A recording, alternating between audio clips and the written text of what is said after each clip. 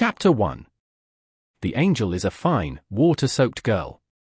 It was raining, and she, Mahiru Shirina, was seated on the park swing when Amain Fujimaya first spoke to her. Amain had begun living alone soon after just starting his first year of high school.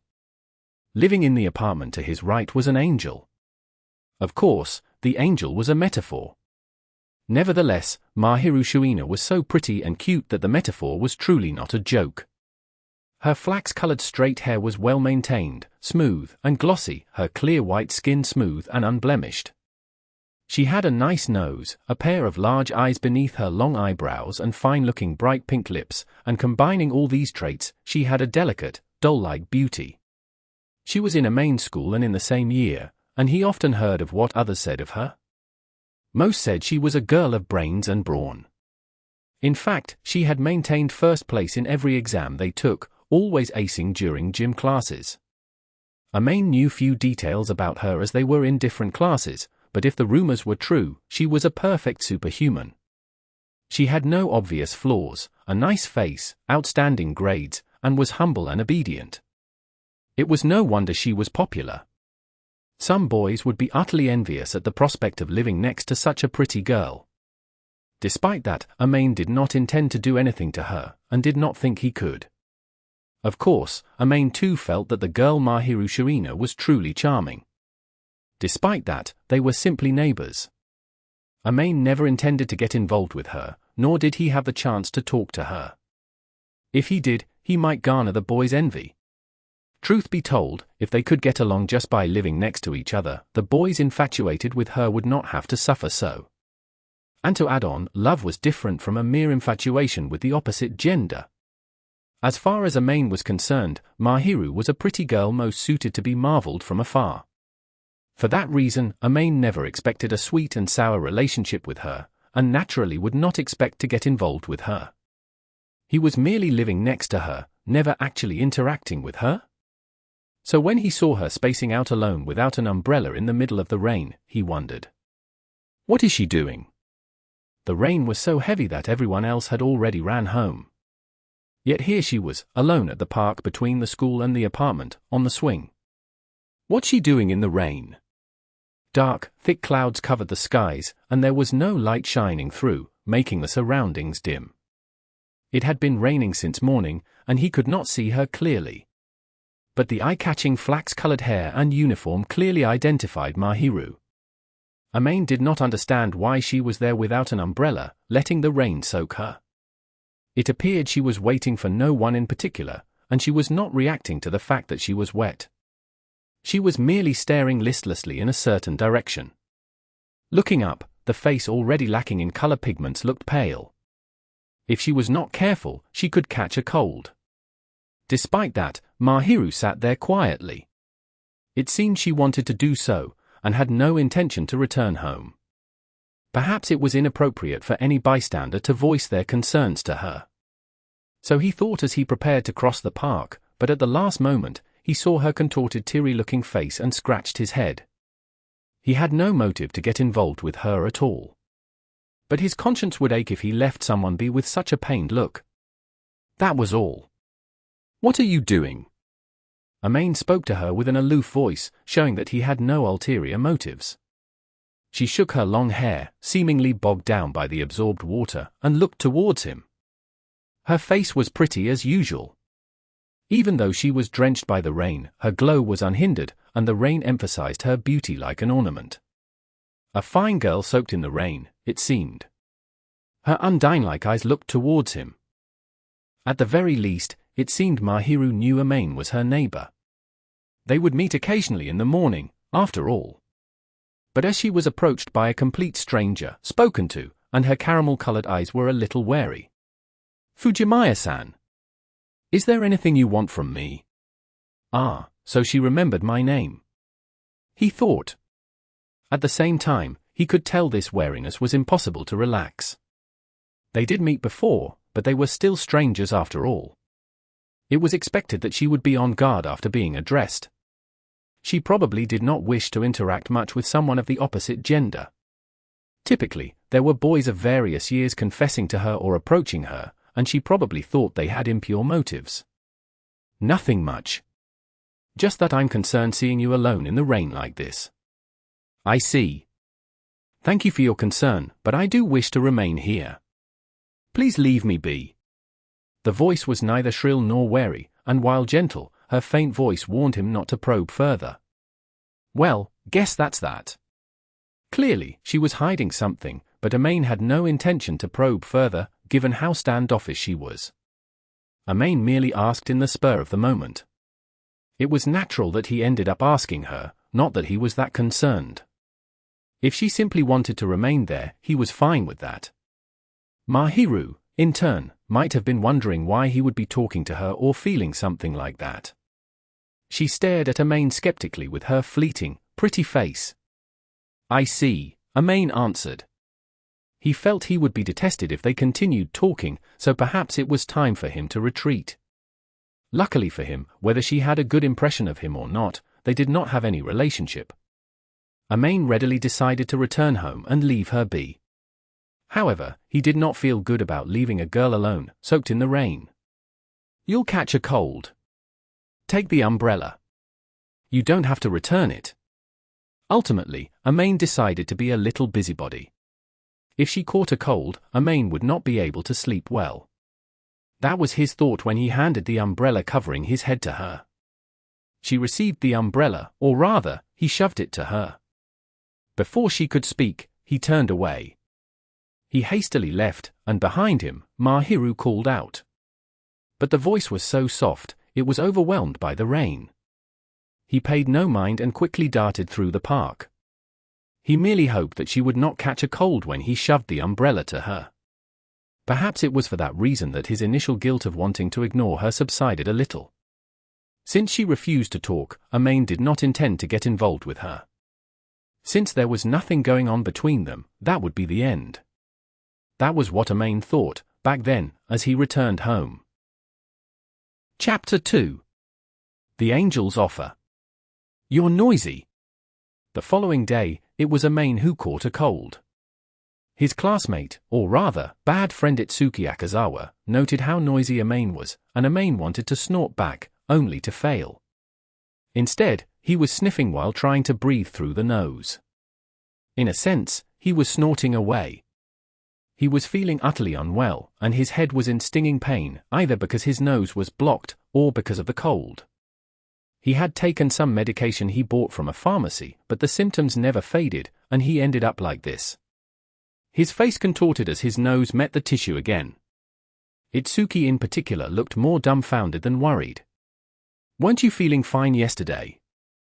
Got caught in the rain. You all right? You didn't bring an umbrella yesterday?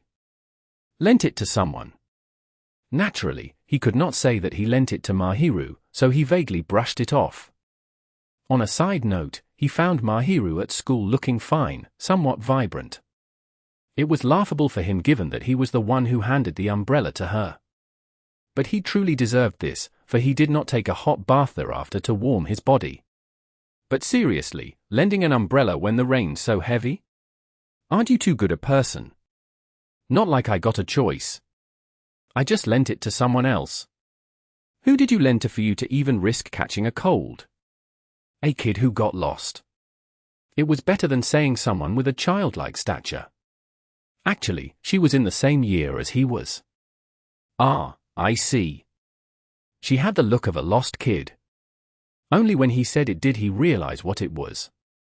Back then, Mahiru's expression was that of a lost kid looking for her parents. You're a good guy. Itsuki knew nothing of Amain's current feelings as the latter thought about Mahiru, and giggled mischievously. Well, I don't know who you lent the umbrella to, but you just wiped your body and left it at that, right? That's why you caught a cold. How do you know? Anyone can tell how little you care about yourself just by looking at your house. That's why you caught a cold, you idiot.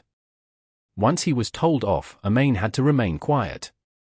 As Itsuki said, Amain never cared about his own situation. To add on, he was bad at cleaning up, and his room was in a mess. He usually ate bentos and supplements bought from the convenience stores outside, or ate out. And you say you're living alone? Itsuki stared dumbfoundedly. To Itsuki, it was no wonder Amain caught a cold when his lifestyle was overly lax. Hurry back home and rest already. We have a weekend coming up. Get well soon. Yeah. Will be nice if you have a girlfriend who can take care of you. You're noisy. And you have a girlfriend. Shut up. Itsuki smiled proudly. Amain reached his hand into the tissue box, annoyed. Time passed, and Amain's health had worsened.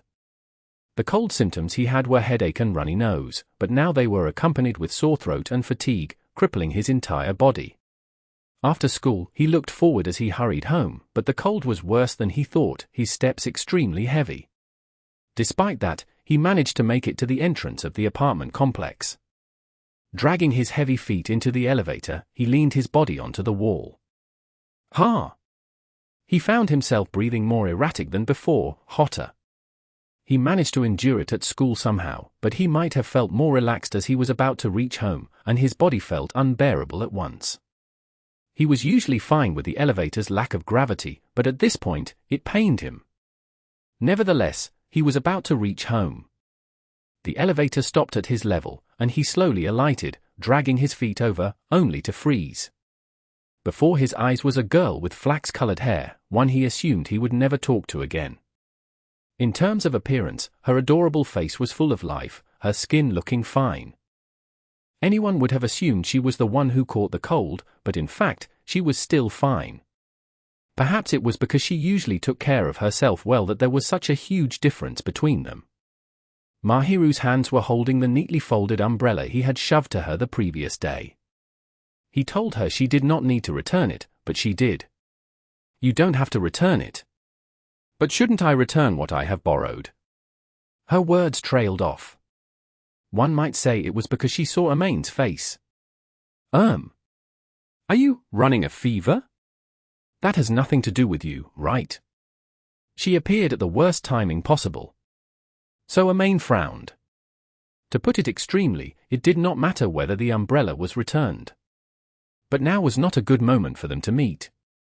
She was wise, and could easily deduce why Amain caught a cold. But it is because I borrowed the umbrella? That's just what I did. Has nothing to do with this. It does. I was there, so you caught a cold. It's nothing. You don't have to worry. Amain did not want others to worry just because he did something for self-satisfaction.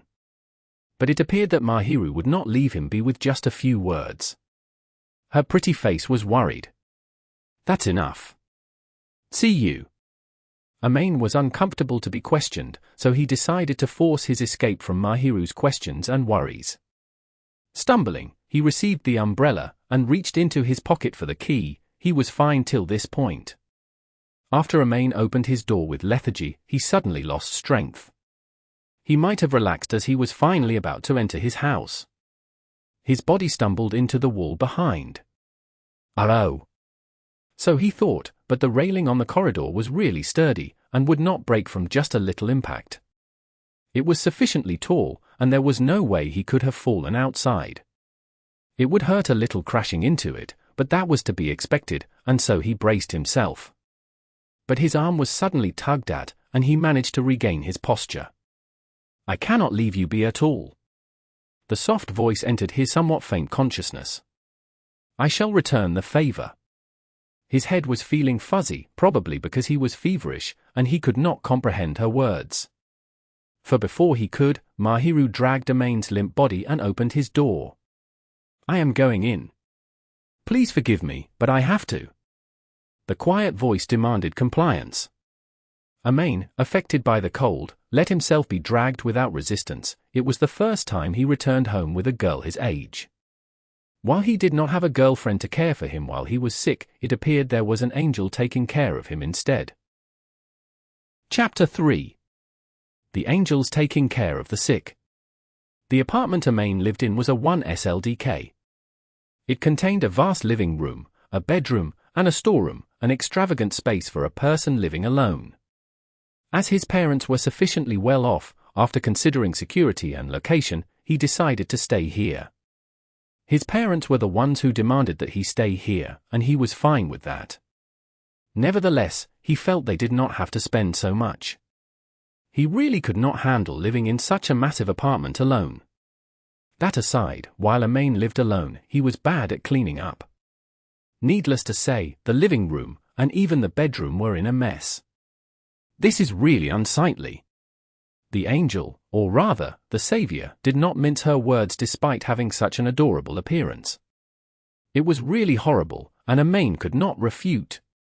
He would have moved a few things if he knew someone else was coming in, but it was too late for that.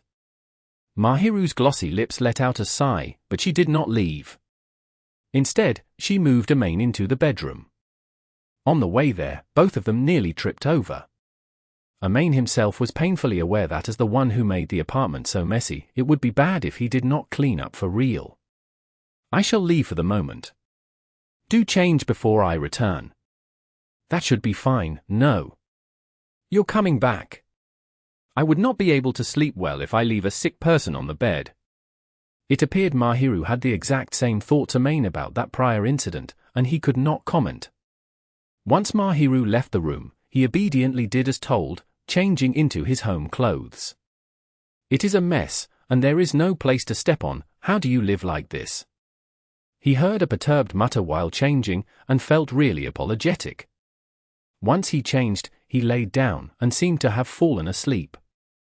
After he opened his heavy eyelids with much effort, the first thing he saw was the flax-colored hair. He looked above the hair, and found Mahiru standing there, looking at him silently. It appeared what happened before was no dream. What time is it now? 7 p.m. You slept for a few hours. Mahiru tersely answered, and right when Amain was sitting up, she handed over a cup of isotonic drink. Feeling gracious, he brought the cup to his mouth, and could finally look around. He found himself feeling a little better, probably because of the nap. He then noticed his head was a little cold. He touched it, and felt something cloth-like on his fingertips, though it was a little hard. There was a cooling sheet pasted on him, one his house would not have. Having noticed that, he lifted his head towards Mahiru. I brought it from my house, she simply responded. His house had neither a cooling sheet nor an isotonic drink. It appeared she brought the isotonic drink here too. Thanks for bringing it here. No worries. The aloof answer had his grimacing. It was likely she took care of him out of guilt, and not a desire to talk to Amain.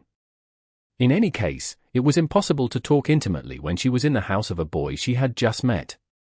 Anyway, I brought the medicine on the table. It is best not to consume with an empty stomach. Do you have any appetite? Sorta. I see. I made some porridge, so please have that. You made that, Shuina.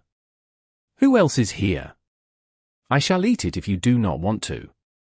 No, I'll eat it. Please let me. He never expected her to care for him, let alone make porridge, and thus was a little flustered. To be honest, Mahiru's cooking skill was unknown to him, but he never heard rumors of her failing home economics class, so it was probably not too bad. Amain immediately lowered his head, asking to eat it, and Mahiru stared at him blankly. She nodded as she handed over the thermometer on the side table. I shall bring it over. Do measure your temperature. Okay. He did as she said, unbuttoning his shirt, and took the thermometer. At that moment, Mahiru looked away. Please do so when I am not in this room.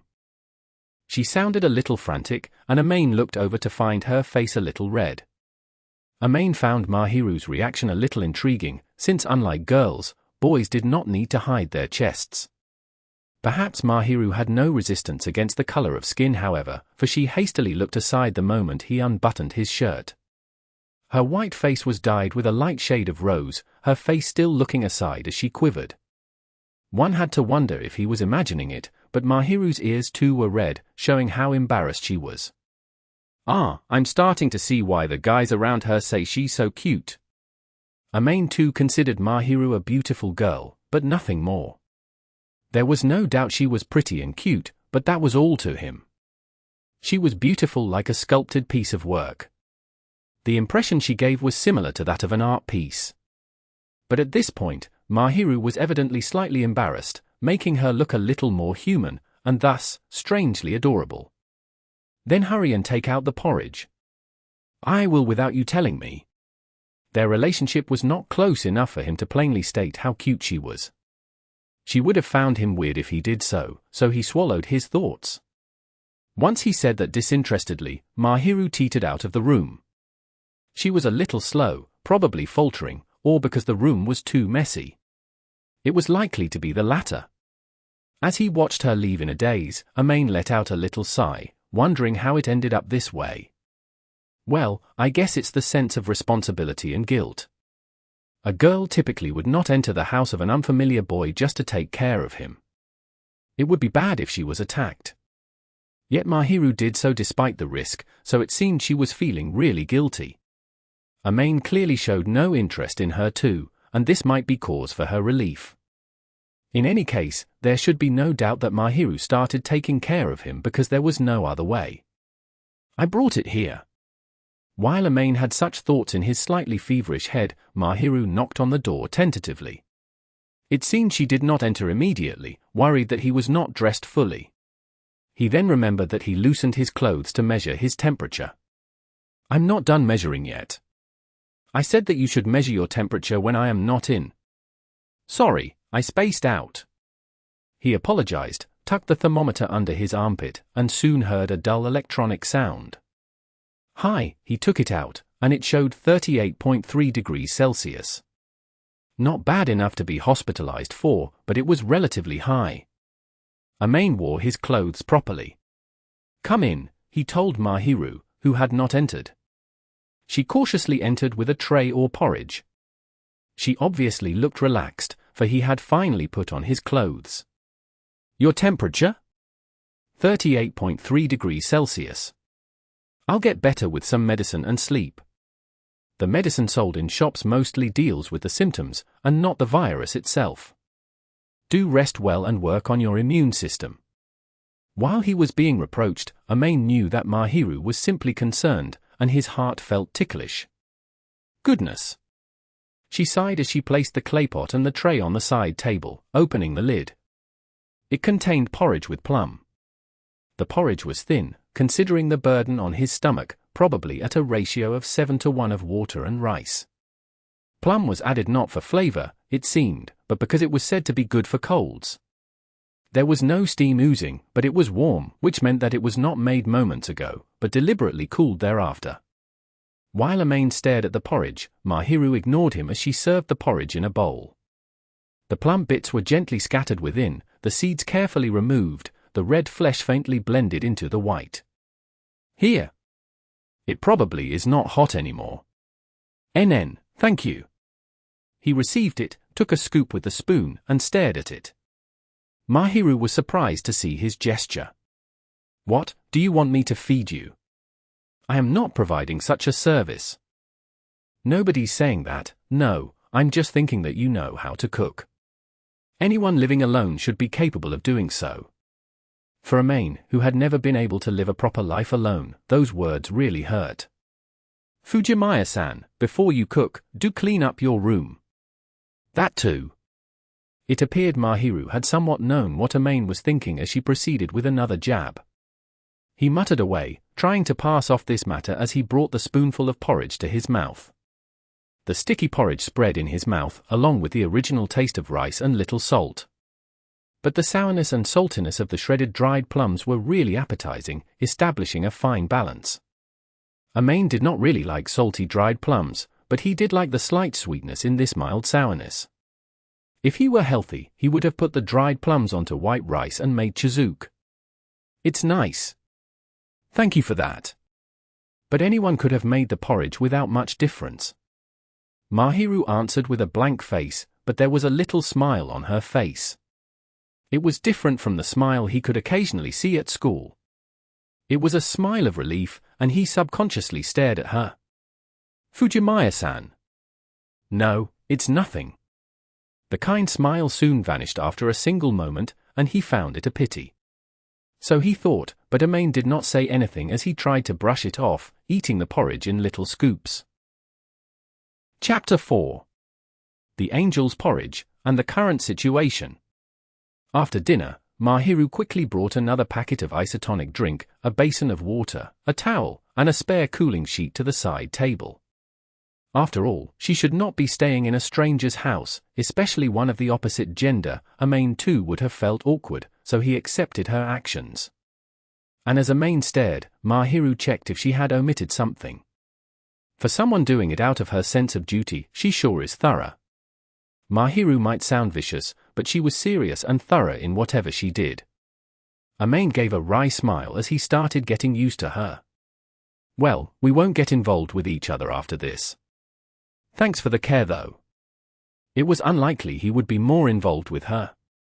After all, she was just taking care of him this once. And since they would not interact again, he would use this opportunity to ask something he was curious about. The medicine might have been taking effect, for he was starting to feel a little groggy, but the fever seemed to have subsided a little. His thoughts were clearer compared to before. Can I ask you something? What is it? Once everything was set, Mahiru looked over to him. Why were you sitting on the swing when it was raining? Had a quarrel with your boyfriend? He was still curious about the previous day's incident, which resulted in this. Back then, Mahiru was on the swing, soaked in the rain. Why was she there? Having seen her wear the expression of a lost child, Amain was concerned and shoved the umbrella to him. But he did not understand why she had such an expression. She appeared to be waiting for someone, so he wondered if she had a quarrel with her boyfriend or something, but Mahiru looked towards him, dumbfounded. My apologies, but I have no boyfriend, nor do I have any intention of getting one. Who? Why? On the contrary, why do you think I have one? Since you're so popular, I thought you would have one or two at least. Being able to talk to her like this, Amain felt she was a more resolute, yet popular, ordinary girl. It did not seem the case to those around him though. She was an adorable, innocent, obedient, and humble pretty girl with an angelic appearance that was love at first sight. She was the top-ranking student for the year, adept at sports, and as he just learned, great at cooking. Surely she would be popular. He had seen others actually flirting with her and knew that a few of his classmates had considerable interest in her. She was spoiled with options. He could not imagine her not dating at all. He used the term, one or two at least, as he meant, but Mahiru's face froze once she heard that, and it contorted a little. Not at all. I do not think I am one without restraint to be dating a few males at once. Absolutely not. Her eyes turned cold as she flatly denied it, and Amain immediately realized that he stepped on a landmine. For a moment, he felt a chill, but it was probably due to the cold. For some reason, it seemed the room turned frosty. Sorry, this isn't what I mean. My apologies. No, I might have been a little heated myself. But the moment he lowered his head, the cold atmosphere dispersed. Rather than say that she was feeling heated, it seemed the room was frigid like a snowstorm, but he dared not to mention this. Anyway, that was not the reason. I just wanted to calm my head a little. I caused you worry, and you caught a cold. My sincerest apologies. It's fine. I'm just being a busybody. Actually, I don't want you to feel guilty just because I was being a busybody. Anyway, this is where we stop getting involved, Shirina. As expected, Mahiru was taking care of Amain out of guilt, and once she heard that, she blinked and stared at Amain incredulously. Was she that disturbed by him saying they would stop getting involved? There's nothing common between us, so that's where it stops. You're the angel, the pretty genius girl who's top of our year, and I don't want to get carried away. Did you think I'm feeling fortunate for having you owe me a favor? Mahiru awkwardly averted her eyes. I guess so. Amain betrayed a wry smile. She, however, probably was not getting ahead of herself for that probably happened before. Selling favors to a pretty girl and getting involved in a relationship might have been a passable method. But it seemed Mahiru had quite a few experiences of that, and it was no wonder she was so wary on that rainy day. He could not blame her for being so defensive. Well, it's troublesome to you, getting involved with guys you don't like. I guess so. Of course, isn't it? he was a little bemused to hear her confirmation. She, famous as the obedient honor student of an angel, had her own likes, dislikes, and troubles, which made him a little familial with her. It appeared Mahiru might have accidentally let slip, for she glared at Amain, who baited her into saying so, with a little resentment. This was the biggest proof thus far that Mahiru was a person with emotions. It's fine though? Well, I'm relieved to see that the angel has troubles just like a human. Please do not call me that. It seemed she was bashful about being called an angel. She still wore a peeved look. Amain laughed once again, having found it similarly amusing. Well, it's not like it's anything urgent. I don't have a reason to pester you. So he said, and Mahiru widened her eyes in shock, wryly smiling herself. Amain recalled Mahiru bowing seriously and returning to her apartment as he laid on the bed, looking up at the ceiling. The medicine was effective, but his body remained tense. Once he relaxed, it seemed the drowsiness would strike. He closed his eyes, recalling the events that transpired on this day. Nobody would have believed him if he said he was cared for by an angel, vicious, and it was nothing worth talking about.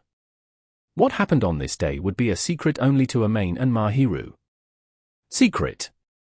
His heart tickled from this term, even though he found it a hassle to mention this to others. The next day onwards, they would revert to being unfamiliar strangers. So Amain convinced himself as his consciousness slowly faded. Chapter 5. Encounter under the frigid skies. He recovered the day after he was cared for, and just so happened to bump into Mahiru while shopping at the convenience store, but they did not truly interact. It appeared Mahiru was a little relieved to see Amain looking fine, however. Class started on Monday, and nothing changed. Same for the others. But if there was a tiny change, it was that when he went to school, he would lower his head while greeting others. "Oh, you're looking great there, Amain. Thanks to your care." Itsuki was worried to see Amain half dead the previous week when they were headed home. He had waited for Amain at the school building entrance, wanting to check on him. Over the weekend, he sent Amain a message, "You ain't dead, right?" Amain messaged back, saying he was fine, but Itsuki remained skeptical. It was only after seeing Amain all lively did he sigh in an exaggerated gesture. "Well, even I would be worried seeing you like that. You're better now, but you should pay more attention to how you live. Start from cleaning up." Sounds like what someone else said. NN? Ah, it's nothing. I knew that over the weekend. We'll be cleaning up these days. No, you get down to it now. Went the retort, but Amain ignored that. That probably could not be done within half a day. So he shook his head, and Itsuki did not pursue the matter further, instead looking dumbfounded. "Well, it's your house, so do as you please. Make sure there's enough space to step on the next time I go there. I'll see how it goes." While Amain frowned as he changed into the indoor shoes, he heard a commotion in the neighboring classroom and inadvertently looked over. He looked through the window and found Mahiru showcasing her usual beauty, surrounded by both boys and girls. She was smiling calmly as she responded to them, yet she looked a completely different Mahiru from several days ago, so he thought with a wry smile. And Itsuki, having seen Amain's expression, looked over as well, understanding once he caught sight of Mahiru. "Ah, Shina-san?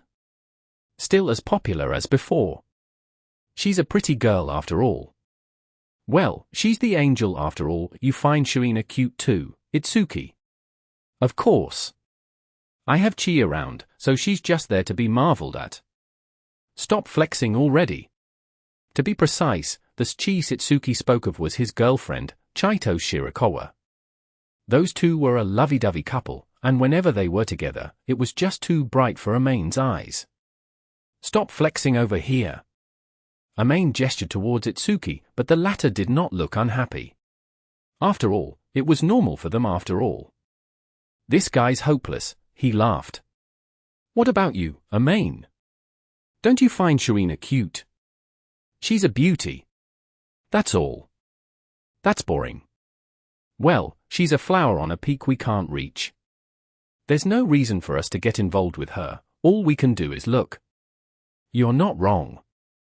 Due to some coincidence, Mahiru took care of him days ago, but they were living in different worlds after all. Amain did not foresee a future where he would get along well with Mahiru. Outstanding humans would only mesh well with other outstanding humans. And Amain, painfully self-aware of how useless he was, could not possibly have anything to do with Mahiru, so cute and capable she was. Yes, Amain himself assumed he would have nothing to do with her anymore. "What are you eating?" And that notion was turned upside down when Amain was at the veranda, sipping his jelly juice as he looked outside. Chapter 6. The Blessing from Heaven. Once Mahiru spotted Amain, she leaned over the veranda, noticed the jelly juice he was drinking, and frowned a little. Amain never expected to be approached, and could only remain momentarily rooted. "You understand, right? It's jelly that replenishes my energy in just dozens of seconds. Are you planning to eat this for dinner? What else then? A high school boy with a big appetite is eating this. Stop being a busybody." Typically, he would have lived on bentos from the convenience stores or sides from the supermarket and not eat that little. He was not in the mood to cook dinner, nor have cup ramen, so he decided to have jelly juice instead. It was unlikely he would have sufficient food, and he might have some snacks or sweets thereafter. What about cooking? Can't do, and won't do. You know that, right? And you cannot tidy up. It is amazing how you are living alone. Shut up. That has nothing to do with you, right? The scathing truth hit him, so he frowned and finished his jelly juice. He had suffered days ago, and was planning to clean up, but being told this for days turned his determination to the opposite direction. Amain, in turn, was curious as to why Mahiru was being a little naggy. She stared back at him and let out a little sigh. "Please wait for a moment." Before he could respond or deny, Mahiru returned from the veranda to her apartment. Upon hearing the windows clatter shut, Amain asked, "What was that?" She said to wait, but what did she want him to wait for? He looked towards Mahiru's apartment with surprise, but naturally, there was no response. "Guess I'm cooled down. Time to go back." He waited for her as told, but the winter night was colder than he thought. A sweater was insufficient. In any case, he did not know why he was waiting so obediently. The temperature was so cold, he was breathing white air. He exhaled, and there was an electronic buzzing sound from the corridor. He immediately turned towards the door once he heard the bell. There was only one visitor he would expect to arrive. He did not know why she would appear, but he avoided the messy pile of clothes and magazines as he went towards the corridor. He knew who it was even without looking through the peephole. He dragged his sandals towards the door and unchained it. As expected, slightly beneath his eyes was flaying flax-colored hair. "What are you doing? I had enough seeing how poorly you live. These are leftovers, but here." Mahiru retorted tersely as she stretched her hands outward. The hands, which were much smaller than Amain's, were holding a Tupperware container. The translucent lid gave Amain a sneak peek of the cooked food inside.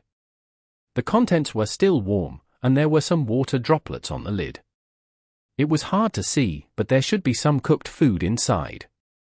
He blinked a few times, and once she saw that his eyes were trying to comprehend why, Mahiru let out a deep sigh. "You do not eat properly. Supplements are simply supplements, not to be taken as the main course. Are you my mom? I do think what I insist here is normal. Also, you should be cleaning up your apartment, no? It is difficult to stand in there." Mahiru glanced behind Amain and narrowed her eyes in exasperation, leaving him speechless. "I can still walk through." "Not at all. Clothes typically should not be on the floor." "Well, they just dropped." "They will not if you wash them, dry them, and fold them properly. Please pack up all the magazines you have read. It will be troublesome if you slip and fall." There was some spite in the words, but Amain knew well that Mahiru was concerned for some reason and could not retort to every point. It was true that the last time she took care of him, both of them nearly slipped because the room was too messy. It was no wonder he was being told off. "Go." Amain, unable to retort, grimaced and pursed his lips together as he received the Tupperware container from Mahiru. The warmth slowly spread through his palm, and it was comforting amidst this cooling weather. "So, can I eat this? I will discard it if you do not want to." "No, no, no, I'll eat it. It's not often we get an ordinary dinner made by the angel herself. Please do not call me that. Seriously." He tried to get back at her by using her nickname at school, but her white face was clearly starting to turn red. It seemed calling her angels was truly embarrassing.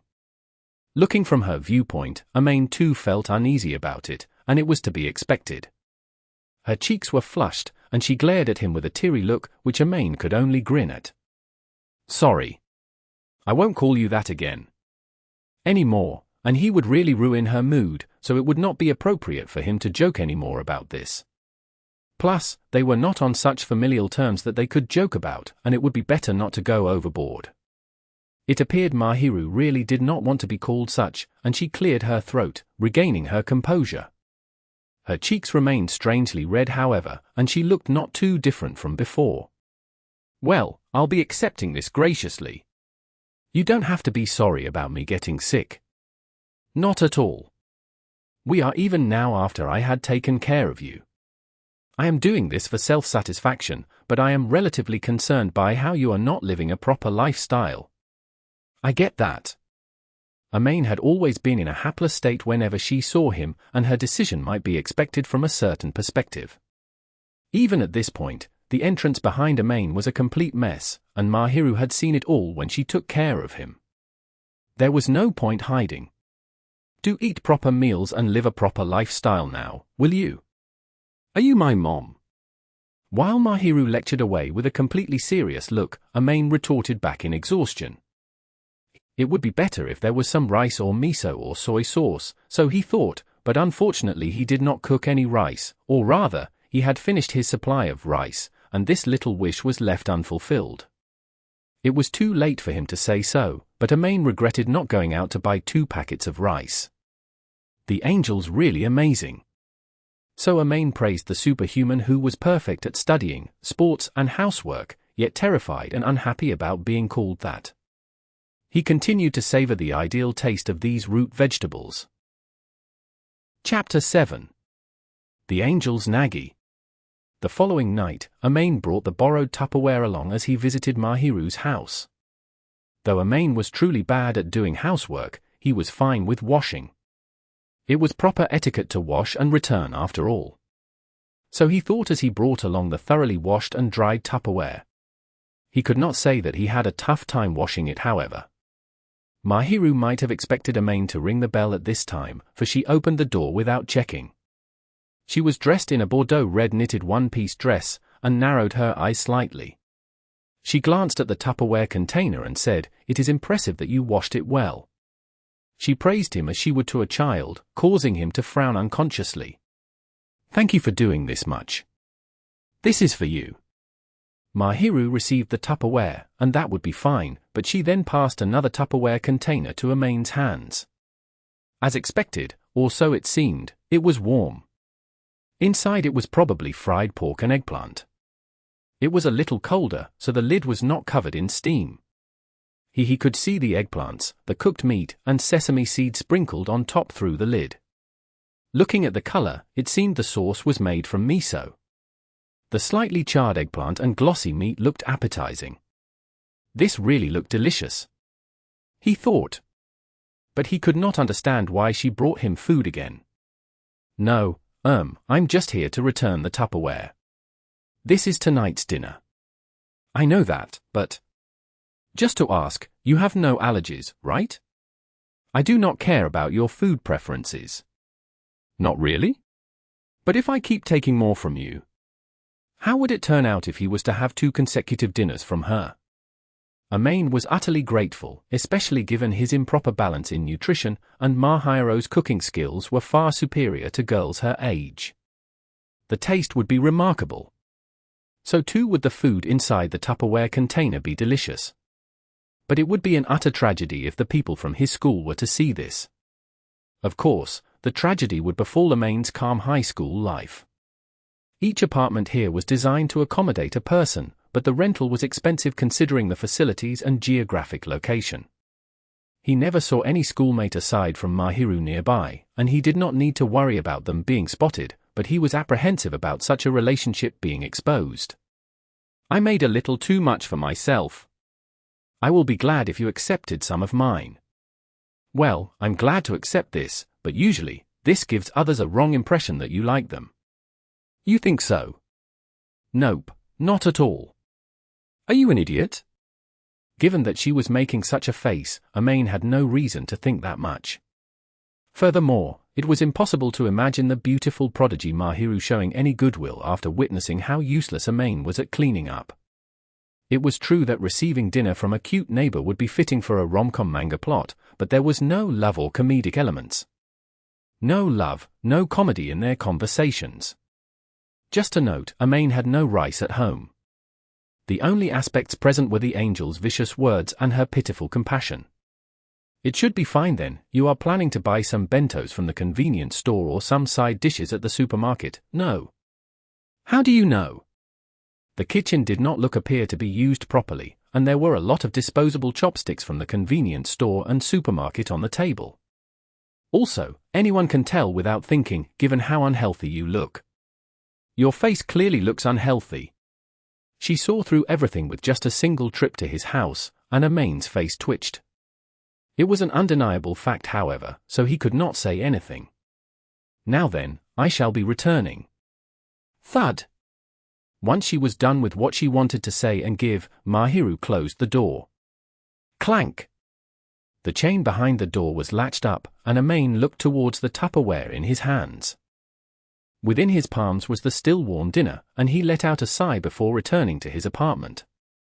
The eggplants and pork with sesame seeds were really delicious, and he had a craving for rice. Thus, every day, he would exchange an empty Tupperware container for one with food, his food nutrition taking a drastic turn for the better. Mahiru's cooking was not particularly heavy in flavoring, but it was extremely appetizing, so every dinner, he would prepare pre-cooked rice to eat with these dishes. There were different dishes every day, whether they were Japanese, Western, or Chinese, they were all delicious, impossible to refuse, whetting Amain's appetite. The opportunity to eat these every day had Amain looking forward to them. He was apologetic about it, but it seemed he was being domesticated, melancholic if he never got to eat her food. Perhaps the angel's cooking was truly addictive. While thinking this was not a good thing, Amain obediently accepted the Tupperware container, and indulged himself in the food. You're looking great recently. Got your food sorted out? Amain was looking a lot better, probably due to having sufficient nutrients from dinner. It was lunchtime when Itsuki stared at his face. Amain was having udon at the cafeteria, and was shedding cold sweat in the face of the perceptive Itsuki. Itsuki, I think you're looking scary. What, did I hit the bullseye?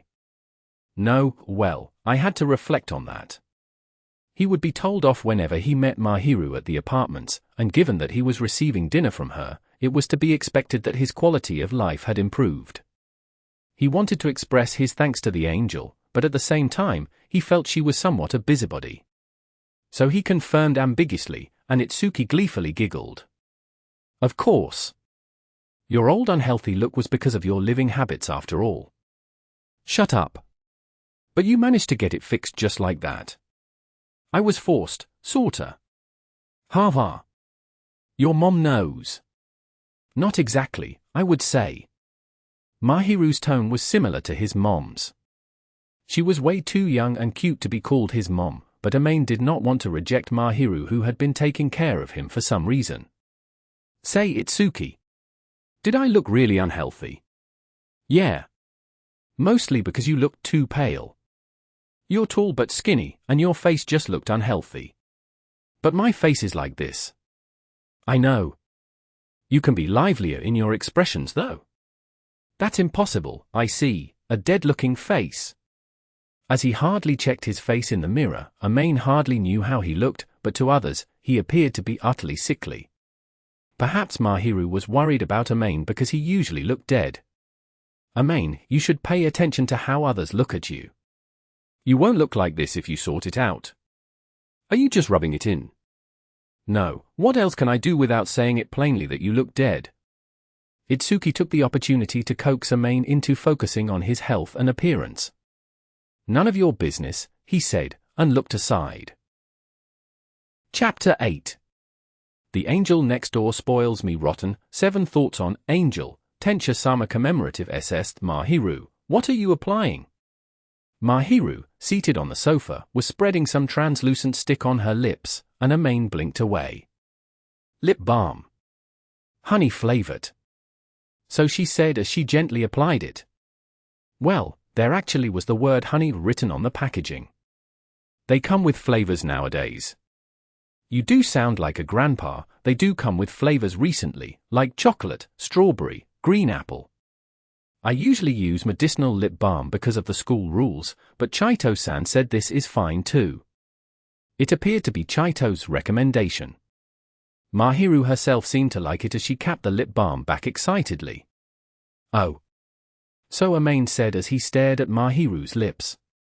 They were softer and bouncier because of the balm, giving off an indescribable, refreshing scent. What is it? Once she noticed herself being stared at, Mahiru tilted her head incredulously. Well, just wondering if it'll be sweet to kiss. HM, do you want to try? She smiled impishly as she pointed at her lips, thinking it would just be a joke. Don't mind me, but Amain answered as he bit at her lips.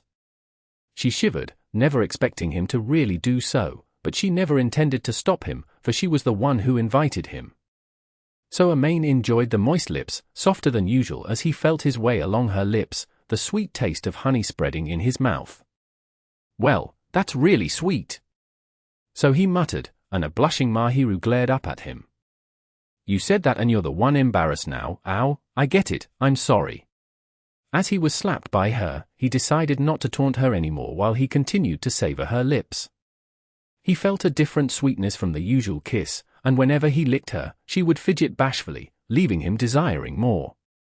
But it's really sweet. My balm's going to wear off.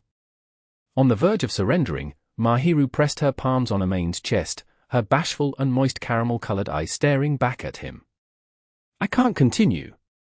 I am reapplying it now. HMPH. It appeared he was allowed to continue. Finding Mahiru to be adorable for choosing to forgive him again, Amain brought his lips onto hers again. The following day, Mahiru sat next to Amain with lip balm applied, the color of her lips different. Amain unwittingly smiled, and realizing that, Mahiru retreated back tentatively. What is it? Well, my girlfriend's cute. What is with that out of a sudden, NN? Before she could finish her eyes, Amain stuffed her lips with his own, the rich sweetness of the sweet and sour fruit spreading in his mouth. He bullied Mahiru for deliberately changing the flavor, and his lips naturally relaxed. He felt she wanted to be kissed when she applied a different flavor, and for some reason, the kiss lasted longer. Strawberry today. After a while, he removed his lips, asking her, and found her face to be completely sizzling, resembling a red, ripened strawberry. What's the flavor tomorrow? Chili peppers. Your lips will swell, Mahiru. They will swell when you are kissing me so many times, Amain-kun. She muttered with a pout, and having messed up this time, Amain gave a wry smile as he kissed her gently. In that case, we'll make them swell with sweetness. You can help me with that, Mahiru. I want to apply chocolate lip balm on you, Amain-kun. As you wish. So we can kiss, who? He wondered, but never voiced it out. He was bemused by how enthusiastic she was for some reason as he thoroughly enjoyed her lips. Chapter 9. The Angel Next Door Spoils Me Rotten. 1 Thought on Angel, April Fools 2019. Author note, Mahiru doesn't like to lie, so please take it as a story from a different universe. Amain-kun, I have someone else I like. It was noon, April 1st, their rest day. Mahiru was seated next to Amain on the sofa when she smiled at him. Amain himself knew it was a joke, even before he thought further about it. Looking at her attitude till this point, he was confident there was no boy she would like more than him. Furthermore, it was April 1st. In other words, April Fools. Mahiru appeared to be hoping for him to be caught or something as she showed a smile. She usually had no interest in such events, so it was very likely Chaitos taught her something weird. Then, he would simply play along.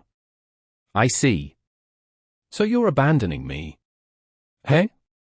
In response to Amain's words, Mahiru exclaimed in surprise. I thought I'm the only one for you, and I'm already thinking about the future, I see. Can't help if there's a guy you really like, Mahiru. My fault for not noticing your feelings there. It appears you know, even though you are into this, Amain-kun. Know what? Amain deliberately retorted back, and Mahiru groaned. About me lying to you. Well, I know that you like me, Mahiru. That is right, but you. You like me, and you lied to me while trusting me, right? He was asking a question, but Amain was really confident. The proof of that truth was how Mahiru was looking down with her face all red. It seemed she did not expect to be seen through completely. He gave a wry grin at her uselessness, patting her head. Well, I lied too, so tit for tat. Lied? I won't leave you. I would have thought of leaving if it's in the past, if it's for your sake, Mahiru. I can't do that now though. I hate this. If it were in the past, he would have left Mahiru if she had fallen for someone, and back then, he did not express his feelings. But it was impossible for him at this point. He could not endure the thought of not being next to her. He hoped that Mahiru's feelings would never leave it, and if there was a possibility of her finding another boy who was better, he felt he was willing to better himself, and have Mahiru fall for him again. Having said that, as he stared at her caramel-colored eyes, her cheeks turned red instantly. Amain-kun. Mahiru, you're mine, can't I? No, not that, you cannot, for I am yours, Amain-kun. NN. Once he got Mahiru's promise, Amain embraced Mahiru firmly as though he was ensuring his possession of her, and she smiled away in delight, looking a little bashful. Chapter 10. The Angel Next Door Spoils Me Rotten. One thought on Angel, Bubble Tea Challenge. Bubble Tea Challenge? Mahiru tilted her head in confusion, and Amain, knowing that he should not have mentioned it, pursed his lips in regret. They were headed home when Amain spotted a mobile bubble tea shop. It's trending nowadays, he said it as a joke, but Mahiru did not seem to know. There was a strong feeling of naivete on her face, as she showed no understanding of what was going on. It appeared she was shocked by his reaction, however, and started to panic a little. I do know of bubble tea though. It is made from tapioca powder. High school girls do drink it often. You never drank it before, Mahiru? Embarrassingly, no. That's surprising. You don't drink it with Chaitos. Chaitos-san said, I prefer crepes to bubble tea. Oh. That big eater of a high school girl would surely say such things. Another reason might be that both of them often ate the crepes from the shop at the station, which were really good. But, sorry for not hearing about this, but I do not know what this bubble tea challenge is, though I heard there is a condition to be met while drinking bubble tea or something. Yeah, that's about it, you don't have to mind. It was great that she quickly wrapped her mind around it, but challenging that was pretty much a lost cause. If she failed, Mahiru would be troubled, but if she succeeded, Amain would be troubled over where his eyes should go. I'm a little curious now that you say so. You don't have to be. But that aside, since girls do like to drink bubble tea, I shall buy one. Oh. Since her curiosity was piqued, she informed Amain of her intentions, and joined the waiting queue of high school girls. It appeared this would take a short while, so he had a look at his smartphone. About 5 minutes passed as Amain watched Mahiru and waited for her to queue, before she finally returned. She was holding a drink, apparently milk tea, with some black beads inside it. He saw one first glance that it was bubble milk tea, and was a little impressed. Sorry to keep you waiting. It's fine. This is the first time I am drinking it. It seems the bubble tea challenge is to put the drink cup on the chest and drink it. It is convenient to search things on the web. Almost all answers can be found there. It appeared the wise Mahiru had turned to the instrument of technology without hesitation. Amain usually felt it was a good thing for her to adapt so quickly, but this time, he was left vexed. Shall I challenge it? No, Amain-kun, you have been looking here for quite some time. Sorry about that. No, I am a little curious, and it looks like you'll succeed. While he had no guts to stare at her, he had a rough gauge of her bust size, having spent much time with her. He did not know the exact cup size, but it appeared hers was a little larger than average, with ample space to put items on it, and she should be able to succeed the bubble tea challenge without difficulty. It would be actually distracting if she were to succeed at doing so before him, so he wished she would not do so, if possible. But as a male, he had a desire to see her do so after all, and it left him in a dilemma. I will do so if you let me try, Amain-kun. I do understand it is natural for males to be curious about the females' chests. I feel conflicted that you're being so understanding. It is scarier if you are not interested, no. Well, when you put it that way. It would be strangely scary to see a high school boy without any sex drive. At the very least, Amain was just like the others, but not showing it out of concern for Mahiru. Do you want to look? I want to. And just like ordinary people, he lost to the temptation. Mahiru only suggested to try the challenge because Amain was the one who mentioned the bubble tea challenge, but he had this feeling that she was trying this because of him, and felt an itch within his heart. Everything Amain wanted her to do before, Mahiru did so, and that was scary. Now then she was about to put the bubble tea on her chest. Then, Amain grabbed her wrist. Mahiru-san, it'll be hard to deal with your clothes if you fail here. Better to do it when we go home. I guess so. She nodded away understandingly, and he was relieved. He looked around, and found other males glancing at them from time to time, averting their eyes once he looked back at them. Can't take any chances here. They were looking here, having realized that a pretty girl with a really nice body was about to do the recent fad that was the bubble tea challenge, but Amain did not want others to see. He was not bemused to have his own girlfriend being part of their delusions. But he could not simply express these thoughts, and he showed his usual expression as he patted Mahiru's head. He felt a little regret as he heard the chatter regarding her gentle smile, but he too smiled once he remembered that her smile was directed at him. Speaking of which, I have just thought of it. Is it not safer to use water if I want to try putting something on my chest? Well, when you put it that way, yeah. Already used to his head pat, Mahiru looked a little shy, before she stared at the bubble tea in her hands. It was called the bubble tea challenge, but it was simply a measure of whether the bust size was sufficient in holding up a drink, so there was no need to do the challenge with bubble tea. Rather, it would be better if the container had water instead. A reasonable choice, so Amain thought, and Mahiru looked up at him. Shall I take the chance to drink and see if it is delicious? It appeared Mahiru had more interest in the bubble tea than the challenge itself, and that she was embarrassed about wanting to buy it without a reason. As she stared back at him with a look of anticipation, he could only marvel at how cute she was. Well, you bought it, Mahiru, just do what you want, so he answered as he patted her on the head again. Chapter 11. The Angel Next Door Spoils Me Rotten, 6 Thoughts on Angel, Halloween 2019. Trick or Treat. October 31st. Mahiru suddenly said these words, and he was reminded that it was Halloween. He was confused, as he did not have much interest to begin with, but it appeared Mahiru wanted to challenge herself in this seasonal event. She appeared to be dressed in a nurse uniform. Where did these clothes come from? He averted his eyes as he wondered, but Mahiru appeared a little displeased by the weak reaction shown, and sat next to him, poking his upper arm. Or do you not know of Halloween? No, actually, I know what it is, but... Please give me sweets. If you refuse, I shall prank you. Sweets, huh? All right. He pulled out the mint gum he bought after school from the bag next to him, and handed it to her, causing her to frown in intrigue. I am surprised that you have some, but gum. It's a sweet. That is true, but this probably is not sweet. It's not sugarless. There were some zero sugar gums sold out there, but this was one with sugar added, so he could pass it off as one.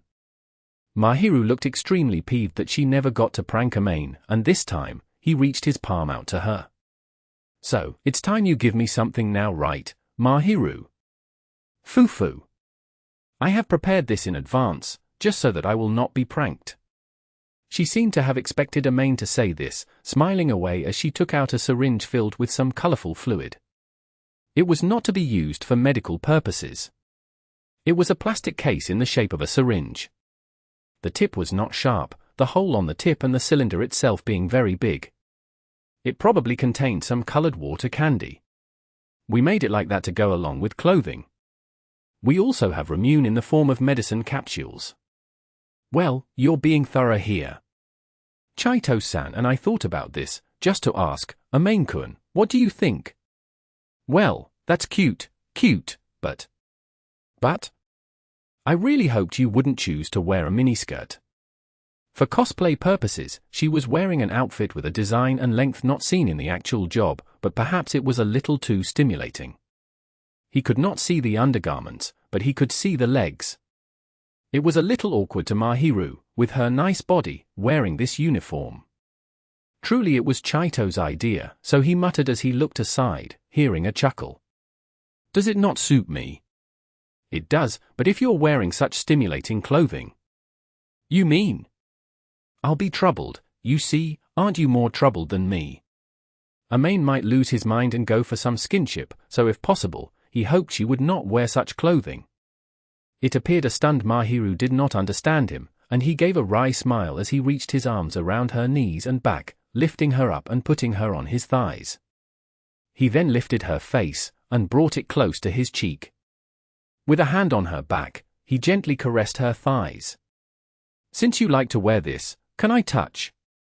That is something you cannot help with, right? What, you want me to touch you? I did not say so. You are to be punished with sweet medicine for saying this, Amain-kun.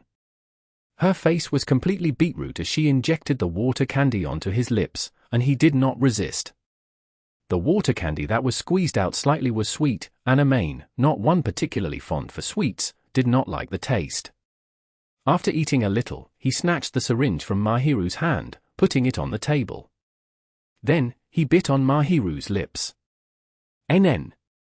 Since she was displeased with the gum, he thought of sharing this sweetness with her, and when his lips left hers, she was left completely limp.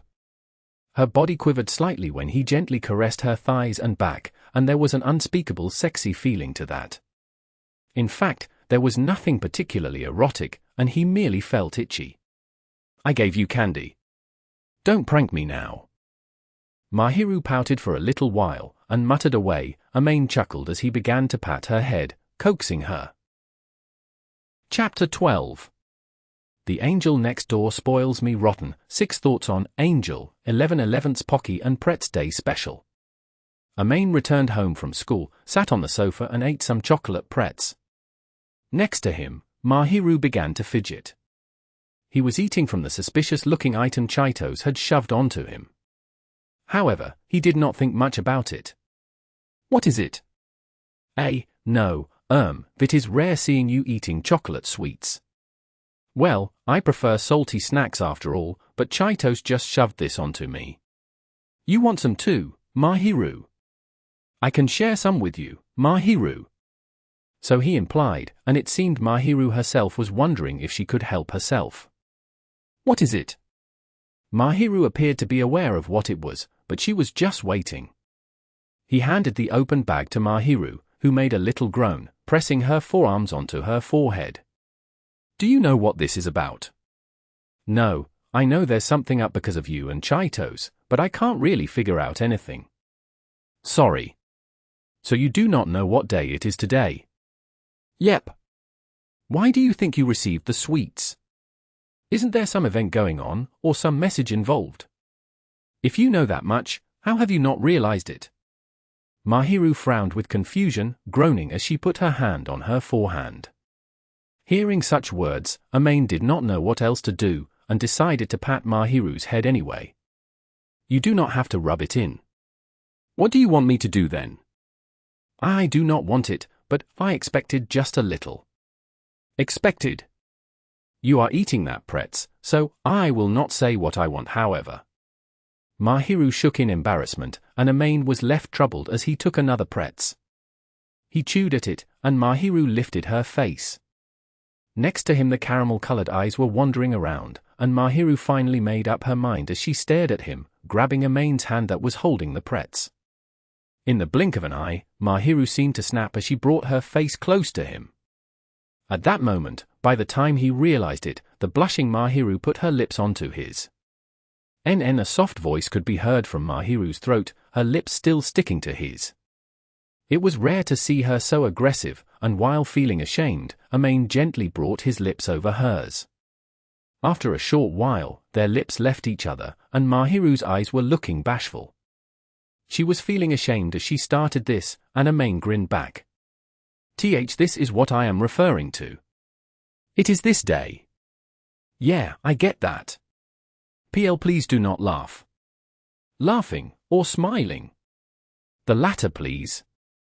The distressed Mahiru could not hide her shame, and Amain chuckled as he gently caressed her hair. Can I be honest? Yes. I just want to eat this normally. Don't really like such games after all. Once he expressed his honest sentiments, yes, Mahiru lowered her eyebrows understandingly, and smiled. It seemed she had misunderstood him. While Mahiru lowered her eyes forlornly, Amain wrapped his arm around her back, and brought his lips to her ear. If you want a kiss, wait till we're done eating this. Of course, one would expect a kiss to be sweet, especially when there was chocolate in the mouth. After all, Mahiru had the sweetness and bitterness of honey. There was no need to add chocolate to that. Once he gently whispered, Mahiru's face turned red like a boiler, and nodded away. Satisfied with that reaction, Amain embraced Mahiru in his lap. He doted on the panicking Mahiru, and began sharing the Pretz packet with her. Chapter 13. The Angel Next Door Spoils Me Rotten, 6 Thoughts on Angel, Bubble Tea Challenge Contents. Once they got home, Mahiru changed into plain clothes, puffing her chest under her one-piece skirt. She was not being proud of it, but maintaining balance for the thing to be placed on it. There were significant lumps on her chest, and balanced upon it was the bubble tea cup she bought before they returned home. She had finished the bubble tea, and it contained water and some ice. I guess. Amain saw her balance the cup, and his eyes just wavered. He was the one who suggested this, but once he saw her actually do it, he found the destructiveness to be way beyond his imagination. She really could do it, so he thought, and there was an unspeakable sense of shame rising in him. Mahiru was confident in her own body. One might say she had always focused on maintaining a fine figure. She never thought she would fail at this challenge. Is there anything particularly attractive about this to males? No, well, it's just the proof of big and small. Hey, is that so? Speaking of which, Amain-kun, do you prefer them big or small? Amain did think that Mahiru might one day raise this question, but since she asked so boldly, he was left conflicted as to how he should answer. It was not a matter of size. Amain felt that he would not mind the size as long as it was Mahiru. The more important aspect was the touch. He had no strong bias to size, but after all, men would long for such a fluffy feeling. But if he told her honestly, "You are a boy after all, Amain-kun," she might reply reluctantly, "I think size isn't a problem as long as it's you, Mahiru. You are avoiding the question." He was trying to give his view as a boyfriend, but Mahiru thought he was avoiding the question, staring at him with a displeased look. "I will not be angry. Please state your honest opinion." "No, you seriously want me to say this?" "Yes." I like them at your size. Like this, just big enough to fit a hand, and, besides size, there's also softness. I think you're good like this, that's all." Faced with a reproaching stare, Amain could only blurt out his honest thoughts, and pursed his lips together. It seemed Mahiru was embarrassed about the softness, for she quivered slightly, her face blushing. Amain did not know how to comfort her, and for the time being, he felt he should reach his hand out and pat her head to calm her down. However, she shivered greatly, and took a step back. Splash, it sounded like water had landed from above. Ah! Ah! Mahiru looked down at her chest, exclaiming in surprise. As expected, the massive movement caused the cup to topple, and the liquid in the cup drenched her chest. Luckily, it contained water, and at most, it would cause the one-piece dress to stick upon her skin. However, Amain was struck with a massive visual shock. Mahiru was wearing a white dress, and as she was soaked, the skin sticking to her clothes was visible. The skin and the bra she was wearing were vaguely showing before him. Light green today. Once he knew of this information he should not have known. Amain had the urge to slam his head onto the wall. Sorry. Do not worry. It is my fault. No, I shouldn't have touched you. This would not have happened if Amain had not reached out to her. Anyway, I'll lend you my clothes. Go change into it and dry your clothes, or else you'll catch a cold. You understood? He could not let Mahiru remain drenched, so he hurried into his room, got a large t-shirt, and handed it to her. She stared intently at this shirt. "See, can't this do?" "No, not that, I shall get changed then." Mahiru averted her eyes, and hurried into the washroom. Amain watched her back, and knelt down. "I'm definitely hated now." Even though Mahiru would have understood to some extent, she probably did not want Amain looking at her with such lecherous eyes. Even she would feel embarrassed and uncomfortable about him commenting on the feeling. Mahiru wanted Amain to state his true thoughts, but he was too honest about it, and it would have repulsed her. Her impression of Ms. ruined now. He should not have been honest to such extents, and reproached himself in regret, his forehead knocking into the table next to him. Then, he heard the clear sounds of the slippers on the floor, approaching him. It appeared Mahiru was done changing. Amain turned towards her with his head hung low, and saw her glossy white legs. He looked up unnervingly, and saw her in the t-shirt covering till half her thighs. He then stopped lifting his head, and averted his eyes. Why are you wearing only a t-shirt? This is what you gave, Amain-kun, your forehead's really red. Did you hit something? Mahiru was wearing a one-piece dress before this. Having recalled that, Amain cursed his folly, and Mahiru knelt next to him, patting his forehead. She continued her gesture, and Amain could not bring himself to look aside. He turned towards Mahiru, and found her wearing the number 1 clothing a male would want his girlfriend to wear according to Amain's findings, the boyfriend's shirt. Luckily, Amain was bigger, and his t-shirt was relatively larger. He chose a larger shirt for the petite Mahiru, and it was large enough to cover her thighs. However, it was abnormally big on the slender Mahiru. The collar was just large enough on Amain, overly large on Mahiru, and the t-shirt was on the verge of falling from her shoulders. The massive collar was showing her undergarments.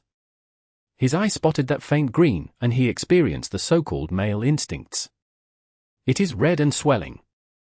What did you just? Nothing, just relieving some frustration. His frustration was relieved, but with Mahiru leaning towards him, a bigger frustration loomed. She was leaning forward, and the parts large enough to balance a bubble tea cup were partially exposed. Frustration. Mahiru's face too turned beetroot as she froze. Amain felt a little restless. I'm really sorry for that just now. Well, you felt disgusted, right? Disgusted, really? By me looking at you like that? Amain did not explain in detail, instead merely hinting. Mahiru widened her eyes once she heard that, and smiled, looking a little perturbed. You are mistaken, Amain-kun. I do not dislike that. I am just a little bashful. I am glad that you like it, Amain-kun. She lowered her long eyebrows, putting her hands upon the lumps. She looked adorable, and he had the urge to embrace her. However, her attire was a little worrisome, so he resisted the urge. Mahiru blinked at Amain, giving a wry smile. It is fine. Here?" She spread her arms wide, welcoming him. He stared at her, the scales of balance in his heart greatly shaken, and when she suddenly looked a little disappointed, he hastily embraced her. The cloth between them was a little thing, and Amain felt more softness than before, glancing aside and looking down. Once he saw the lumps that easily passed the bubble tea challenge, he was embarrassed of his own actions. Mahiru sensed his stare, and was a little embarrassed as she wryly put her hands behind his head, bringing him onto her chest. "I do prefer the Amain-kun challenge to the milk tea challenge." It seemed Mahiru was smiling, but as Amain's face was buried into her chest, he could not see her expression. The only thing he understood that the longer he was embraced, the feelings inside his heart were harder to suppress. He thought to himself that he should never let Mahiru do this the next time, but the fluffy feeling was, he decided to let himself enjoy this a little more, and enjoy Mahiru's warmth. By user Entrung0701 on ln.hako.re. Chapter 14. The Angel is an Eco-Friendly Plebian. A silvery bell-like voice rang behind him. It was a sound Amain was recently familiar with. He was not at his apartment, however. This was the snack section of the nearby supermarket. There were usually people there, but Amain never expected Mahiru to react to him, so he turned towards her awkwardly, seeing her standing there, wide-eyed. She was holding a basket, which contained radish, tofu, chicken thigh and milk, ingredients for tonight's dinner. Looking at this situation, it appeared she happened to encounter him at the snacks section. "Let me say this first. It's a coincidence, I wasn't stalking you. I know that. This is the closest supermarket here. I do understand this." He preemptively stated, "Why do you think that?" and Mahiru groaned. She then looked towards the notebook in her hands. It truly was the impeccable Mahiru style to write all her needs down. Once she checked the contents on the cute floral pattern notebook, she looked away from the snacks corner, towards the seasonings corner on the opposite side. "Soy sauce and mirin," she muttered with an adorable voice as she searched for home necessities. She was truly acting cute, but Amain found it incredulous. "The mirin's here." "Hey! Ah, that is not the mirin I want. Underaged people cannot buy that. This is considered alcohol. It is treated as sweet wine. The seasoning type cannot be drunk directly when salt is added, so underaged people can buy this." He wanted to pass the mirin to her, but she shook her head, and put the mirin seasoning into the basket instead. It was the first time Amain, who hardly did any housework, heard of this. "Heh," he answered as he saw her deft movements from behind. Mahiru stared intently at the rack of soy sauces, paying close attention to the price labels, and muttered with a frown. "Special discount limited only to 1 bottle per person." It appeared she wanted to buy another one, for she sighed with pity and looked towards him. "I'll buy one, okay? Thank you for understanding me." He picked up the meaning in her words, and gave a wry smile as she held a bottle of soy sauce. Mahiru curled her lips into a satisfied smile. "You're unexpectedly frugal." "Frugal, or I should say, save as much as I can. We should not be spending excessively." Sounds like a Japanese characteristic, but I guess that's a given when we live off our parents' money. Amain too lived alone and relied on his parents. He was born to a well-off family, and was able to live in such a clean, safe apartment.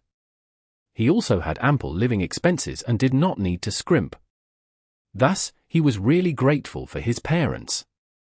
He had to pay for school expenses, and had to spend quite a bit on living expenses, so he would try to avoid pointless spending. "I guess. We are still reliant after all, so it is very important to save." Mahiru responded tersely as she sorted the contents of her basket. Her cold voice was devoid of warmth. It was scary hearing her tone shift to monotone, but when she lifted her head, her expression was as before. The fleeting look of her dull eyes were no longer to be seen. "Anyway, are you buying this?" Mahiru tried to change the topic, it seemed, as she stared at the vacuum-packed rice and potato salad in the basket. While the portions he received from Mahiru were truly delicious, that quantity was insufficient for him. As usual, he would buy some rice for the main course and salad as side dishes. For dinner. These are not healthy. Come on. I bought salad, see? But it is potato salad. How have you not ruined your body living like this? You're worrying too much. You should be eating more vegetables. So Mahiru narrowed her eyes as she exerted silent pressure on Amain, who turned aside and paid no heed. While they continued to talk, Amain finished paying and stored his items in the plastic bag. Mahiru in turn took out a recyclable bag and stored her items inside it. She truly was a plebeian angel who cared for the environment. However, while she had put her items in, the quantity left him a little worried. The milk, soy sauce and mirin seasoning totaled 4 liters, and while they were slightly different from water in terms of density, it was still 4 kilograms. Furthermore, she had purchased some ingredients, especially the radish, which would be really heavy. She did pack them all nicely and zipped it up, but it would be physically taxing for her to carry it back to the apartment. So she bought this much seasoning and ingredients because of me. It seemed she would cook more than usual and share some with him. All this while, Amanu had been receiving a portion's worth of food. She said she had been cooking too much, but it appeared she had been deliberately cooking excess food recently. It seemed Amain caused her much trouble. He would be worthless as a male to not do anything for her. Once he saw that she was done zipping, Amain tried lifting it, and while it was not too heavy for him, it would be considerably taxing for a girl to carry a long distance. While Mahiru was really athletic, her physical strength was another matter. One could tell that beneath her clothes, her slender arms did not have much strength. Amain's gesture had her caramel-colored eyes blinking. She seemed grateful rather than shocked. I'm not stealing yours. I am not worrying about that. I can carry that much, at least. You'll be cuter if you just accept this honestly, you know. You are making it sound like I am not cute. Compare how you act at school to how you treat me. She might have some self-awareness. She flinched a little. Everyone agreed that she was so cordial, kind and humble at school, but she acted nothing like that when it came to Amain. To be precise, while she did treat Amain well, she was blunt towards him. She never cared for any courtesy when it came to him, and always said what was on her mind. It was much better than lying, however, so Amain did not really mind. While Mahiru remained silent, Amain seized the opportunity to carry the recyclable bag chocked full of ingredients along with his and hurried towards the exit. There seemed to be some frantic movements behind, but Amain paid no heed as he ignored their increasing distance, heading straight towards home. He did not bother to slow down enough for her. They were already together at the supermarket, and if anyone was to see them walking home side by side, things would get out of hand. For them, this would be the ideal distance. So Amain pretended not to have any relationship as he hurried on. Thank you very much, a little whisper behind him echoed. Chapter 15. The Angel's Cleaning Operation. He could cook if the definition of cook was getting injured and willfully ignoring the appearance and taste. He could cook if he went with the idea that he could just heat it and put it into his stomach. It would look and taste unappealing, however. Of course, he did not want to cook or eat such things, and naturally would never attempt to do so. He could at least wash clothes, for if he could not, he might not be able to live at all. Worst case scenario, there was a coin laundromat nearby, and he could simply dump his clothes in, add some detergent and water, and let it spin. He could handle his laundry. However, he was completely hopeless at cleaning up. What do I do with this? It was the day off, and Amain, having been nagged at by Mahiru and Itsuki, finally decided to start cleaning, but he did not know where to start. He knew it was his own fault, but there were too many things, resulting in him unsure how to begin. For the time being, he washed his futon sheets and dried them. And then, he had no idea how to start cleaning. His clothes and magazines were all over the place, and he practically had no place to step on. The silver lining here was that since any food-related rubbish would smell foul, Amain would dispose of them promptly. Thus, the apartment did not have any oil stains or foul stenches. Well, the room was still in a mess. Despite that, the mess was the matter most troubling him. And while he sighed, there was a chime from the entrance. "Ah," he blurted. At his door would be the visitor he was familiar with, or rather, the blessing from heaven, the courier-like existence who would leave after each delivery. She was a savior in his eyes.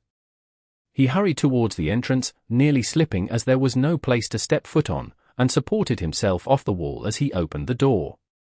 "Sorry, I am here to retrieve the last Tupperware. What are you doing?" "Getting ready to clean up." Mahiru saw him on the verge of tumbling over and stared exasperatedly at his face. "Thought there was a loud sound. I nearly fell." "I guess so." "You have not started cleaning, no?" "Didn't know where to start." "I assumed as much. It is really difficult to start when it is so messy." So Mahiru noted bluntly as usual. Amain's face twitched, but he could not deny it. If he really argued with her until the very end, he really would have no idea how to start cleaning. But how would he ask? He wanted to ask her for tips on cleaning, but was she truly willing to provide? So he stared at Mahiru tentatively, and she looked behind him, towards the messy entrance. Ooh-wah! She looked towards the devastation behind him, her eyes basically screaming such. To her, it appeared the entrance was already a mess in itself. "Goodness, please allow me to clean the apartment completely." "Who?" Amain thought it would be brazen for him to ask Mahiru to help, so he merely intended to ask her for cleaning tips. But he never expected Mahiru to offer her assistance. "It is unbearable to think my neighbor has such a dirty room." Her words were always so blunt, so he was not angry. After all, she was telling the truth, and he had no room to refute. "And you are living alone without being capable of doing your housework? I suppose you spend your days with the optimistic mindset, thinking you will get used to it. Right now, you do not know how to do anything. How about you reflect a little on your lifestyle?" He had nothing to say. His mother had said it would be easy if he had done his housework studiously, but he always left it be, resulting in this situation. He too realized he reaped what he sowed. Furthermore, this would not have happened if you had cleaned up daily. This is a result of your daily laziness. Oh, you rewrite. One reason he was not angry despite Mahiru's words was because she had been taking care of him, which he was indebted to her for. After all, she did correctly guess his past trains of thought and deeds. It all ended up like this because he never took it seriously, thinking he could finish it later. He could only quietly nod away at what she said. "May I clean up this apartment? Can I ask you to do so?" "Of course, since I suggested it." "I shall begin preparations then.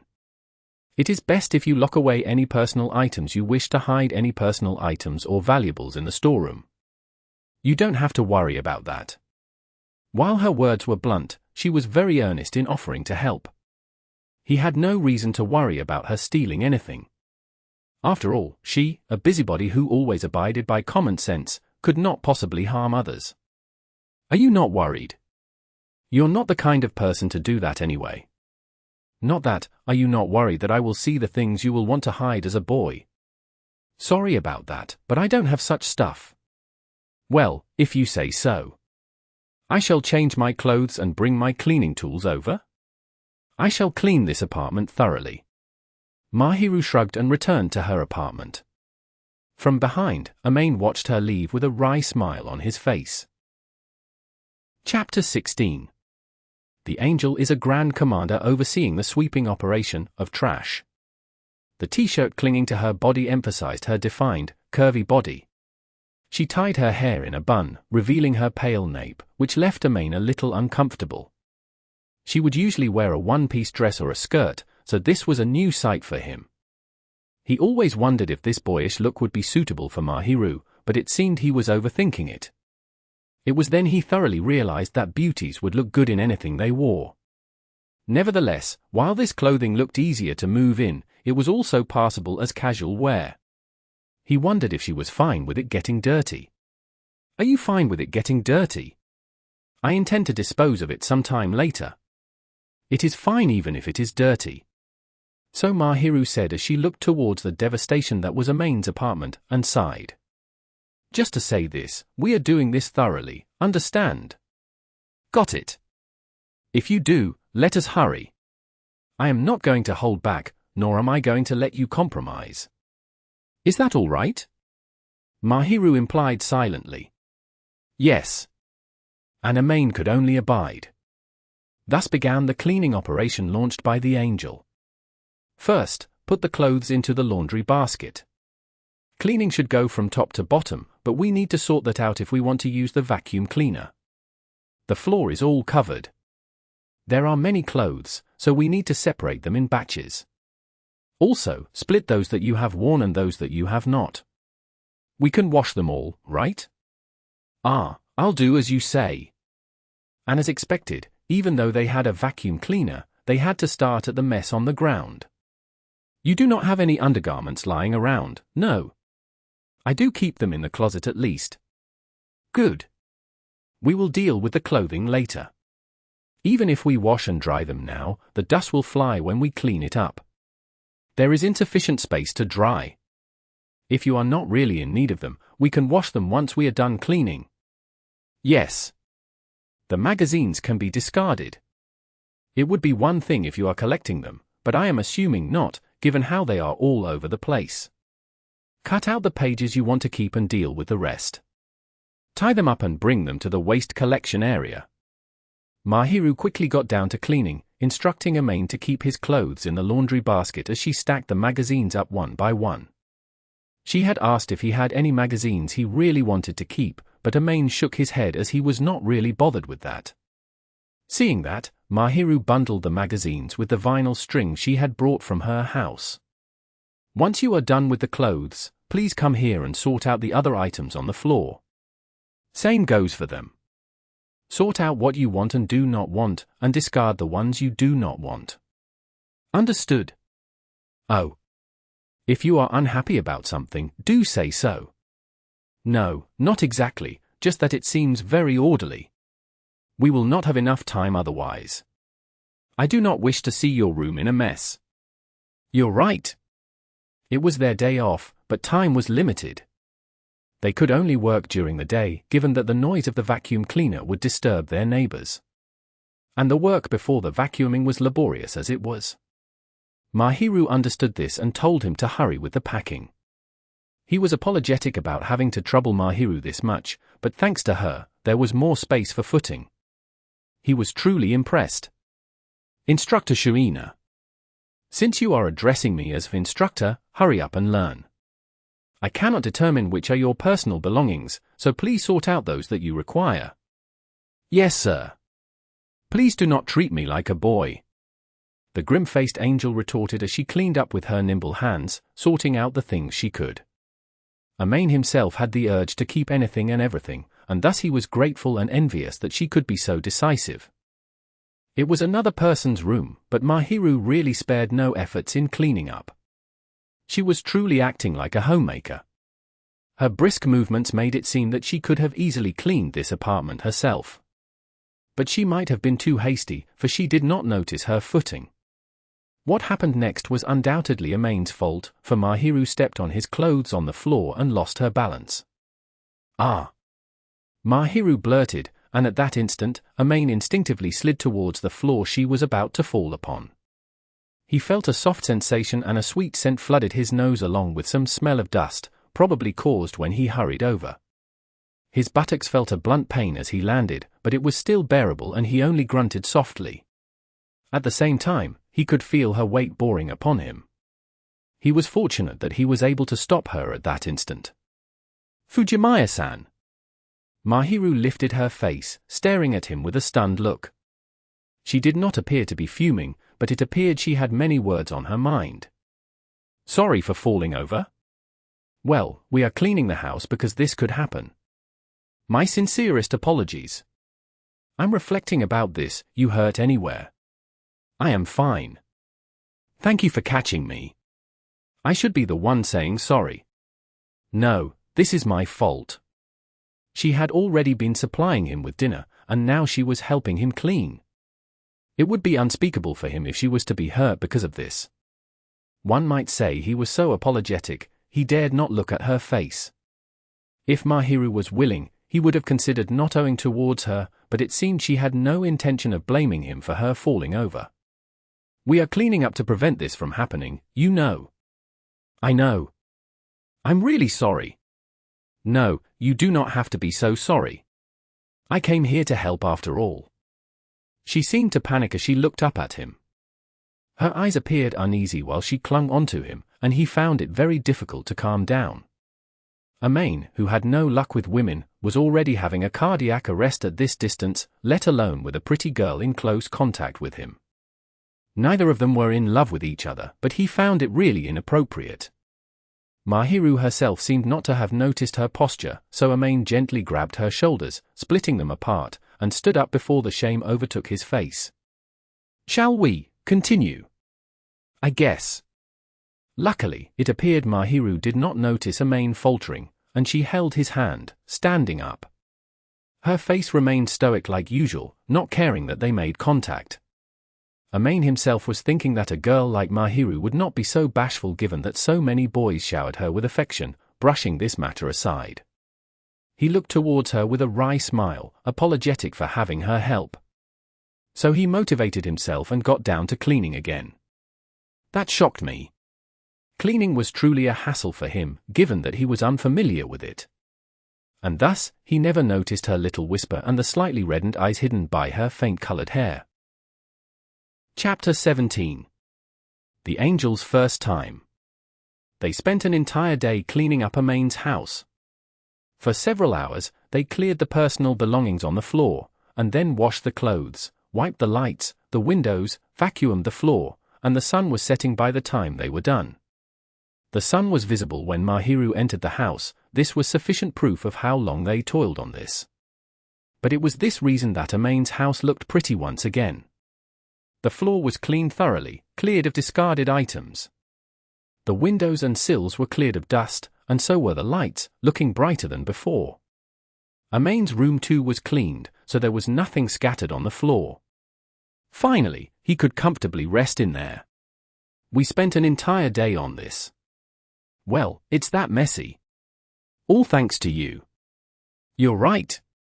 Amain could not lift his head towards the angel savior, and could only look towards Mahiru with respect. He wanted to kowtow, but she refused, given that she had helped him so much. Mahiru, having spent her valuable day off on this, goodness gracious, muttered so as she tied the trash bag. She might have sounded brutal, but she did not look displeased, and instead looked accomplished. Nevertheless, she was a little lethargic, and that was to be expected given that she had toiled an entire day. He could not allow her to make dinner after this. Leaving aside the issue of whether she would cook for him, he would feel sorry if he let her work in such a tired state.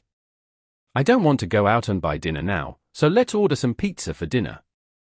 I'll pay for today, since I've taken much from you." But if you don't want to eat it with me, you can take a slice back to eat." He could not stop Mahiru if she did not want to eat with him, but he could let her bring some home. More than wanting to eat with her, he wanted to thank her, so he was fine eating alone. "Not that. I have never ordered pizza before though, so I am a little shocked." You haven't?" "I have not ordered pizza before since I live alone, though I have made it myself." "It's amazing how you thought of making pizza yourself. Typically, one would order pizza either as a takeout or as a 2-for-1. There might be a mere few like Mahiru who would spend the effort to start over from the dough. So this is the mindset of those who really can cook." Amain thought. "It's normal to order a takeout. I often do it for myself." "Wait, you're not the type to go to a family restaurant alone." "I have never been there once." "It's rare to hear that." "I do go alone, especially when my parents are too lazy to do so." "Do your parents dislike going out to eat?" "Our housekeeper would cook for us." "A nanny?" "Guess you're loaded." It would be expected if she was a rich person. Her etiquette, clothing, and belongings looked posh. Given how she had the refined vibe to her, it would not be strange to assume so. And once she heard Amain say so, she showed a faint smile. "Yes, relatively rich." The smile on her face was neither delighted nor proud, but self-deprecation than joy and pride.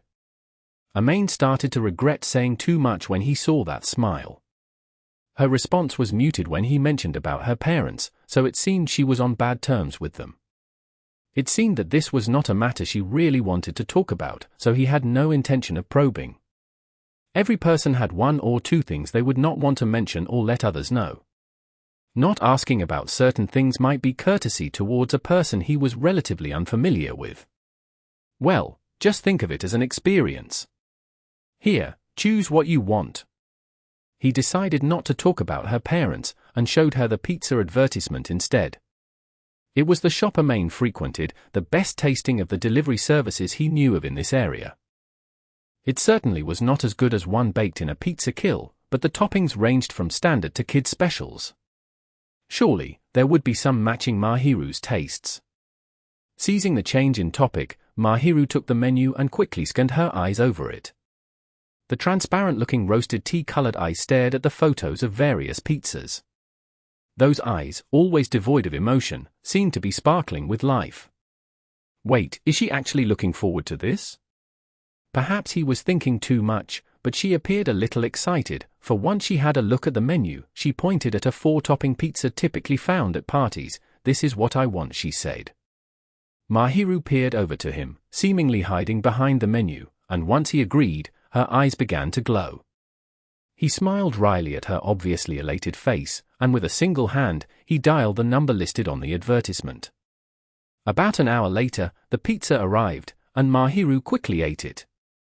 There were 4 flavors, and she seemed to have trouble deciding which one to choose from, before she started with the bacon and sausages. Not unexpectedly, she showed a princess-like side as she chewed on the pizzas in small bites. She was holding it in her hands, but there was some elegance to how she ate. It was likely she was raised to do so. But at the same time, he found her as adorable as a little animal. She narrowed her eyes at the stretching cheese strands, the relaxed cheeks of her smiling face looking strangely adorable. Typically, she looked really mature, poised even, but right now, she was acting her age. And as she munched down on the pizza in little bites, Amain had the urge to pat her on the head. "What?" "Nothing. Just that you look like you're enjoying this. Please do not stare at me." But her displeased frown was not cute in the slightest. "Well, to say this, you aren't cute at all. That does not matter. After all, you will be uncomfortable with me acting like I would at school, no? Sorta. I'm more used to you being like this than at school." He never interacted with Mahiru at school, let alone talk to her. All he could see was the flawless, genial, beautiful smile that everyone else saw. And in contrast, she was showing no heed to others this time. This might have been the true Mahiru, and her gestures at school were simply her going outside mode. "For me, this part of you right now isn't that tiring. The you and cute part. Don't be so vindictive, but well, I don't know what you are thinking of at school. Mostly about dinner, and lessons. You're still playing the fool." Amain was implying that Mahiru was hiding something, but the latter merely took him literally. It appeared she was not pretending, and she looked at him with a displeased look. "No, that's not what I mean.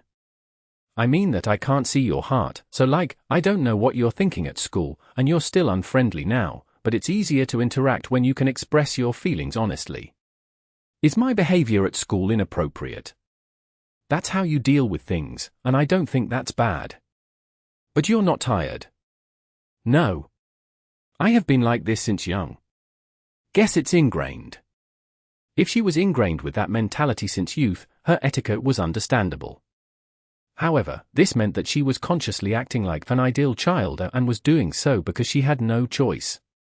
But he could not bring himself to ask more about such family details she had vaguely hinted at. "Well, it's good to be able to relax though? I managed to relieve some of your stress. I cannot relax when you are so hopeless. Sorry about that." He shrugged in an exaggerated manner. Mahiru giggled happily. Chapter 18. Friends visit. At school, they were akin to strangers, and even after school, they would merely exchange a few words while sharing dinner. A few days ago, Amain was reminded to maintain the cleanliness of his house. She was harsh, but he understood very well she was a girl who loved to care for others. Thanks to the timely reminder and cleaning advice she gave, Amain's house remained clean. Ooh, it looks a lot better. Once he heard the apartment was looking better, Itsuki came running over on the weekend. He could only marvel in amazement at the sight of this rejuvenated house. Never thought it would become so clean, especially when it was so messy. I did help you clean up the last time, and not even 2 days later, it got dirty. Shut up. No, I don't want to nag at you, but think about how long it has been since you last threw something all over the place. Don't worry, it's a new record. 2 straight weeks. Can you please be ashamed that your new record is only 2 weeks? You don't usually throw your stuff onto the floor. Itsuki nagged, Amain frowned, but could not refuse Itsuki's earnest pleas of common sense. In fact, he was actually troubling Itsuki before Mahiru helped out, so he was unable to retort harshly. Go. As Amain clamped up, Itsuki chirped happily. But well, since it's so clean, I want to bring Chi here. Don't. Why do I have to see you two flirt with each other in my house? You don't have to be so courteous. Don't treat my house like a dating spot. How tragic was he for him to see his friend flirt around with his girlfriend? Having seen what others called the idiot couple being all lovey-dovey, he hoped that they could show some consideration for him. He could not laugh despite knowing Itsuki was joking, given that he had been seeing them every day. He hoped they would do it at their own place. Well, enough with the jokes. I guess it won't be dirty now that it's so clean, right? I've been dealing with it. So I say, whatever. It's good to have the habit of putting back the things you took out though. Are you my mom? Seriously, Amain, you have to start cleaning your house more often, you know Tilda. That sounds disgusting, and also scarily, disgustingly similar to my mom. Amain felt a chill up his spine when Itsuki made a falsetto impression of his mother. While Itsuki had never seen Amain's mother, it was scary how much he resembled her. Furthermore, a boy faking a woman's voice was really disgusting, and Amain really had the urge to stop Itsuki there and then. He stuck his tongue out in a pretentiously repulsive gesture, and Itsuki kept laughing away. So your mom's like this, Amain? My mom's pretty hands-off. Guess I'll say that I envy you. My mom's the type to keep talking. Just a good mother worried for her son, no. But the kid won't become independent. No, you're being so terrible that your mom can't leave you be. Shut up. She's still being too much of a busybody to her son. It might have been because he was an only child, but Amain's mother really cared for him. She did not dote on him, but rather she was the type to interfere with everything and worry about everything. While Amain himself did not hate it, it was a hassle dealing with her. She said lots of things when he chose to stay alone near his high school, often dropping by to check on him. She was quite the hassle. Well, that at least means that she really finds you important, right? This love is too heavy. Just give up. One day you'll understand how precious that is. You're the standard rebellious kid, and now you're sounding so mature. Ha ha ha. Can't do anything when it comes to Chi. Itsuki had quite a few disputes with his father because of his girlfriend, so these words really sounded unconvincing, but what he said did make some sense, so he listened to him. Guess he has his own problems to deal with after all. So Amain thought as he let out a long sigh. Itsuki himself remained optimistic, not looking weary in the slightest. Those who dare get between Chi and me can get run over by horses. He did say such scary stuff before. Anyway, I'll do something about my dad. You need to spend your days well, Amain. Itsuki grinned, saying, I know that without you telling me that. Amain retorted with some frustration. He then realized Itsuki's words were exactly the same as a certain person, and made a wry smile. But Itsuki visited Amain's house, not because he wanted to check on the latter's living habits, but just to play games. The topic of the house soon ended, and they started playing. They were supposed to be reviewing for the exams that were to be held the following week, but before they knew it, they were playing video games. Hey, stop wasting healing items, man. We might not have enough later. We'll figure it out. No, not that, you haven't increased your level. It'll be problematic later? While Amain was wondering how he should retort at the thrill-seeking Itsuki, the doorbell rang, creating an entirely different problem. HM? A visitor? Itsuki paused the game, showing the menu as he lifted his face. He knew Amain hardly informed others of his address, and hardly any friend would visit. Even if there was, they would be stopped by the apartment block gates and press the speakers instead. I don't know. The neighbor maybe? Probably got some news on the notice board. I see. I'll go check for a moment. He restrained his facial muscles from twitching as he tried to pull a fast one over Itsuki before hurrying towards the door. It was fortunate that she did not call out after ringing the bell. He opened the door without checking, opening a little slit just in case he was seen, sneaked out, and closed the door. As expected, Mahiru was outside the door, and she blinked away upon seeing how Amain was being out of character. Shush, he made this gesture with his index finger. Please be quiet. Itsuki's in my house. Itsuki? My friend. He's here to play. Ah, I see. She understood why he was being so stealthy, nodded, and did not pursue the matter further. She handed the Tupperware over to him, as usual. It appeared she had been preparing this since morning. Inside was Odin. It was the perfect dish for the soon-to-be chilly season. Amain accepted the Tupperware graciously, letting out a sigh as he looked at Mahiru, who looked as though it was to be expected of herself. Well, I've always been grateful of the care you showed me, but I never had the time to express it. Sorry. I am not doing so to be thanked by you, but it is impressive. Your place is presentable enough to invite your friend. Do I have to prostrate and express my thanks? Not at all. Please do not. Stop making me look like a bad girl. She gave such a dumbfounded look, and Amain could only give a wry smile. He really was indebted towards her, so he was somewhat serious with what he said. After being in her care for so long, even a dejiza might be insufficient. She brought quite the ample portion of dinner, and he was sorry about being a freeloader. He intended to find a chance to talk about dinner money. Since your friend is here, I shall not disturb you for long. Please excuse me. Thanks for all the help. I won't tell Itsuki about you. Please do so. Well, even if I do, he's not going to believe me. I guess. Amain felt conflicted that she affirmed his statement so readily, yet looking from Itsuki's perspective, he would have wondered if Amain was delirious if he said, Shirina is actually cooking for me. After all, the angel herself was a flower at an unattainable place. It would be one thing if he was a talented, handsome guy, but it would have been impossible to assume a lazy, useless bum like him could have her cooking for him. May I ask you something? What is it? Since you cook for me every day, are you planning anything? Labor cost money, and such free meals typically would be impossible. Amain himself would not have done so if he was in her shoes. While he had no expectation of a 1 in a million chance that she liked him, his curiosity got the better of him. Mahiru lifted her head a little as she pondered. Just for self-satisfaction, she said without changing expressions. It is not difficult at all. It is easier for me to cook 2 servings instead of 1, and I simply like to serve others. So you just like to cook? That may be one reason. I too feel relieved that you do not have any strange misunderstanding, just expressing what you think.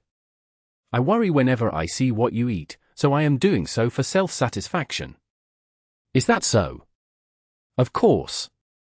You do not have to worry about it. Do think of it as fortune falling from above. Fine, fine. It appeared Mahiru had no intention to talk further. Please excuse me, she bowed courteously and returned to her house. Is that really the case? Amain did not think it would be enough reason for free dinner, so he muttered as he too returned to his house. Who was that? Just a neighboring sharing some food. I'll put it in the fridge. Don't continue without me. Ah, sorry, I finished off the boss. Damn you. Chapter 19. The Angel and the Cliche Development. Amain's apartment was more suited for fewer people, and it would be a little difficult to house a family. Thus, there were few children in his apartment block, and it seemed the other apartments nearby were the same. Thus, the little park not too far away looked a little forlorn. It was an empty place the children would not come to play at, and it was there that he spotted Mahiru on her way home. "What are you doing here?" "Nothing." Mahiru was seated still on the bench, and narrowed her eyes once she spotted Amain. Unlike the last time, they were more familiar. Amain could comfortably talk to her, but her answer was terse. She did not seem wary, and instead, it seemed she was unable to say something. "If it's nothing, don't just sit there looking helpless." "What happened?" "It is nothing." While curious about how she appeared to be in a crisis, the latter did not say her reason. There was a silent agreement that they would not get involved outside their apartments, but once he saw how troubled she was, he could not help but talk to her. Mahiru might have hoped for him not to be a busybody. "It's fine if she doesn't want to talk about this." So he thought as he stared at her stiffened face, only to notice a few white strands on her blazer, to be precise, fur. "You got fur on your uniform. Did you play around with a dog or cat or something?" "Not at all. I just saved a cat that was unable to climb down a tree." This old cliché, I get it. "Hey. Sit there, don't move." He immediately understood why she was seated on the bench. He made a long sigh and left for a moment. Mahiru would definitely stay still. Or rather, she could not move at all. She's always acting tough for strange reasons. So he sighed. He went to the nearest drugstore, bought a damp cloth and bandage. He then went over to the convenience store, and purchased ice typically reserved for coffee. He returned to Mahiru and found her at the same place. "Sheena, remove your tights." "Who?" Mahiru glared at him icily once Amain stated so bluntly. "Hey, even if that's your response, look, I'll turn away so that I'm not looking at you. Just cover yourself with my blazer and remove your tights. Cool the painful area, and stick the wet cloth on it." He shook the grocery bag in his hand, indicating that he took no pleasure in seeing her remove her tights, but her face clearly froze. "Bullseye. How did you know?" "You removed one loafer, there's a slight difference in size of your ankles, and you don't want to stand up. It's so cliché how you twisted your ankle while saving a cat. You talk too much." Yes. Now remove your tights. Stretch your leg out." It was obvious, but she never expected Amain to notice her injury, and grimaced away. She, however, took the blazer and laid it over her knees, probably intending to do as told. And so Amain turned away from Mahiru, took the cup of ice from the convenience store, and poured water into it. He sealed the opening, preventing water from leaking out, and took a towel from his bag, making an ice pack on the spot before he slowly turned around. As told, Mahiru removed her tights, showing her bare legs. Bare before him were the taut, soft, curvy legs devoid of useless fat, along with an unnatural swelling of the ankle. "Looks like it's not too bad, but it'll worsen if you move too much. Let's ice the injury for the time being. You may find it a little cold. Once it's not so painful, I'll put the cloth on you. Just rest." "Thank you very much. Next time, just be honest and ask. I'm not helping you because I want you to owe me a favor." Amain himself was hoping to at least repay some of the favors she showered him with. Mahiru put her leg on the bench and cooled her ankle. There was no change in facial reaction, but she did not refuse Amain's intent and merely sat still. "Is the pain subsiding?" "A little better." "I'll get you a wet cloth, don't get angry at me and think I'm a pervert or stalker, okay? I will not say that to one I owe gratitude to." "That's good." Amain once again emphasized that he had no impure thoughts as he knelt down to Mahiru's position. He wrapped the damp cloth over Mahiru's red swelling ankle. He asked her how much pain she was in, and she said she could stand up and walk. But she remained seated to prevent the injury from worsening. At the very least, it was still a minor injury. Once he sealed the damp cloth with the tape he bought, Amain found Mahiru looking down at him. "You are unexpectedly useful here." "Well, I can treat some injuries here and there. Cooking's impossible though." He shrugged in a joking manner, and she too giggled back. All this while, she had maintained a stiff look. It would be great if she could relax because of this. Seeing her a little relaxed, Amain was relieved, and took out a pair of jersey pants from his bag. "Here." "Yes?" "Don't give me that look. Your legs are exposed, and you can't wear your tights when there's a damp cloth. I haven't worn this." "Relax." A large bundle of tape was wrapped around her ankle, and it would be difficult for her to wear her tights, let alone unnatural. It was better if she wore his pants to shield against the cold and exposed upskirt. Once she realized he did not mean anything else, she took his pants obediently. Mahiru put on the pants, and Amain took back the blazer he had lent her. He removed the parka he was wearing, and handed it over to her. "Here, wear this." "No, why?" "You want others to see me carrying you." He could not let an injured person walk back alone, and he did intend to carry her back. After all, they were returning to the same place. It would be efficient to carry her back, and beneficial to her injury. Sorry, you mind carrying my bag?" "I can't carry my bag if I carry you." "Is there an option to not carry me?" "You twisted your ankle, so just do as I say.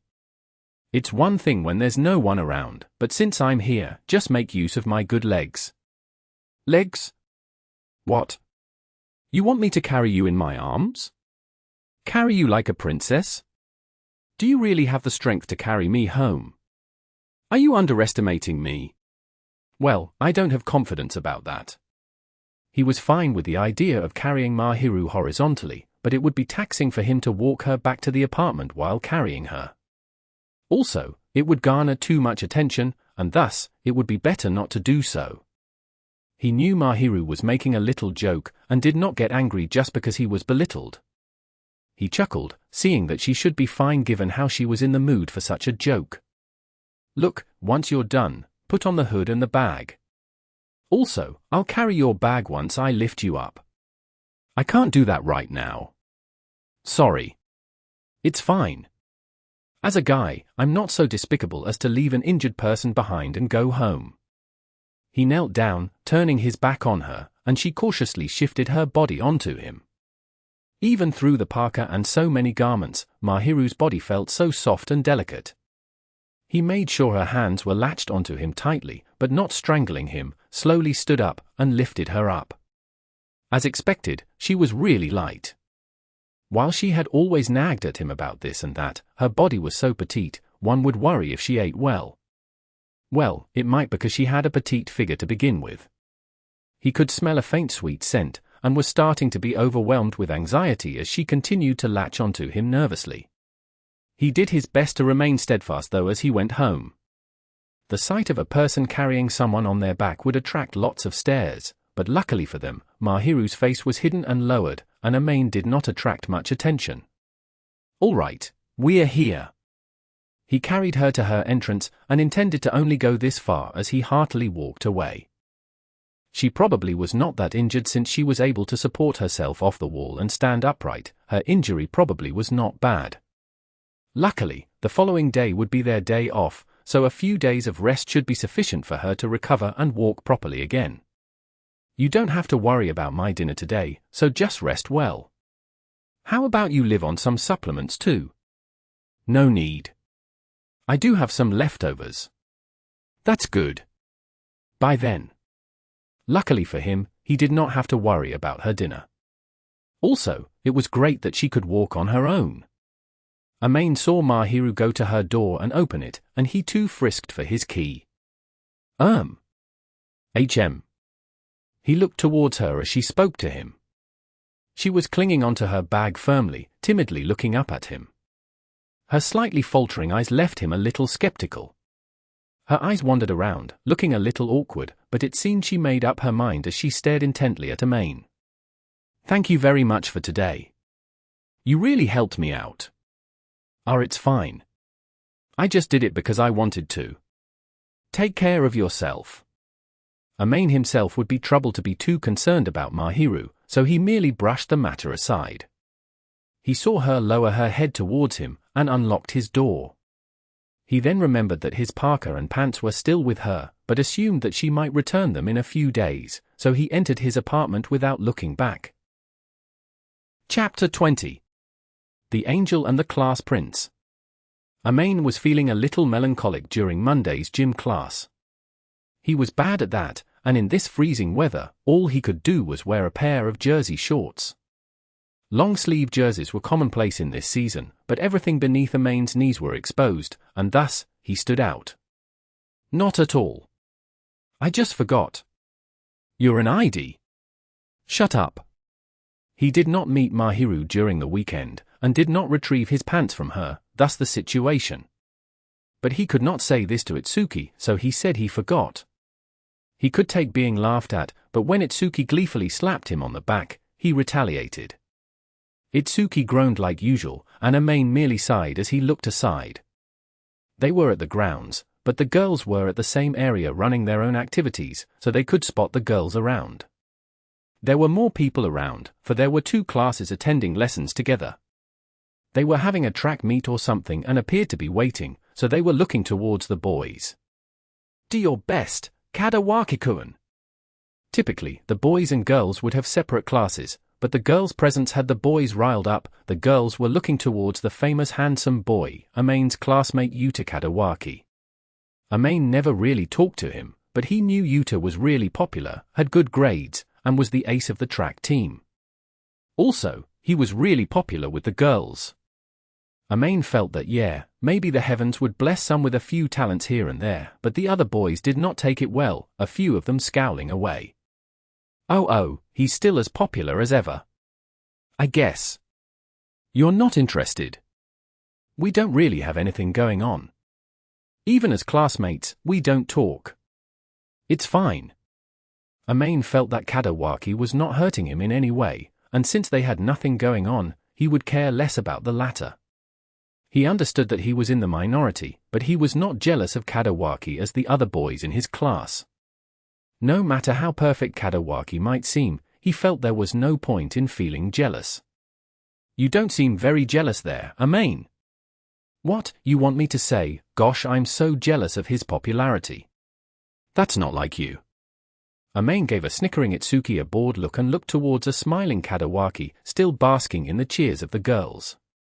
To the boys, he had an ideal body, a sweet-looking face, and truly resembled a prince. In fact, his nickname was the Prince, because there was no obvious flaw to him at first glance. He waved his hand in the face of their passionate eyes and shrill voices, and Amain thought to himself that Yuta was truly a socialite. Well, the Prince is really popular. Of course. I can't make such a smile. The girls sure are getting excited. Itsuki himself had no apparent interest in the other girls, because he doted on his girlfriend Chito's dearly. He spoke as though it had nothing to do with him. Chito's herself seemed to have no interest in Kadawaki, and Itsuki probably did not worry that Kadawaki would have such feelings for Chito's either. This school has way too many embarrassing nicknames like Prince and Angel. Speaking of the angel Mahiru, Amain wondered if she was resting well. It appeared she did not leave her house on the weekend and probably rested quietly. He did not know how her recovery was going. It so happened that they were having gym class with Mahirus, so Amain scanned around and spotted the outstanding, beautiful girl in a corner of the grounds, despite her being amongst the crowd. She did not change into her gym clothes and was not among those attending the lessons. She was probably just watching. So she sat there quietly, watching, and garnered the stares of quite a few boys. Though they were far apart, Amain and Mahiru's eyes met, and he awkwardly looked aside, while her lips curved to form a faint smile. And because the smile was directed at Amain, or rather, the group of boys, was she smiling at me? Of course it's me, and everyone else just exploded. This is a good chance. I must showcase my good points for Shina-san. Can't have the Prince steal the show. A simple smile triggered so many reactions, and one had to wonder if they were amazing or mere simpletons. They're simple-minded. Itsuki echoed the same sentiments and Amain chuckled. Well, this affects our grades, so let's do our best here. What, are you working hard after seeing the angel too, Amain? No, I said I don't have any interest in her. Well, of course, you don't have interest in anything after all. My girlfriend's great, right? As Itsuki began to boast about his girlfriend again, Amain brushed him off with a few affirmatives as he gave a wry smile in Mahiru's direction. Chapter 21. The Angel's Grace.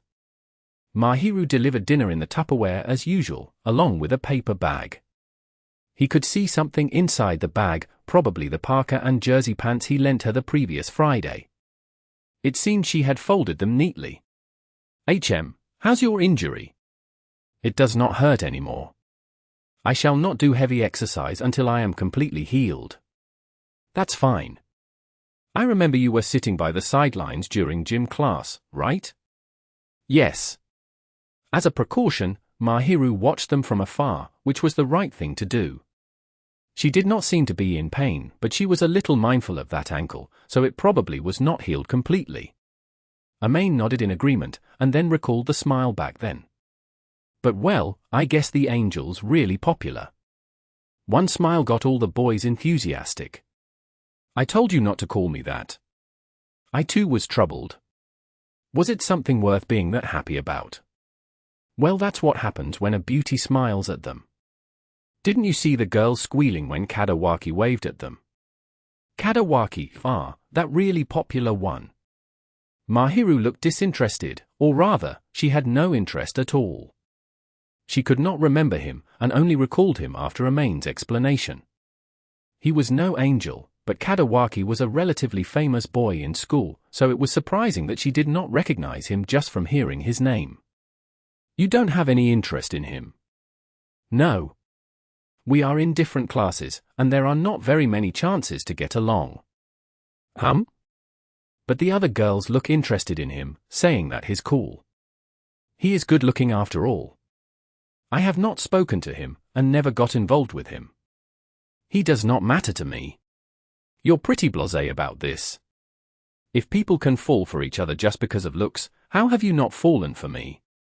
Oh, so now you realize how cute you are. But Mahiru's words hold weight. A beautiful appearance was a reason to harbor feelings for someone, but not so much to like. Having agreed that, he had to admit that Mahiru was a pretty girl, though he was a little surprised that she had some self-awareness of that, and would actually agree with that sentiment. There is always a commotion around me, and I will know even if I do not want to. Objectively, I understand that my looks are passable, and I have not been neglecting them. Mahiru said as a matter of fact, not a hint of arrogance in her voice. In fact, she probably did everything she could to maintain her beauty. Her face itself was pretty, but she was not satisfied with just that. Her hair appeared to have a halo befitting her moniker as the angel, and her skin was perfect and unblemished. She was always doing housework, but her hands did not coarsen, and she did trim her nails. She had a fine, curvy body, and that was not something attainable within a single day. You're right, what you just flatly said is the truth, and I'm not uncomfortable with that. So, does that mean that you're not embarrassed to be praised? I will find it annoying if others praise me too much. A beauty sure has her troubles. Along with the rewards that come with that, so it is not all bad. You're making it sound like someone else's business. What? Is it better for me to answer that is not the case with a bashful look? No, I know it feels really awkward for you personally. I guess so. I do also feel it is pointless to put up such a facade with you. Yeah. He would feel gaudy if Mahiru was to correct her unfiltered manner of speech, and would feel some goosebumps if she treated him as she did to others at school. He hoped she would remain the way she currently was. Habit sure is scary. If she acted like the angel at school here, he would find it surreal. The Mahiru Amain knew of was the one present before him, not the one at school. Both of them concluded it was for the better, so Amain looked towards the Tupperware brought towards him. It was a larger portion than usual, containing several dishes. It was more of an early bird bento box than mere leftovers at this point. Quite a lot today. You took care of me after all. Didn't I tell you that you don't have to worry about that, though? There's a croquette. One should never underestimate the croquette. It was often sold as a side dish and commonly sold, but it was tedious to make, and infamous for being the most tedious dish to cook at home. One had to steam the potatoes, fry it, add ingredients like beef and onions, shape it, cool it, coat in batter and deep fry it. It was a bunch of ordinary, yet tedious steps. Amain, who could not cook, saw how much of a hassle when his mother made it. Thus, his mother was often unwilling to do so whenever he asked of it. I simply fried the frozen stuff together. So you made fried chicken too? Yes. The only fried food Amain ate while living alone were the side dishes from the shops, and he was really grateful to receive handmade ones.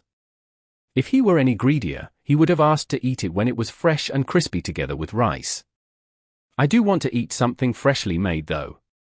Out of hygienic concerns, she would cool the food before putting them into the Tupperware, and he had to reheat it before eating. An oven could replicate the crispiness, but it was nothing like the texture fresh out of the pan. Of course, that too would be delicious, but the best would be if he could eat it fresh out of the pan. He merely blurted out his own wish without any other intent, but he might have been a little too loud, for Mahiru frowned. You want me to enter your house? I didn't say that. You shared food with me, and it'll be too much if I ask you to do that. To shake off all suspicion, he shrugged and denied so. Mahiru put her palm under her chin, looking down. She seemed to be thinking of something and did not look at Amain in the eyes. Half. If we each contribute half of the ingredients cost, I will consider cooking for you at your house. Mahiru finally said so, and the vigor in her words left Amain's flabbergasted. It was merely a joke, or a notion he accidentally blurted, but he was taken aback by how she seriously considered and agreed to it. Typically, would anyone cook in the house of a boy she was not well acquainted with? Even if that was more efficient, he was still of the opposite gender, and they were not on close terms. Surely she would be uneasy. Look, I'm more than happy to share half the costs, since I'm getting too much from you. Won't you find it dangerous? If you do anything, I will crush you. Physically. Irreversibly. Whoa, you scare me. After all, even if I do not do so, you will not try anything. You do understand my position at school, no? If I do anything to you, I'll be dead meat. There was a vast difference in popularity between Amain and Mahiru, the latter a weak girl at that. If Mahiru said that Amain did something to her, there was no doubt Amain would never be able to step foot into the school again. He knew the consequences of social suicide. After all, he was no fool, at least not one without restraint. Or rather, he himself had no such intent. And also, you do not seem interested in people like me. The conclusion, coupled with the serious face, had him smiling wryly. What if I say you're my type? You would have talked to me incessantly, and I would keep my distance. So I guess you recognize that. Well, I do know you are a safe person for now. Thanks for the compliment. I guess that's fine. So he thought, but he really had no intention to do anything to Mahiru, so he did not deny it. Naturally, he would seize upon this opportunity for dinner fresh off the pan. While putting on the title of the harmless boy, he also gained the privilege to eat together with her. Chapter 22. Apron and home-cooked food are a man's romance. Amain was to pay for half the ingredients, along with labor costs. If they could not eat together, one was to notify the other a day in advance. Both of them would have equal responsibility buying ingredients and cleaning up. The labor costs in the first condition was suggested by Amain, who was sorry about taking advantage of Mahiru's time. The latter compromised on this, and there was not much dispute about the rest, so they managed to work out these details. It was established that she would be the one cooking, so there was nothing to worry about. On the day after it was decided, Mahiru arrived early with a grocery bag in hand, or rather, 2 hands as she prepared to cook. It really is new and unused. Shut up. A girl was dressed in an apron, standing in his house. Amain was practically living in a man's romance, but for some reason, he was on tenterhooks. One reason was that he was not used to that sight of Mahiru with a ponytail. The main reason, however, was that she pointed out that the kitchen was unused. You have so many good things here, and you let them rust away. They won't rust when you use them, right? That will be the outcome. These utensils are crying from being unused. So use your cooking skills to get them to stop crying. I can't do that. So he bluntly admitted, and she gave him a dumbfounded look. She might have expected that, however, for she merely sighed and did not grumble much. So do you have any seasoning lying around? Of course, you think I'm an idiot. No issues with storage and expiry here. Oh, that is surprising. They're still sealed, that's why. Most of the seasonings remain sealed in a cool, dark place, so he probably did not need to worry about that. He bought them, but he never had the chance to use them. In fact, Amain never once touched them since he never actually used the kitchen. Truth be told, the seasonings were in good hands given that someone like Mahiru would be cooking. That is not something to be proud about. If there is insufficient, I can just go back to take them. Thanks for the assist. I should be able to cook something with the basic seasonings. I decided on the menu myself. That is fine with you, right? I don't really get all these things, so I'll eat whatever there is. I'm not that picky either.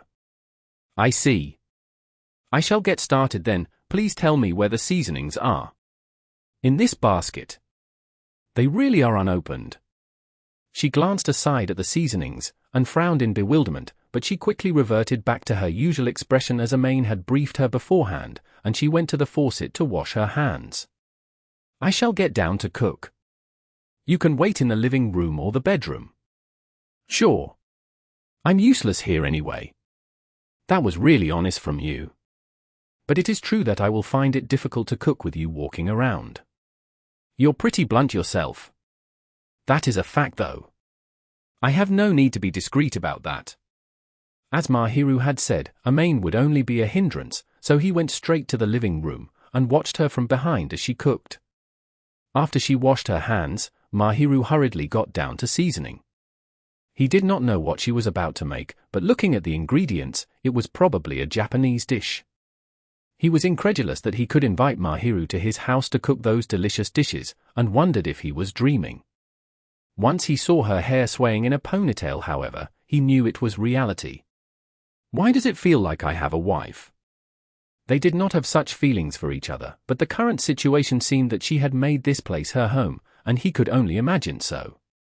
He truly did not have an inkling of interest in Mahiru, but with such a pretty girl cooking in his house, the situation would have caused his thoughts to run wild. As expected, whether he had feelings for her or not, the sight of a cute girl being willing to cook for him caused his heart to throb a little. You are not thinking of something weird now, are you? Don't make any wild guesses. She asked without looking back, and his face twitched as a result, but as she did not look back, his ruse was not blown. She's a sharp one. So he marveled, a shiver ran up his spine as his still innocent heart of a man watched her from behind. Chapter 23. The Angel and the Finest Dishes. Mahiru decided the dishes on this day, and they were all Japanese foods favoring her preference for healthier food. These utensils and seasonings are somewhat useful, and I do not have to take much. I should be able to make more exquisite dishes starting tomorrow. Well, I'm grateful that you're willing to cook for me. Mahiru was unsure of how many utensils and seasonings she could use, so the dishes were relatively simple. Nevertheless, they were colorfully vibrant and well plated. There was steamed fish, vegetables with toppings, omelets with miso, and various Japanese dishes laid out that he would not have dreamed of making. Amain himself was not really a picky eater, but he liked Japanese food. Once he saw how apologetic she was, he had the urge to blurt that this was what he wanted. These look really good. Thank you for the compliments. Let us eat before it gets cold. Mahiru said as she sat on the chair. Amain then took the chair opposite her. The dining table for one was pretty small, and the duo were seated very close. Luckily, he had 2 spare chairs for guests, but there was something indescribable about a pretty girl seated before him. Once he started eating, however, Mahiru's beauty did not matter. "Itadakimasu." So he said, and first tried some miso soup. The moment his lips touched the soup, he savored the miso and the fish stock in his mouth, the taste spreading upon the tongue along with the fragrance. It was a gentle taste different from instant miso soup, and was definitely achieved after much effort and deliberation. The miso was not too rich, and the taste of the fish stock remained even with the saltiness. The first taste was a little mild, probably because Mahiru considered it would be eaten with other dishes. Only after one drank the soup completely would he find it sufficiently concentrated. More than lacking, it was a relieving taste that piqued his appetite for rice and other dishes. "It's delicious. Thank you very much." He honestly admitted his feelings, and she was relieved, narrowing her eyes. While he had been praising her for her dishes, she might be nervous about him stating his thoughts directly to her. Mahiru, who had been worried about Amane's reaction, started eating, and the latter two reached for the chopsticks. After tasting all the dishes on the table, he found Mahiru's cooking to be really palatable. The steamed fish was really delicious, while preserving the moisture in the flesh. Moisture would be lost if she heated it for too long, wanting to get the flavor. It would have made the fish too dry, but the steamed fish was really tender and smooth. The omelette had the flavor he really liked. Lured by the bright yellow color, he took a bit, and tasted the gentle fish stock flavor. There were some who liked their omelette sweet, someone who liked it salty, but the one here was made from fish stock, a little sweet. The faint, soft sweetness might have been honey. Not a lot was added, it seemed, but the lingering sweetness added to the richness of the flavor. Of course, Amane did not dislike either sweet or salty omelettes.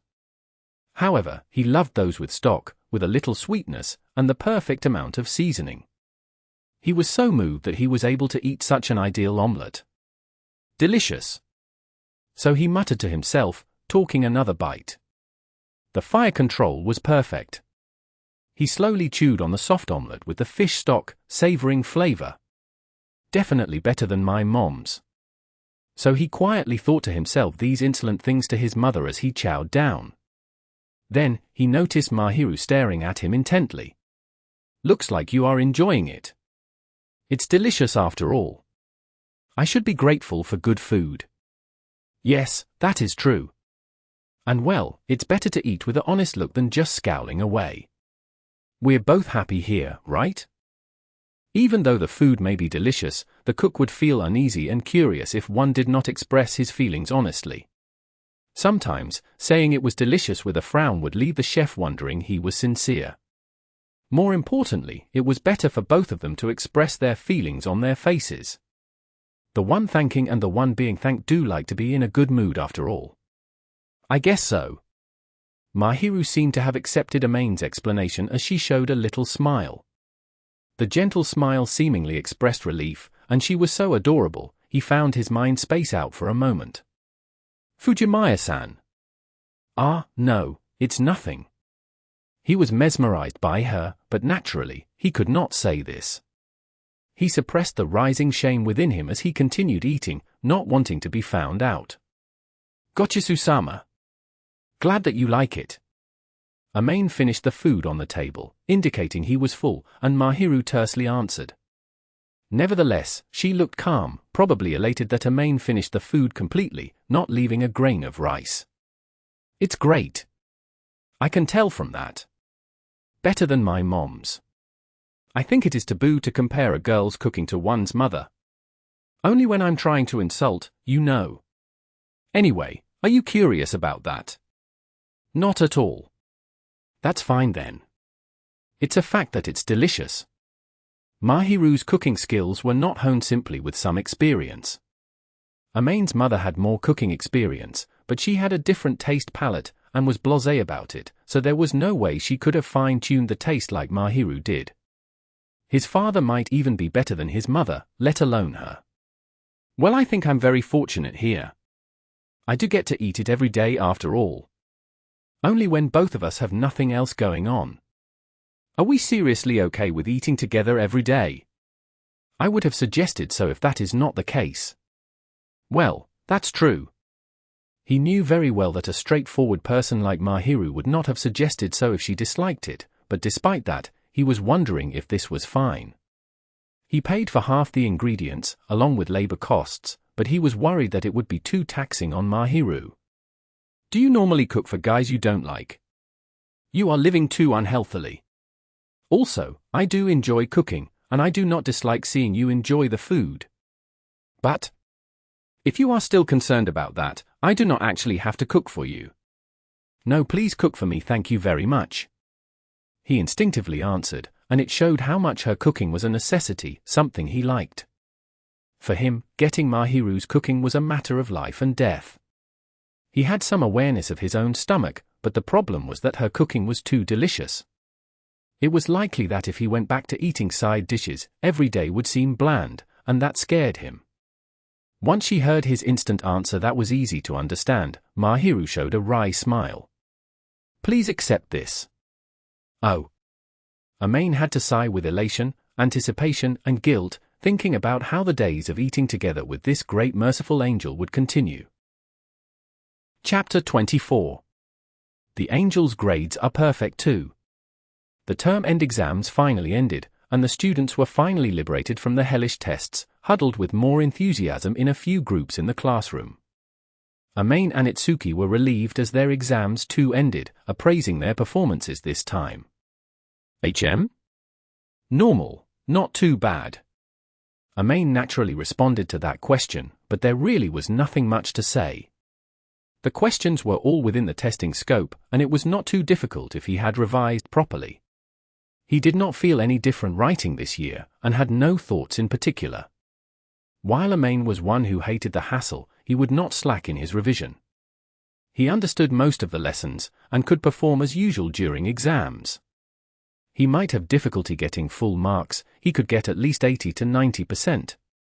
You're probably going to be in the top 30, intelligent, aren't you? Just revise daily.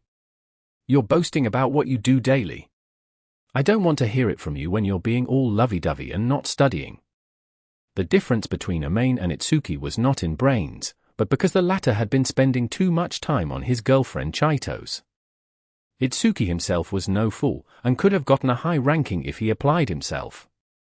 Unfortunately, he prioritized most of his time on Chito's, and was ranked lower than Amain. A girlfriend's nice though. Yes. Say Amain, you should look for one. I guess men have shed tears of blood wanting girlfriends. There were hordes of people wanting partners, and to certain people, Itsuki's careless words might have been infuriating. Amain did not intend to be angry, and at this point, he had no desire for a lover, so he merely intended to listen.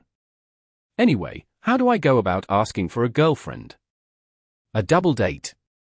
So am I supposed to be dazzled along with my imaginary girlfriend? Then show off to us.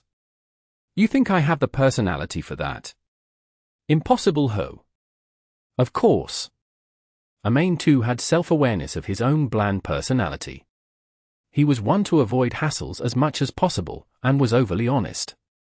Some might find him aloof, and would have a poor impression on him.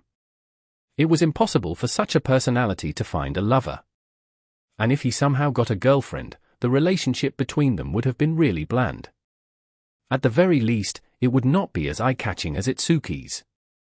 No, but, Amain, you should find someone you like.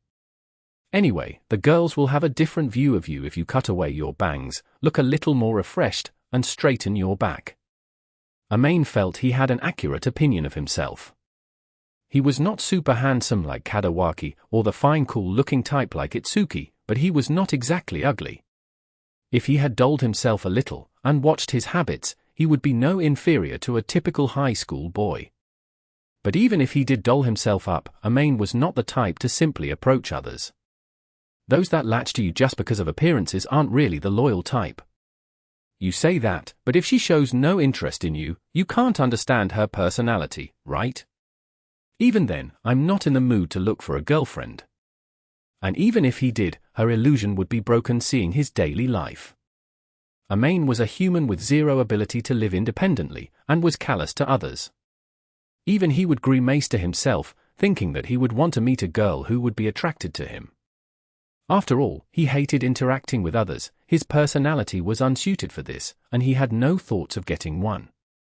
With Mahiru cooking at his house, it would be a tragedy if he somehow had a girlfriend. He had no intention of getting one, and was not worried by that, but that one reason alone was dissuading him from doing so.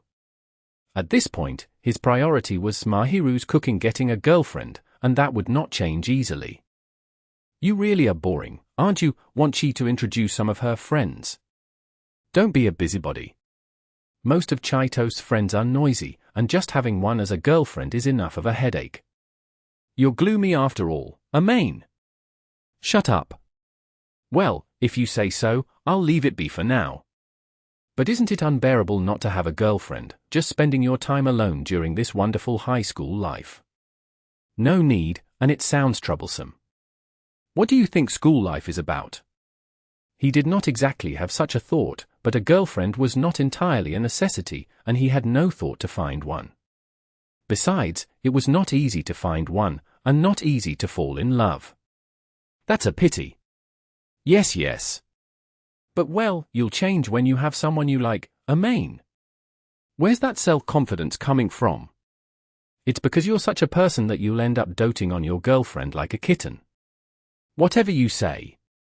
He felt that he definitely would not become such a sickening sweetheart, and could not imagine himself in such a situation, so he brushed Itsuki's words aside as he went away.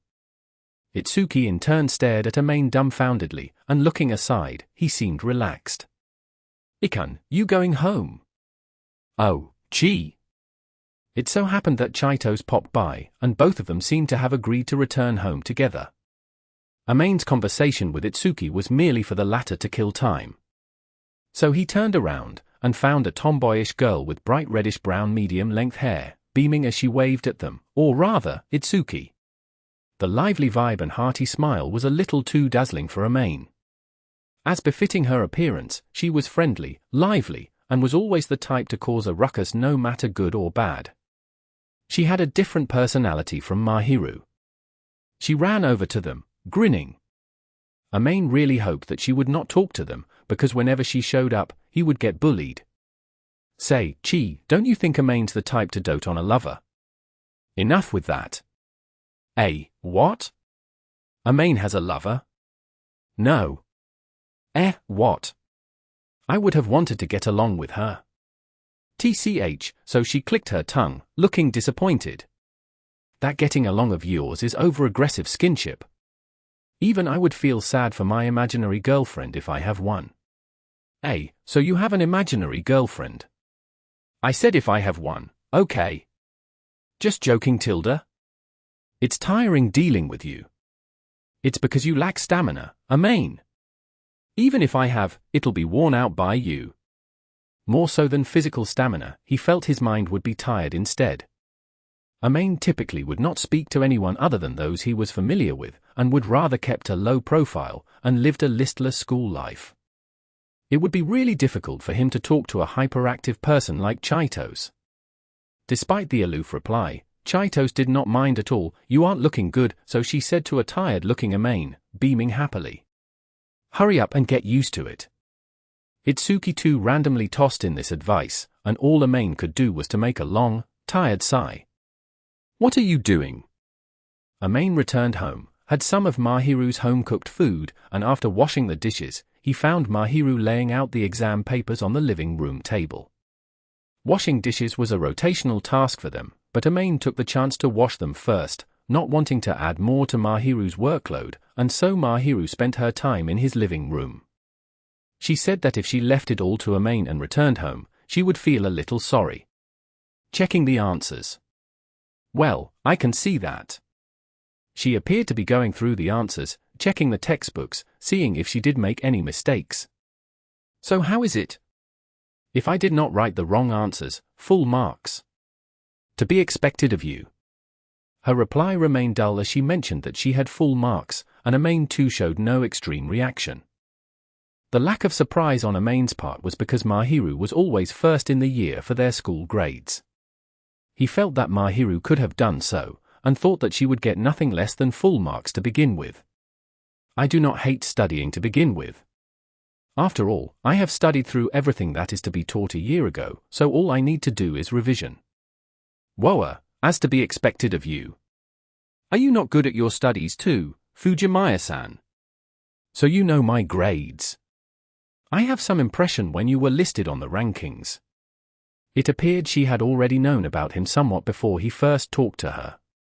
He had assumed those who were not in the single-digit ranks were worthy of her attention, but she mentioned his previous ranking, so it appeared she was paying attention. A main would spend some effort in studying not because of a serious thought like, a student's duty is to study. It was a condition his family gave. Well, it's the condition for me to live alone. Maintain my grades. When he was allowed to live alone, he was told not to let his grades slip. There was also the condition of him have to return home once every half year, but that could be arranged over a long vacation, so his family would not meddle if he maintained his grades. I'm just working hard enough for them not to cause me trouble, but I can't best you. You really work hard. It is important to work hard. Mahiru muttered, looking down. The bangs covered her expression, obscuring it, but surely she was not happy in the slightest. Nevertheless, she quickly lifted her head, regaining her usual expression, so he missed out on the opportunity to point this out. And even if he did have the opportunity, he would not have asked. She seemed to be enduring pain after all. From time to time, Mahiru would show such an expression. She never would say why she was feeling so painful, so disgusted, but it seemed she was bound by certain things, struggling in them. It was not hard to imagine the cause of it being her family environment. Thus, it was inappropriate for him to interject. He knew very well it was an area he as an outsider should not interfere with, so he kept the distance as her neighbor all this while. Amain too had things he did not want others to talk about. He too often sensed that outside interference was really a rude thing, and found himself more grateful when others pretended not to notice. Mahiru did her best to hide the emotion she had. I shall be leaving now, she said with her usual chirp, and then kept her textbooks and question papers into the bag. He did not intend to stop her, I see, and answered tersely as he looked towards her while she did so. She was done packing all the things she took out, and stood up from where she was seated when Amain noticed there was something not belonging to himself behind an empty mug. He reached his hand over, and found a plastic case containing the student ID, which every student would have. It appeared she had taken it out along with her textbooks, and forgot to pack it back. He scanned her face along with her name, student number, birthday, and blood type, simple information, and called out to her right when she was wearing her shoes at the door, about to return back. You forgot this. Ah, sorry to make you bring it to me. Good night then. Good night. She bowed courteously, and left his apartment. As he watched her leave, he gently sighed. He recalled the full date written on the student ID, especially the month and day, and put his hand on his forehead. For days later. If he had not seen her student ID, he would never have known about Mahiru's birthday. If only I had known earlier. So he sighed again. Chapter 25. What the Angel Wants. The next day, Amain took the opportunity to raise this issue to Mahiru over dinner. He decided to give her a present, a birthday present per se, but he did not really mean anything, and just wanted to repay her favors. But that would have sounded really suspicious. Even he found his question to be indelicate, brutish even, and started to regret it. But Mahiru stared at him in surprise. Why ask this out of a sudden? Well, it looks like you have nothing you want, so I'm just asking because I'm curious. That is still too sudden. He felt he could have done better trying to misdirect her, but he could not take back the words he had said. Luckily or not, it appeared Mahiru did not notice it was about her birthday. Ultimately, she felt he could not have known about his birthday, and never thought about that. I see. So what do I need now, what I want. What do you want? A whetstone. Whetstone? He asked again without thinking, for the answer was completely beyond his expectations. Or rather, nobody would have expected a high school girl to want such a thing. Typically, they would have wanted cosmetics, accessories, bags, and such stuff. Amain could not imagine that she would have asked for a tool to sharpen metals. Yes, a whetstone. I do have a few of them, but I do wish for a finer polishing whetstone. Hey, you're a high school girl now. Please do not ask of me to be an ordinary high school girl. Her words left Amain unable to retort. No matter how lightly they put it, Mahiru truly could not be called an ordinary high school girl. She was already famous as the angel in school, equipped with brains, perfectly capable of housework and cooking. Her taking care of Amain, who was completely hopeless at housework, would have won, assuming she was a girl already married off. But who would have imagined her wanting a whetstone? It appeared Mahiru would be the only high school girl who would have wanted a whetstone. You're not buying for yourself. Not that I cannot, but I do not often have the chance to, and it is relatively pricey, so I have not. Also, I have a few polishing whetstone, so I am in no real need for them.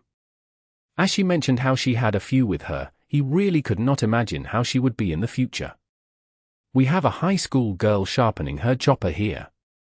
There are though. Even if there are, you're the only one I know of, never mind someone who wants to have a whetstone. Sounds like a rare thing. Not bad. What do you mean, not bad? It was really rare to see a girl with such likes, and so he did not know what she wanted. Amain himself was at his wit's end, and Mahiru tilted her head incredulously. Say, Itsuki. As he did not know what kinds of things Mahiru wanted, he could only go with his last resort, to ask Itsuki. He had anticipated that since Itsuki had a girlfriend like Chito's, he would have an inkling of a girl's thought process, a rough gauge of what a typical girl would like. He did not know if Mahiru was ordinary, but he deduced that at the very least, Mahiru would not hate anything a girl would like. What? What present did you give Chito's? He thought it should be fine if he asked what Itsuki gave, asking so, but the latter gave him an astounded look. Hey, you want to give a present to a girl you like? You think I'm the type to do that? Nope. See? So why do you ask? Someone I know has a birthday. Just for reference.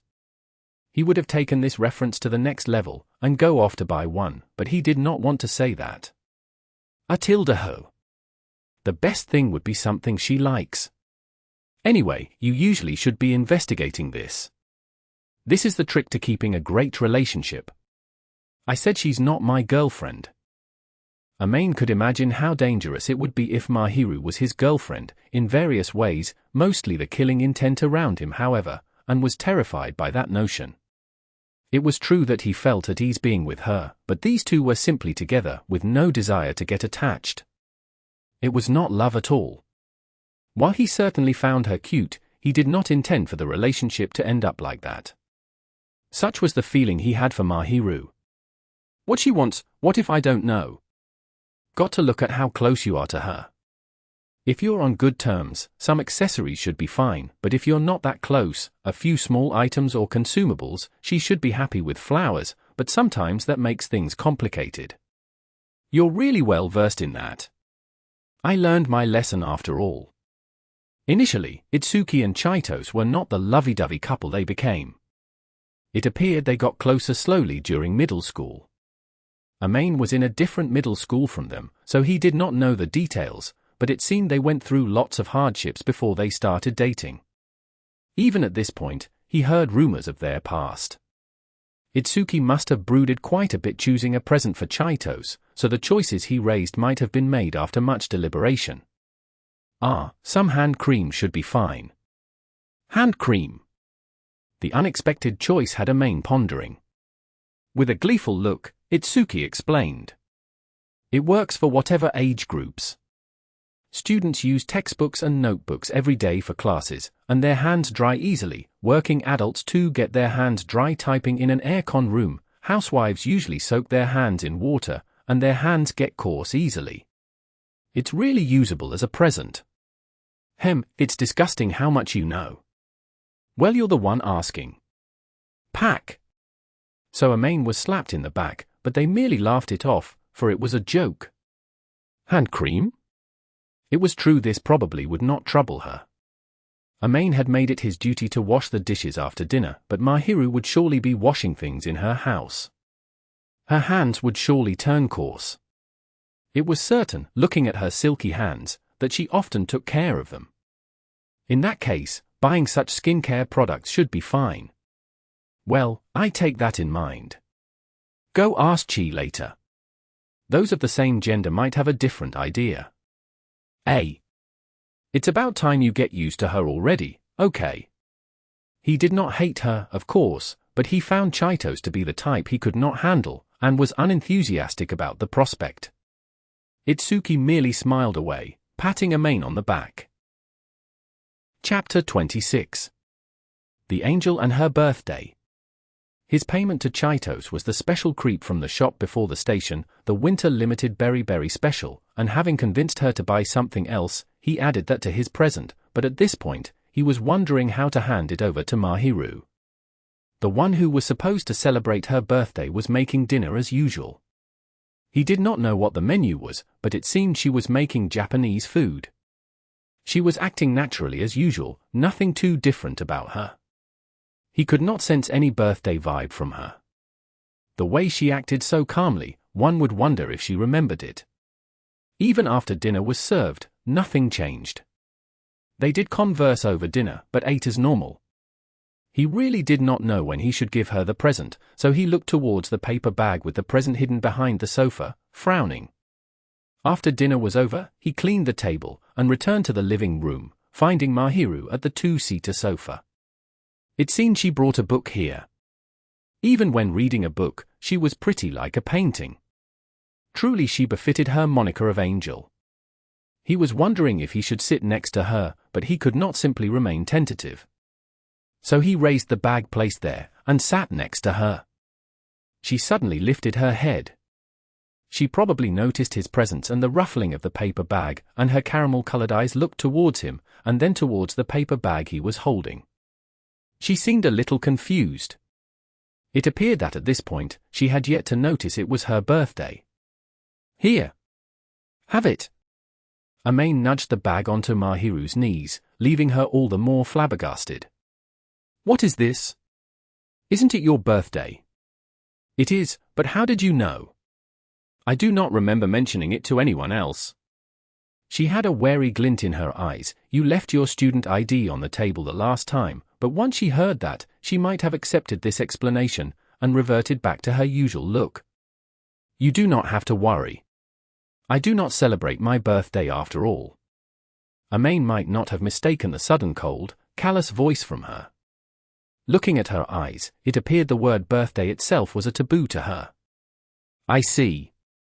So he thought.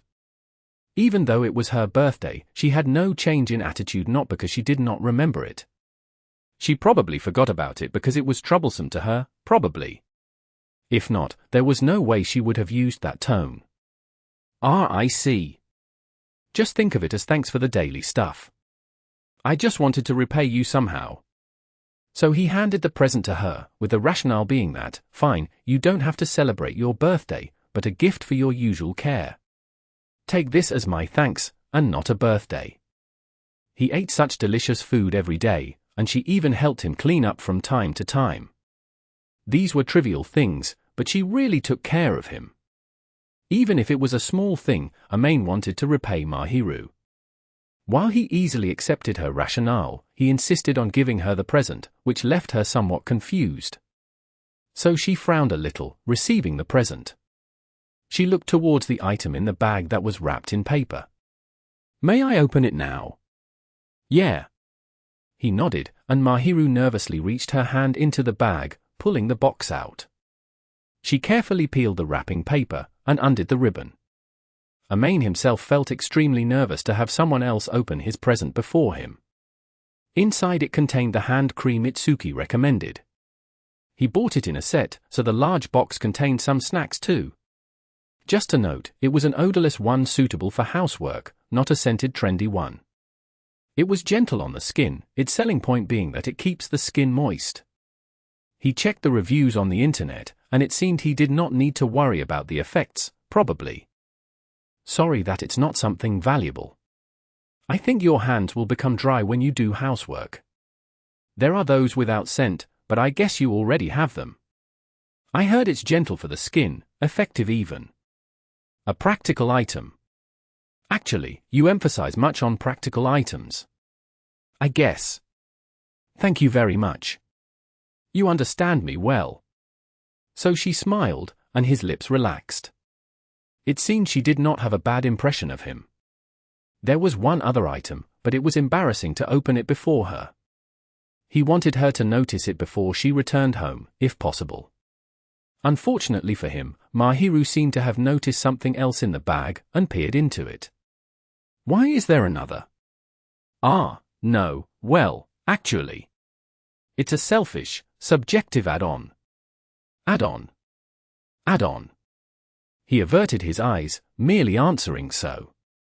Mahiru tilted her head, not understanding what a main meant, but she felt it would be faster to open the bag, so she took the item out.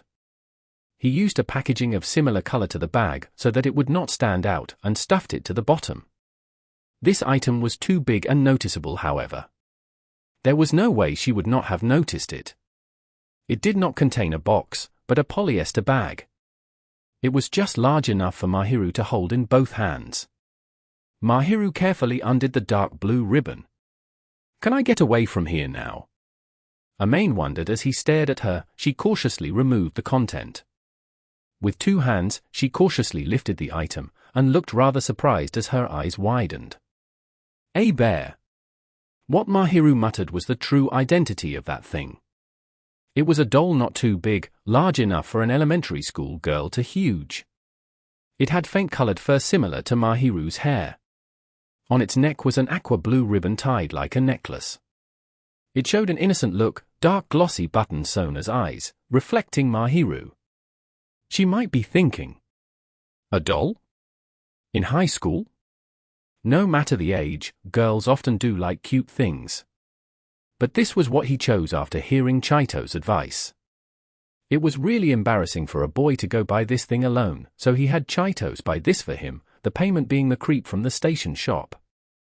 Chito's kept laughing at him from the choosing part to the very end, and perhaps he would have felt less ashamed if he went alone. Well, bygones be bygones, it was pointless to mention it. I think girls will like this. He scratched his head, muttering with an explanation to no one in particular. He really was bad at this. After all, he had never given a present to someone of the opposite gender, except to his mother when he was young. He never expected himself to do this. Would she feel disgusted to receive such a cute doll from a boy? He glanced aside discreetly at Mahiru, and saw her staring intently at it. Nobody could tell if she was happy or sad, she merely stared at it stoically. Well, I can throw it away if you want. Can't be helped if she doesn't like it. He joked, having determined so. Mahiru scowled as she turned her face around. I will not do such a thing. Why yeah. Given your personality, I don't think you'll do that, Shuina. Her reaction was stronger than he expected, and he nodded while stumbling back. Once again, she looked at the bear. I will not do such a cruel thing. I will treasure it well. The thin wrists were clinging onto the bear doll firmly, embracing it. She resembled a kid who did not want her favorite toy taken away, and like a mother embracing it lovingly. One could say that she really treasured the bear from the way she embraced it. Gyu. There seemed to be a fitting sound effect as she embraced it firmly, and looked down at it. The expression on the face was not the usual aloofness, and not the usual shock whenever she was startled by Amain. It was one of relief, kindness, love, and affection. Her innocent smile was so pure. He stared at her with bated breath, finding her so beautiful, so adorable. I shouldn't be looking at this. He inadvertently had such a realization as she stared at her expression.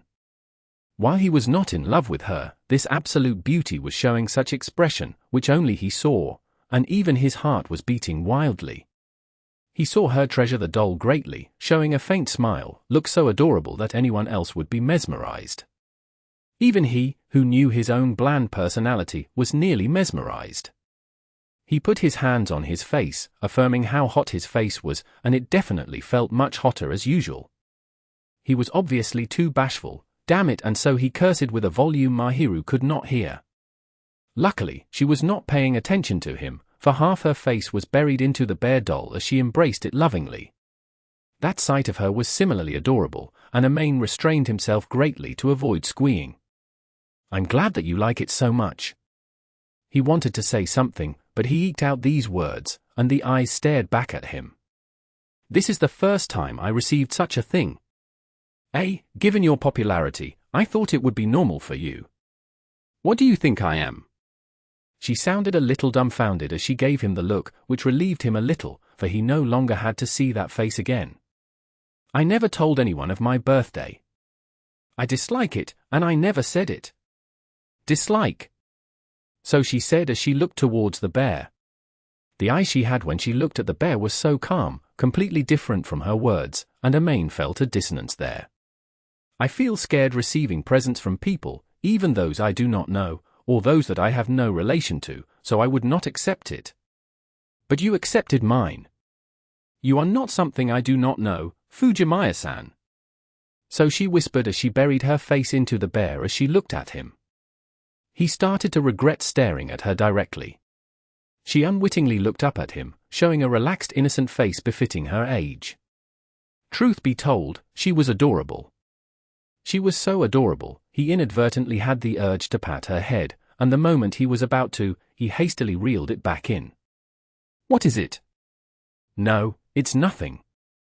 Mahiru tilted her head in confusion, either having noticed Amain's hand that had twitched, or the anxiety that was exploding in him.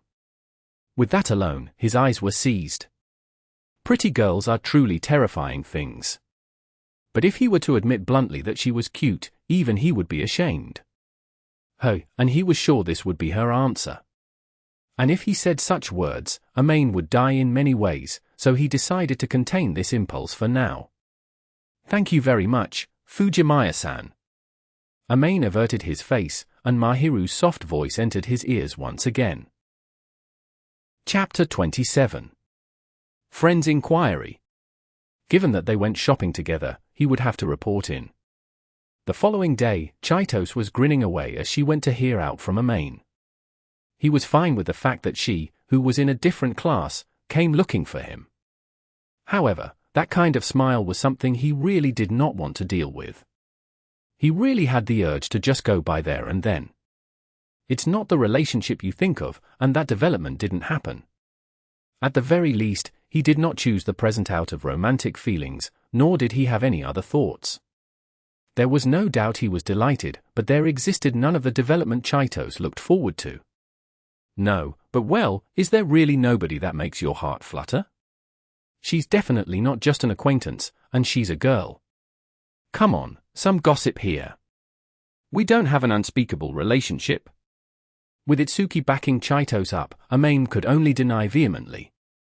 Mahiru was happy, yes, but there was still some trouble, and he did not want to discuss this with others. He did not want to feed into their curiosity, so he answered as callously as possible, and Itsuki pondered a little as he had his hand by his mouth. Hey Amain. What is it? Did you give it to your neighbor? Truly, Itsuki's high awareness and EQ was disastrous to him. Why do you think so?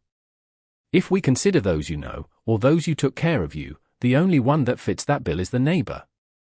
You ain't a local, you hardly interact with girls, and someone has been feeding you recently, so you're grateful to her, right? Who knows? Amain, you've been looking better recently. Ah, I think so too. So, she's been giving you food often, and you wanted to give her a birthday present as thanks. Itsuki was completely correct, and Amain did his best not to let his cheeks twitch. And that was why Itsuki was terrifying, for his deduction seemed as though he witnessed it all. He might appear frivolous, but he was serious and attentive, and also rather popular. However, Amain really hoped Itsuki would shower these aspects to Chaitos only. You're coming up with wild guesses now? I don't know the truth, so I'm just imagining it. So is it true? Who knows? You're petty. Petty Tilda? Shut up. No matter what they said, he was unwilling to be honest. If he accidentally blurted it just a little, he would have to spill the beans. Itsuki was one thing, the current high school girls who loved their gossip would have interrogated him like no tomorrow. In this world, there were magical creatures who could turn anything unrelated to love into something involving one. Troublesome they truly were. Goodness. So he sighed as he packed his bag, lifted it, and returned home. It was a tactical retreat, and also an evasion against their bombardment of his heart. By then. Go do your lovey-dovey things and ignore me now. We'll do that without you saying that though. Ikan, let's go stalk him and find that lady. Who in the world says that before the target? And you don't have that thought at all. The most you'll do is to come to my apartment gates. TCH. Her cute lips formed a pout, but Chaito's eyes were serious. At this point, Amain felt a shiver realizing that Chaitos was not joking, and would really do it, so he left the duo behind and hurriedly left the classroom. That was close. What was?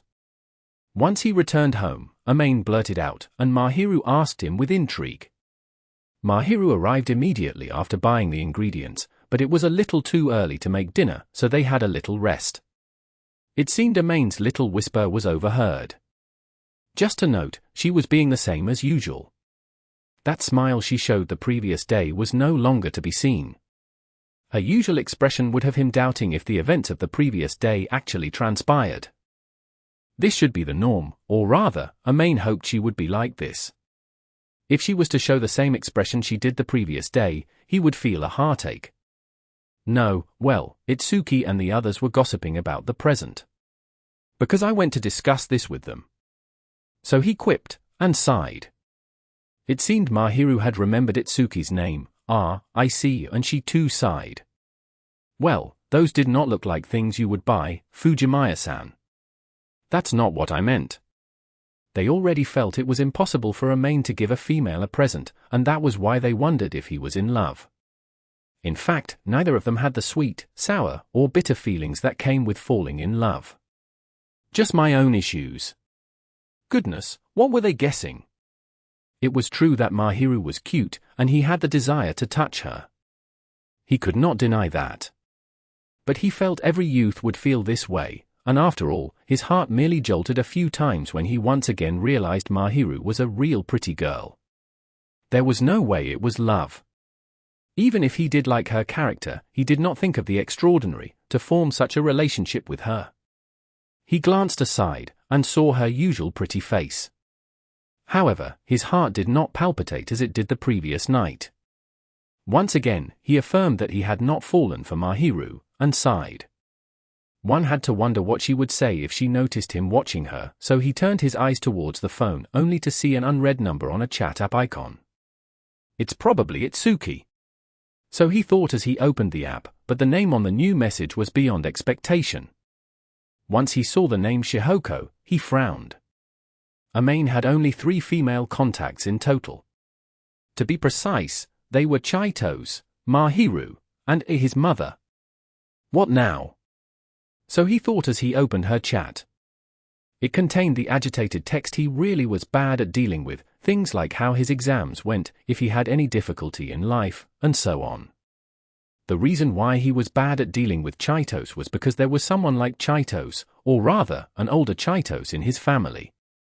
Amain did not hate her, and could not bring himself to, but his own mother's personality was too much for him. Your grandpa sent fruits, so I'm sending some to you. We'll be delivering on Saturday. Do stay at home in the afternoon. I'm not going to forgive you if you refuse or aren't at home, you know. You just decided on my schedule like that. He had no real plans for Saturday, and was fine staying at home, but should she not contact him earlier? What is the matter? Mahiru might have heard the mutter as she looked towards him with her usual expression. Mom's delivering fruits she received from Grandpa. Probably apples. Do you know how to peel them? With a peeler, maybe. You may, but it is a waste of nutrients to peel off the skin. My mom says the same thing. So he thought, but he swallowed that notion. I'll just eat with the skin then. That is barbaric of you. I'm lazy, you know. That is lazy of you. He could only show a wry smile at her usual blunt honesty, and shrugged away. While Mahiru looked stupefied, well, it will end up in the stomach after all, but she somewhat relented. Oh yeah. I don't know if I can finish them all before they rot. You want some, Shirina? I shall have some then. Fruits are expensive after all. Her words might seem a dampener, but these words were truly befitting her. Saturday, is it? I shall prepare lunch as thanks. I'm the one who's always being taken care of. It is fine. I do not dislike cooking for you, Fujimaya-san. She made a sincere little smile, giggling. Amain averted his eyes awkwardly as her smile reminded him of what happened the previous day. I'll leave it to you then, so he tersely responded. Chapter 28. The Peaceful Land and the Enemy's Attack. Hatsumode. Once he heard the doorbell and the cheeky, high-pitched voice, he realized the situation, and clutched his head. He was grateful that Mahiru would drop to cook lunch on a Saturday, and thought it was a blessing from the heavens. In fact, the carbonara she made was really delicious. The thick sauce and the black pepper matched perfectly, and it was really delicious. It was not Mahiru's fault, actually. Yes, she really was not at fault. The fault was that he was told to stay at home, and did not notice why, along with this blood-related lady who loved pulling her surprises and the extraordinary. Fujimaya-san? It's not the delivery. Nope. Mom took the key and went past the gates. In hindsight, he was at fault for taking his mom's words at face value when she would have wanted to observe him no matter what. There was no way his mother would not be up to something. Mother? Most likely, Mom wants to see if I'm doing well these days. She's not telling me in advance because I'll try to slip it past her. I feel conflicted by how you look like you agree, but this isn't important. The problem was, how would he deal with Mahiru who was here? If she was at the gates, he could have Mahiru return home. However, since she was at his door, he could not let Mahiru return. If he let her in, she would surely meet Mahiru, and there would be a misunderstanding. Mahiru too would not wish for the same. What shall I do? While he wondered, the intervals between the doorbell rings shortened. Ah goodness. Sorry Shirina, go into my room. Please. Yes. Hold this. I'll try to get my mom outside, and then you go home. Sorry about this, but please. He really had no choice but to hide her. Lunch was made, but they had cleaned up the place, so that was fine. The shoes could be hidden inside the shoe cabinet, and he would bring her blanket and other personal belongings into the room. While she was in his room, he would offer some food once his mom was done inspecting, and she probably would agree to that. He would however refuse her if she demanded to inspect the room. He would ask to make dishes using ingredients not in the fridge, and they would go shopping together. That would be the moment Mahiru would escape, or so he planned. I don't have a choice here. So he told Amain, handed her the extra key and begged her. Why yes. She nodded, despite looking troubled. They were not using the storeroom, for it would be really cold without the heating during this season. There was heating and a fluffy cushion in Amain's room, so she would not be sitting on an empty floor, aching all over in the cold. I shall leave it to you then. I'll deal with my mom. Amain was already mentally tired before he even met his mom. Once he went towards the entrance, Mahiru silently slipped into his room. Once he was sure she entered, he opened the door unwilling.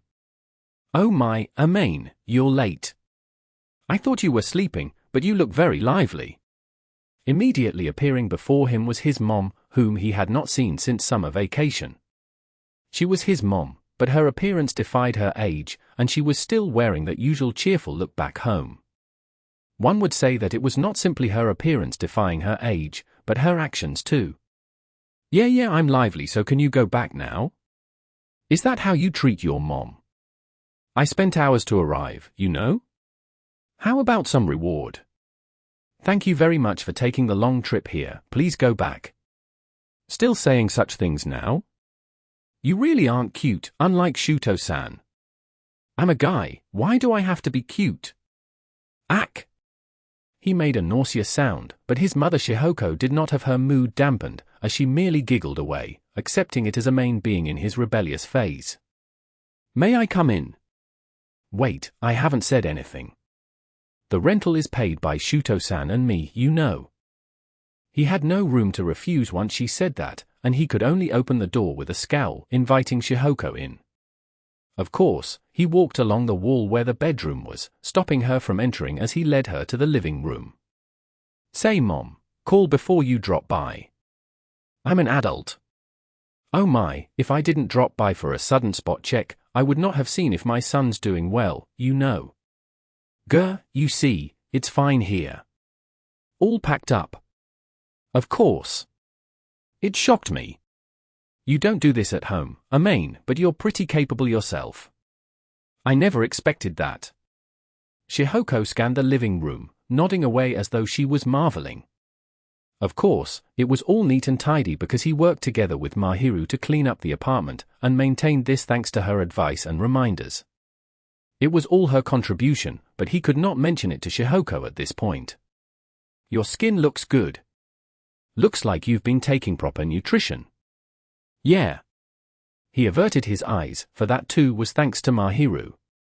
Looks like you've been cooking, hey, 2 persons worth. She pointed her manicured finger at the cutlery. 2 people ate lunch, so there were 2 plates. He was careless not to have noticed it, but Shihoko seemed fine with that. A friend visited. But that was not a lie. He was uncertain, but they were already on the level of friends, so his words were not wrong, it seemed. He never said the gender though. He tried his best not to look rattled as he answered.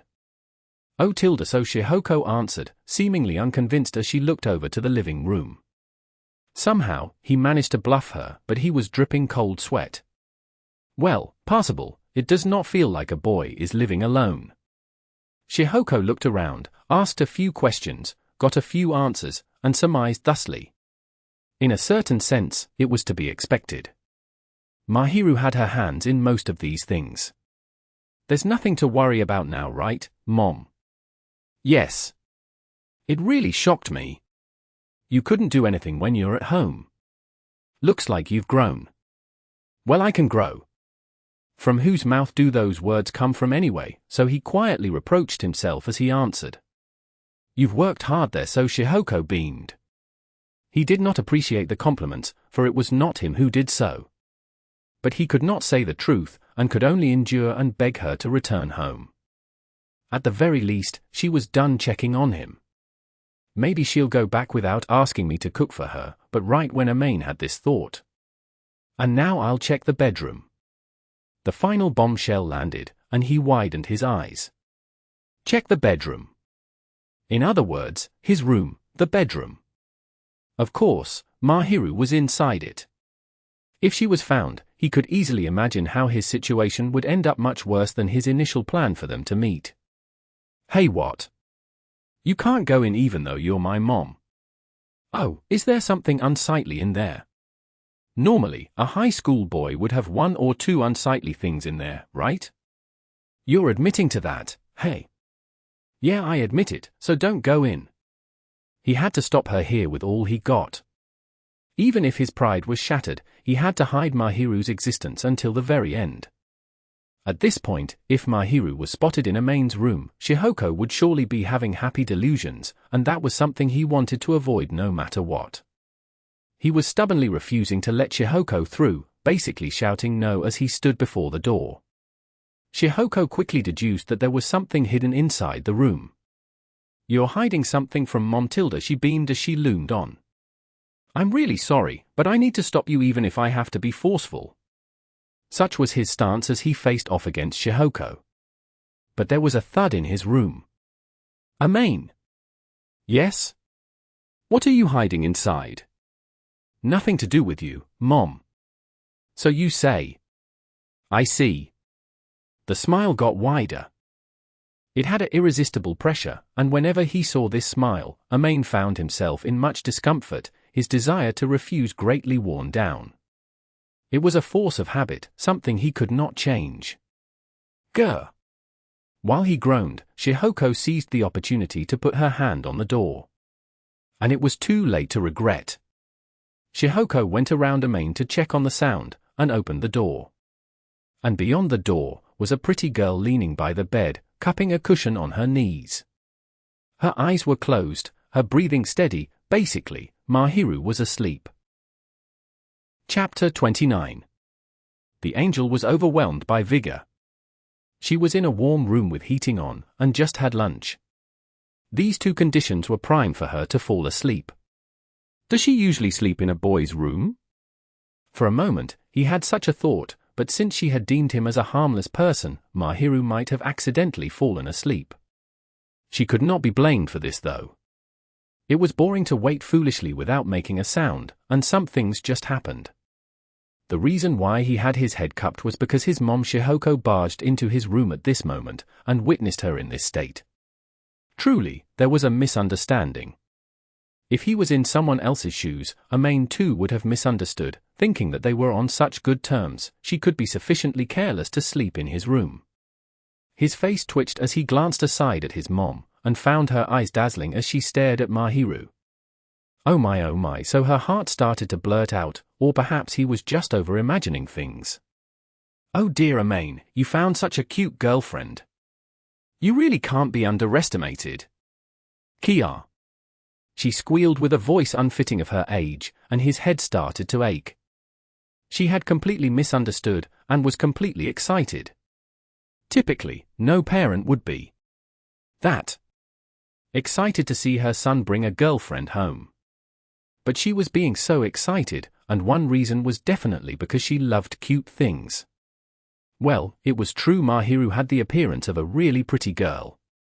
She was completely defenseless as she slept, her usual facade shed, and most importantly, her expression and actions clear to see. The speckless face was in a relaxed, peaceful state.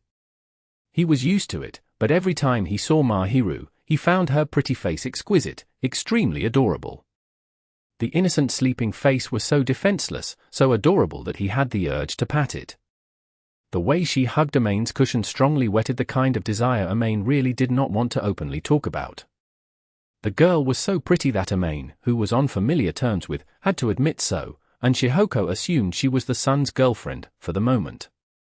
It was likely this was the reason for her excitement. So you didn't want Mom to enter because your girlfriend is inside? Goodness, you're becoming a man before I know it. Not at all. Absolutely not.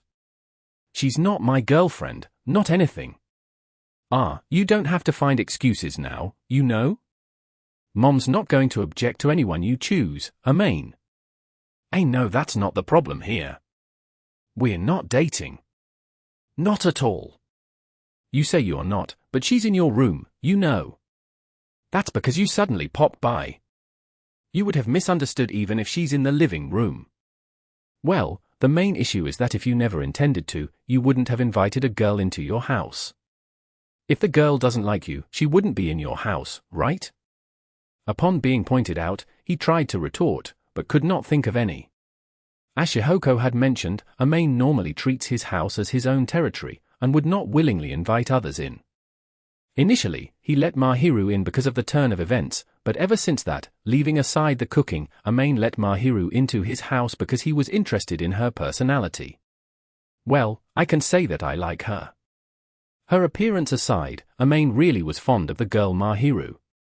She had a conflicting personality she typically would not show in school, vicious, blunt, and yet dishonest. She looked aloof, yet she loved to care for others. She never minced her words. Whenever the unexpected was pointed out, she would panic and show a look befitting her age. A few rare times, she would show an innocent smile. At this point, Amain felt these were all of Mahiru's charms. It could not be described as love, but at the very least, he found her to be a really attractive girl. I like her as a friend, but don't think it as love for the opposite gender. Also, she doesn't have interest in me. They were not so close for him to agree with Shihoko. To be honest, Mahiru might not be happy about being misunderstood, that she had feelings for Amain. Oh my, you can't say that though? You're not getting a little uppity just because you think you understand the complex feelings of a girl, are you? How many times, Mom, must I tell you we don't have that relationship? Shirina, please, wake up. Even after saying all he could, Shihoko kept talking about romance, and Amain could only put his hand on his forehand. He really wished Mahiru could wake up earlier, really. NN.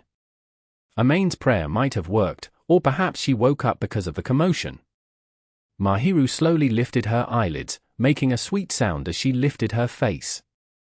Her flax-colored hair slid off her shoulders.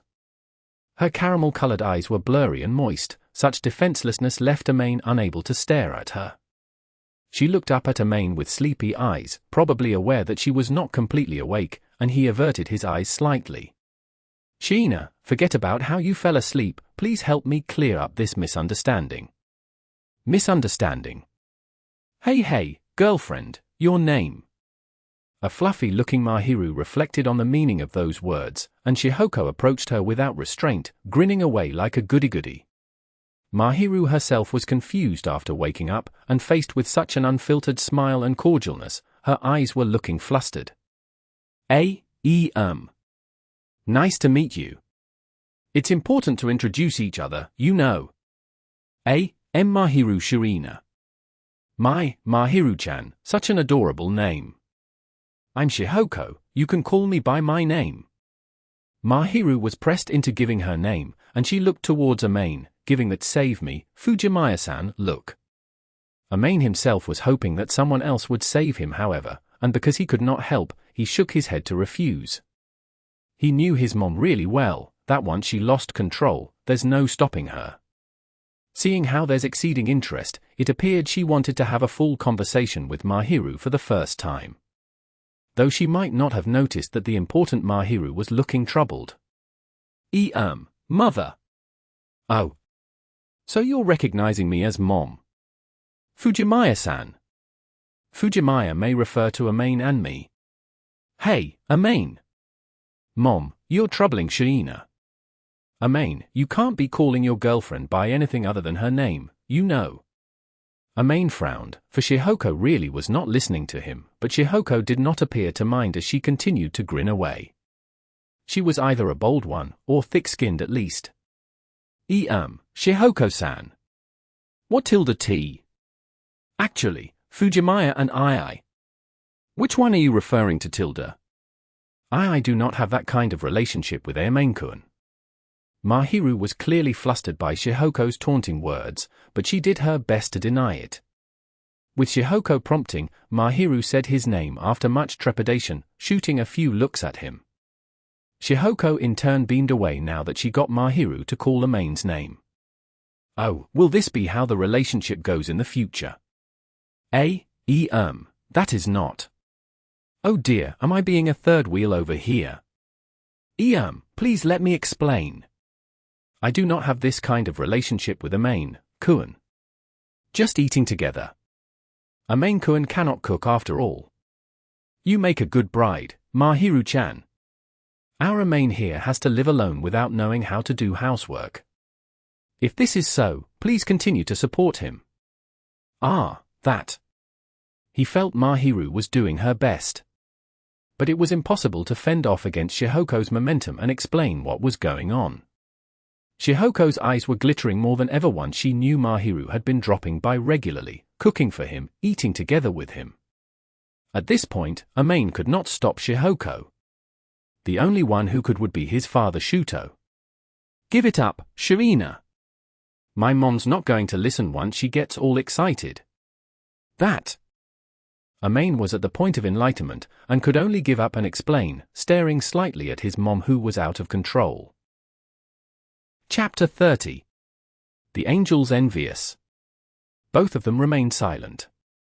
Amain was too tired to deny it, and Mahiru did not know what to do. Shihoko took silence as consent, or rather, no matter what they said, she would think they were hiding their awkwardness. She stared at Mahiru intently with curious eyes. How is it, Mahiru-chan? Is Amain doing well now? Well actually, I do not think he will die. Say something nice already. But when I first came to this house, it was so dirty. Don't be so harsh now. Look, it's clean now, right? But that is because I helped to clean up. Well, yep, got to thank you for everything, from food to cleaning to whatever. He really was thoroughly indebted to Mahiru when it came to these. It was because of her presence that he lived a comfortable life till this point, and he would have kowtowed and thanked her without hesitation, but he would not because she did not want that. However, he did intend to work hard every day to repay Mahiru. But it was just that Shihoko took these words in a not too good direction. Well, Main, you've been letting Mahiru-chan help out all the time, and not just this once. What a troublesome kid you are, it sounds like you're living together. That's not it. How did you end up thinking that's the case? She just lives next door. Oh my, this is a fated encounter. It's nice, isn't it, Main, you have such a pretty and capable girl taking care of you. I can't deny that she's pretty and capable, but I have to argue about this being a fated encounter. Romantic, isn't it? That's not what I mean. I'm saying that we're not dating. My. Shihoko definitely assumed Main was trying to hide his embarrassment, while the latter's cheeks were about to twitch. She always took events as food for her amazing delusions, and the son who had been tormented by such a mom countless times let out the heaviest sigh in months. And Mahiru, overwhelmed by this astounding pressure, looked back and forth between Main and Shihoko, clearly at a loss of what to do. Mahiru-chan, I may be a parent biased to her son, our Main here is foul-mouthed and dishonest, but he's really straightforward and gentlemanly here, so you can take it that you bought a good item. He doesn't have any experience with the ladies, so you need to carefully control him, Mahiru-chan. What are you saying now, Mom? Shut up. The last half was clearly unnecessary. But I'm saying the truth here. Actually, why didn't you look for a girlfriend in the first place? It's nice that you look similar to Shuto-san, maybe it's because you look boorish. Stop being a busybody. Maybe you should show Mahiru-chan your cool side. I'm not going to, and she doesn't want to see. Here we go again. Mahiru-chan, shall I doll him up in a way you'll like? Main's pretty handsome if he cleans up a little, you know. Mahiru saw Shihoko grin away as she nudged at him, and gave a blank, confused smile, probably because she was being hapless. In a certain sense, Shihoko was truly terrifying to intimidate the usually poised angel this much. Mom, you're really troubling Shirina. Hurry up and go back already. You're all grown up now, aren't you? Wanting me to go back. It's true that I'm disturbing your sweet time with your girlfriend though, so I should take my leave. Just go back already. He was too tired to deny it, and Mahiru too must be tired from how Shihoko was being all excited. He looked over to Mahiru, and found her a little tired. It was to be expected, for Mahiru was a fine, tranquil lady forced to participate in such a high-strung conversation that left the son was completely worn. He made up his mind to comfort her as he waved his hand, ushering Shihoko out of the door. The latter looked a little displeased. However, Shihoko did not say she was going to stay, probably out of concern, though in a clearly wrong direction. Mahiru-chan, let's exchange numbers. Do tell me of how our Main is doing later. Why yes. Finally, Shihoko established a relationship that had Main begging for mercy, and he put a hand on his forehead. Mahiru obediently exchanged numbers over the phone, going along with the flow. There was no doubt that Shihoko would start to meddle with Mahiru. I'm really sorry. We'll leave our Main to you now. So she held Mahiru's hands with a Cheshire cat's grin, and Main decided to send a message to his dad, please leash Mom a little. I am tired. Sorry that a tornado dropped by. Shihoko did not stay for long, but they were already worn out, seated side by side on the sofa. Amani was slouched into the sofa, covering his face as he let out a long sigh. Mahiru was a little more cautious, but her usually straightened back too was more arched than usual. I'm really sorry for sending her back without resolving the misunderstanding. No, well, not much was lost. No, well, there's damage. It looks like she's really interested in you, Shirina. She's going to bother you with lots of things now. He caused Mahiru problems again thanks to that, and was really apologetic to her. Shihoko saw her son's girlfriend, even though it was a misunderstanding, and she really loved cute things, so she was really interested in Mahiru, and would really take care of the latter, to busybody levels. It looks like Shihoko-san really cares about you, Fujimaya-san. That's the nice way of putting it, but she's annoying. Not that she was being a complete idiot, but the affection she showed was something he did not want. Amain too was at fault for being too careless, so he could not say much about this, but even he too felt she was a busybody. He was really grateful for his mom's feelings, but to be honest, she was a hassle and someone he wanted to keep his distance from. That is nice. Mahiru muttered, and Amain looked at her.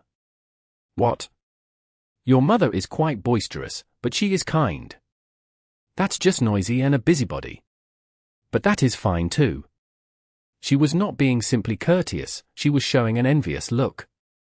She muttered with a fleeting tone, and lowered her eyes. Looking over, her face was melancholic, on the verge of shattering upon contact. Anyone would have found her fragile. She did not simply look tired, but also feeble and fleeting. She seemed to have felt Amain stare as she suddenly lifted her head, smiling. She regained her usual expression, as though nothing had happened, and in a rare gesture, reclined into the sofa. Mahiru-chan, who? What's with that out of a sudden? No, it has been a while since someone called me by my name. They usually call me Shirina. Amain was surprised to learn that nobody addressed the super-popular angel herself, but it was probably because everyone was too intimidated to call her by her given name. She was the flawless angel at school, and nobody dared to call her so. Also, there were a few who called her by her nickname, though she herself hated it. If not your good friends, then your parents, right? My parents will not call me so. Absolutely not. A frosty instant reply. He inadvertently looked over at Mahiru's face, and found it to be devoid of color. It was emotionless, as though they were stripped bare, a non-living thing even. Due to the perfect face before him, he had a moment when he thought she was a doll. But that lasted only for a moment, for once she noticed Amain's stare, she locked away the stoic look, frowning as though something was troubling her. Anyway, it is rare to begin with. She quietly muttered, and let out a sigh. He could tell that Mahiru was on bad terms with her parents. She would occasionally show a frosty look whenever her parents were mentioned. She never went out to eat with her parents, hated her birthday, and from what she said, one could imagine she had family issues, but he never imagined her parents not calling her by name before. That is nice. One had to question her feelings when she muttered that. Mahiru. He naturally called out the name he never once did. The caramel-colored eyes blinked once. It was unexpected, so she appeared to be spacing out, showing an immaturity hidden beneath her usual demeanor and expression. It would be appropriate to say she was taken aback. Anyone can call you by name, right? Well, you are right. So he quipped stiffly, and after a while, a faint smile appeared. The relieved smile formed ripples in his heart. Amain-kun. She whispered his name, and the ripples grew wider. Just moments ago, Amain did not pay much heed as Mahiru only used it when talking to his mom, but when she addressed him so, he felt a swirling itch, something in his heart. Please don't call me that outside. I know that. You in turn should not let it slip outside. I get that. It's a secret. He dared not look directly at a smiling Mahiru. Yeah, so he tersely answered, looking to the side while pretending to change posture, evading that smile. Chapter 31. Where the key goes. Neither did the relationship suddenly improve, but as they started addressing each other a little intimately, Mahiru's attitude had softened, somewhat. Amain-kun. Mahiru showed up a little earlier on Sunday evening, her face showing some awkwardness, or worry. Amain let her in, but he did not know why she was giving such an ambiguous attitude. He wondered if she was having issues with him calling her by name, but she had no hesitation calling his name, so there seemed to be something else. Both of them sat on the sofa. Amain looked towards Mahiru, and found her pull out a handkerchief from her apron pocket. While he was wondering what was going on, she opened the neatly folded handkerchief, and pulled out a key wrapped inside it, reflecting a dim light. He had some impression of this key, for it was the one he gave her the previous day. I shall return this key. I did not do so last night. I forgot about it, so I missed the chance to return it to you. I am really sorry. I see. It appeared she was concerned about the fact that she took the key home without returning. Once he understood why she was acting so strangely, he looked towards the key on the handkerchief. Thinking about it, he realized Mahiru would practically drop by every day to cook dinner. While Amain would open the door for her, there were moments when he would take the long road home and not be at home, or when he was a little busy out there, so she would have to wait outside for a little while. It would be too harsh to make someone wait at the entrance in this weather, let alone a female. It was said the greatest enemy to a female's body was the cold, and putting himself in her position, he would not have felt comfortable either. Well, since Mahiru would drop by every day, it would be easier for him to hand her the key. Well, I guess it's fine that you keep it. Hey. You can return it when we have nothing to do with each other. Truth be told, if Amain left the key to Mahiru, it would mean she would have to take care of him for a while, but she looked back at him worriedly, for he did not receive the key. But. Or rather, it's troublesome for me to go open the door every time. Your true voice is leaking out. It's not like you're going to misuse it. You say so. At least a month passed ever since he got dinner from her and had her cook at his place, and he thought he understood her personality well. She had common sense and a good conscience, and personality-wise, nobody would expect her to do the devious. Even though she had the key, she would not hand it off to someone else, or slip in while Amain was not around. She was someone trustworthy. Well, you find it a hassle to press the doorbell every time, right? Even if you say so, it feels like you are being too careless. I gave you the key because I trust you. Mahiru's eyes widened once she heard these words, speechless, and then she frowned. The skepticism on her face was accompanied by a different unknown emotion. But Amain merely handed the key over to Mahiru, all to save the hassle. If she really did not want to, he was willing to compromise. Mahiru in turn looked back and forth between the key and Amain, before she sighed. Understood. I shall borrow it for now. Yeah. Amain-kun, I don't know if you are being magnanimous or careless. Goodness. So she said with some spite, and Amain responded with a wry smile. That's my style. This isn't for you to say about yourself. HMPH. So she pointed out coldly, only for Amain to smile brighter than before. It appeared they were already on sufficiently familiar terms for him to have such useless conversations. But since she permitted him to use her given name, it would be strange to say they were not on familiar terms. I really had enough of this person. So her eyes implied, but they were filled with some warmth, rather than looking aloof. And she knew that Amain was just joking around. I shall take it then. I do not care if anything happens to your house. Like if I pop by to clean up your house. I'll be grateful for that. What if I stuff the fridge full of food? Then I'll get to enjoy breakfast, and there's more things to eat for dinner. Mahiru's little jokes were really peaceful, or even music to his ears, what he wanted. Nevertheless, the muted reactions had her a little unhappy. The threat did not seem like a threat, it emphasized her kindness, and really was something to smile about. I feel that I have been treated as a fool. I didn't do that. It appeared if he continued to tease her, she would kick up a fuss. While he really wanted to see her pout, he sheathed his smile and stared at Mahiru. Chapter 32. Angel and the Reward. The rankings of the prior week's exams was released, and Amain came to look, along with his peers. He was 21st, not much different from usual, not exactly standing out, though decent. He did not feel anything different when he wrote, and was a little relieved seeing that his rankings were as expected. On a side note, Mahiru remained first in their year. She truly was an intelligent girl, but he knew she was not lacking in hard work, and could only marvel at how amazing she was. He often saw her studying after dinner. Well, she was already smart to begin with, but what elevated her to first position was the relentless hard work. Shina-san still first. That angel uses her mind differently after all, to be expected.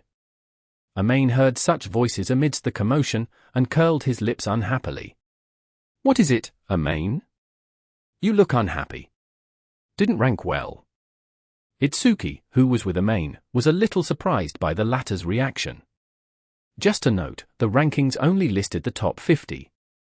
Itsuki was merely there to accompany Amain, not to look for his own name. Not really. 21st. Oh, that's a little better than the last time. Somewhat within the margin of error. Well, the smart ones always say things differently after all. Itsuki ribbed back as he smirked away. Fine, and Amain brushed it off, before looking at the rankings again. She really worked hard. So he thought. She was unwilling to show anyone the effort she put in, and while others would think it was to be expected of her, it was the result of her putting in so much effort. Those around her praised her for being amazing, but they knew nothing of her hard work, and could not comprehend. Surely that bothered Mahiru greatly. I'll make up for that. HM? You said something. Nothing, I'm going back to the classroom. Alrighty. Hey, Amain-kun. What is this? Mahiru had changed her clothes, went to the supermarket to buy ingredients, and returned to his house. She intended to put the ingredients into the fridge, only to notice this white box. HM? Ah, cake. There was cake inside the white box, and Mahiru might have figured it out when she saw the shape, but she wanted to be sure. On a side note, Chaitos loved to upload photos of her favorite patisserie on SNS, and that was the place he bought it from. You like cake? Not exactly. It's for you. Why again? You're first in our year, so here's a little celebration. Congrats on getting first. Mahiru blinked her eyes once she heard it was for her. It might have been really unexpected to her. I have been first every time. It is not something worth celebrating. But well, you've been working hard, so a reward once in a while is fine. You don't like a strawberry shortcake? Eh? I cannot say that I dislike it. That's good. We'll eat it after dinner. While he realized she was a little stunned, Amain cut off the conversation. Mahiru would feel troubled if he paid too much attention to her, so he should be a little more deliberate. To him, she was one who was devoting her utmost to others, but extremely strict to herself. She was the type to not relax unless something drastic happened. She would have put her head down and do what she had to do, toiling without rest as long as nobody praised and coddled her. He had a feeling she did not know how it was to fawn. While they did not spend much time together, he somewhat understood her personality, and hoped to repay some of the effort she spared him all these while. Amain saw that Mahiru was still rooted in the kitchen, made a wry smile, and sighed as he stared at her until she moved again. After dinner, he saw her serve the cake with some nervousness, and burst out laughing. Why are you laughing? No, it's nothing.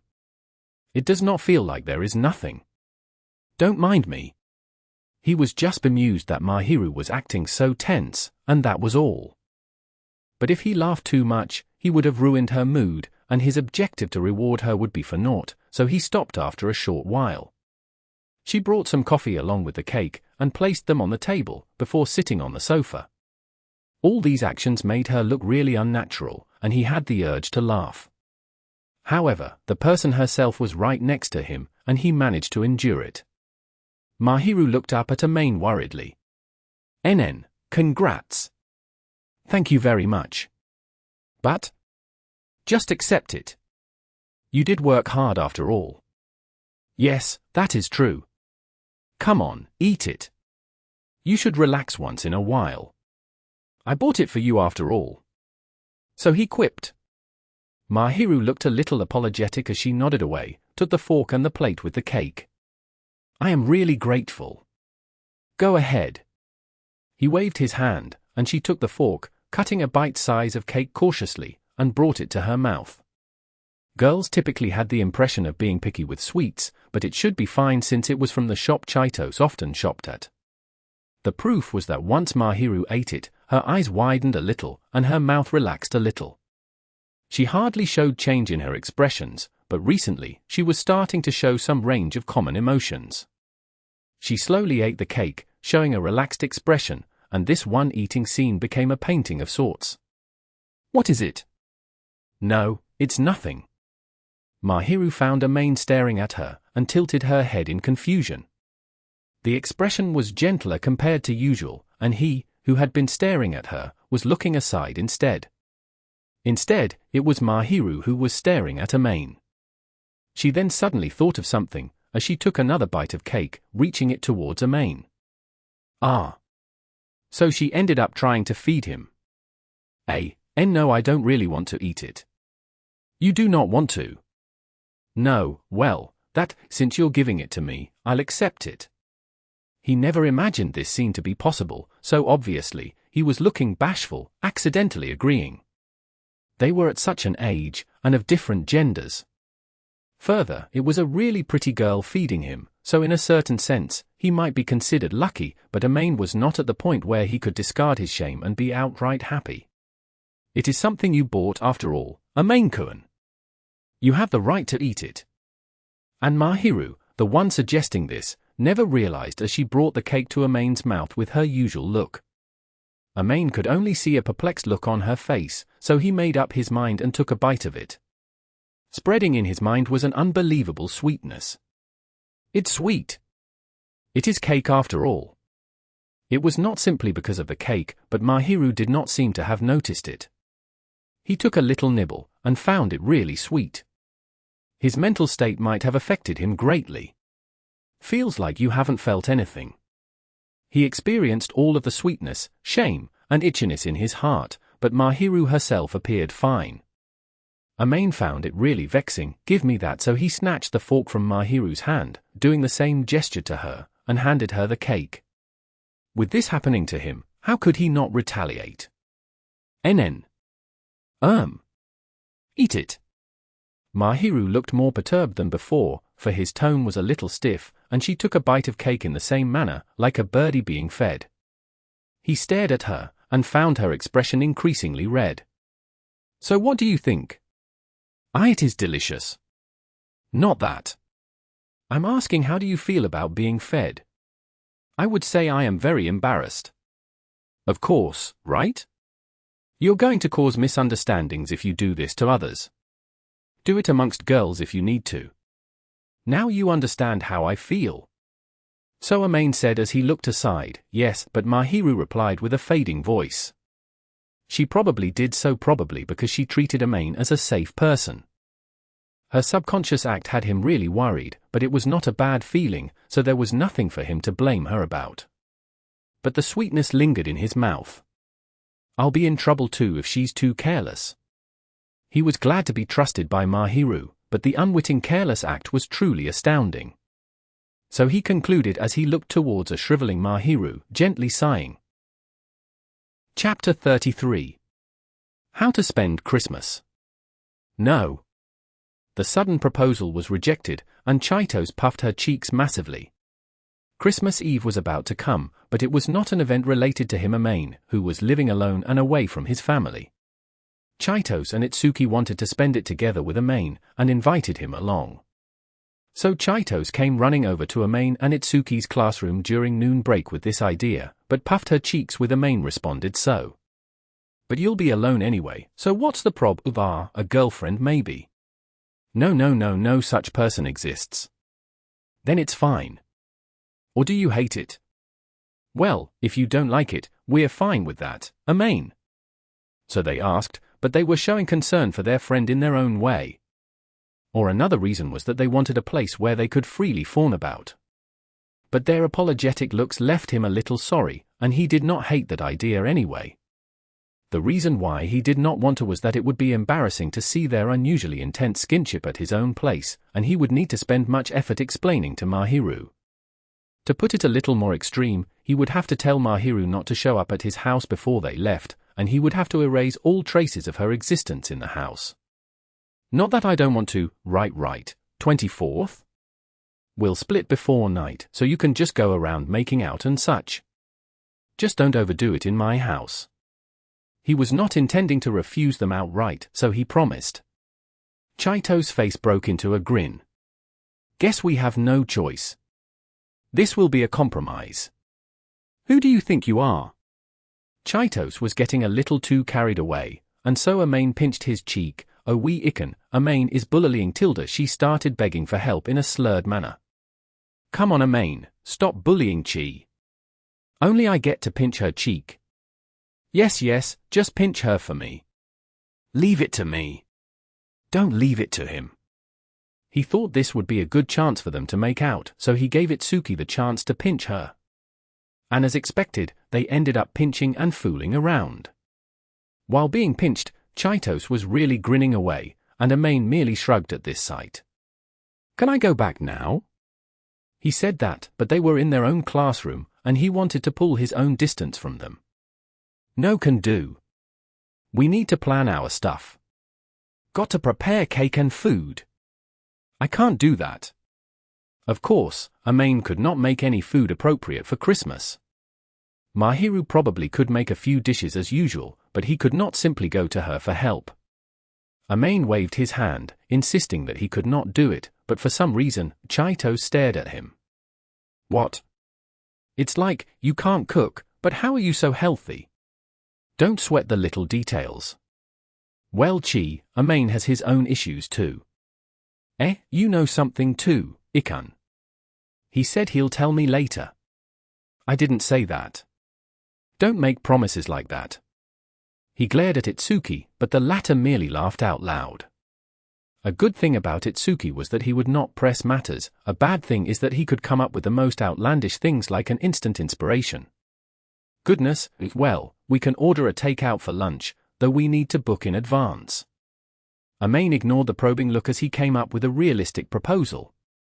Of course, it was without saying that Amain could not bake a cake, and could not cook, so he could only suggest food that was already cooked. Then I want pizza. Let's go to my usual place to order cake. Should be able to order in advance. We're not eating chicken. But you prefer pizza, Ikan. Well of course, you understand me after all, Chi. Ahihi. They said on their own that they wanted to order pizza, but Amain himself did not dislike that idea, and he too found it fitting for a party. At this rate, it was likely they would be ordering pizza from the shop Amain and Itsuki usually ordered from.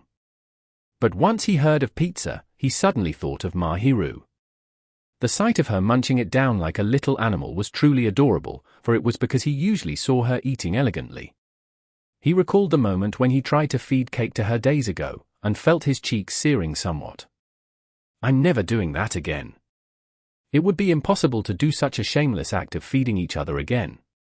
They were not the lovey-dovey couple like Itsuki and Chito's, and probably would not have the chance to do so again. Amain, what's wrong? Nothing at all. I'll leave the cake pre-order to you. For a moment, Amain was lost in his own thoughts, and a surprised Chito's leaned over at him worriedly. He hurriedly purged that notion from his mind, and reverted back to his usual expression. Yay Tilda! Let's order pizza too Tilda! Chito's let out an excited squeal, and hearing that, Amain decided to ask Mahiru for her Christmas plans. Chapter 34. The Angel and Her Christmas Plans. Once she was done washing the dishes, Mahiru sat on the sofa, and answered immediately. He had expected her to have a girls' gathering or something, but it seemed she had no such plans. Perhaps it was due to the surprised look on Amain's face, but Mahiru stared back at him, looking dumbfounded. Most of the girls I interact with have their own boyfriends, and I refused any male who invited me out. I do not have any plans at all. The guys cried who? Mahiru's defenses were exceptionally stubborn when she was outside, and those boys who had some faint hope in inviting her out could only swallow their tears against it. Amain felt amazed that they dared to invite her out. He would not have dared to invite out the angel if he had no self-confidence. He was really impressed with the optimistic fellows for trying their luck. Do they really want to spend time with me? If they're lucky, they can get closer to you. For what reason? To put it, well, dating. Why do they want to date me? They want to do this and that with you after that. Impure motives. He quietly said a prayer to all the rejected boys, but Anne added on. Not all the guys are like that, so don't be too suspicious. You should be able to tell what kind of stares they're giving you. I guess so. Not all are being so uncouth. You are not one of them, no, a main-kun. I've never looked at you with impure eyes. While he often thought she was cute, and did have thoughts of patting her head at least, he had no intention to do anything more. After all, if he wanted to, Mahiru would have realized way beforehand, and ostracized him. He got to sit next to her because he was a harmless boy. If he showed even the slightest bit of lechery, she would leave him. He never really had a wish to have a girlfriend, and to him, his hunger was more important, so he had no intention to ruin this relationship. I guess so.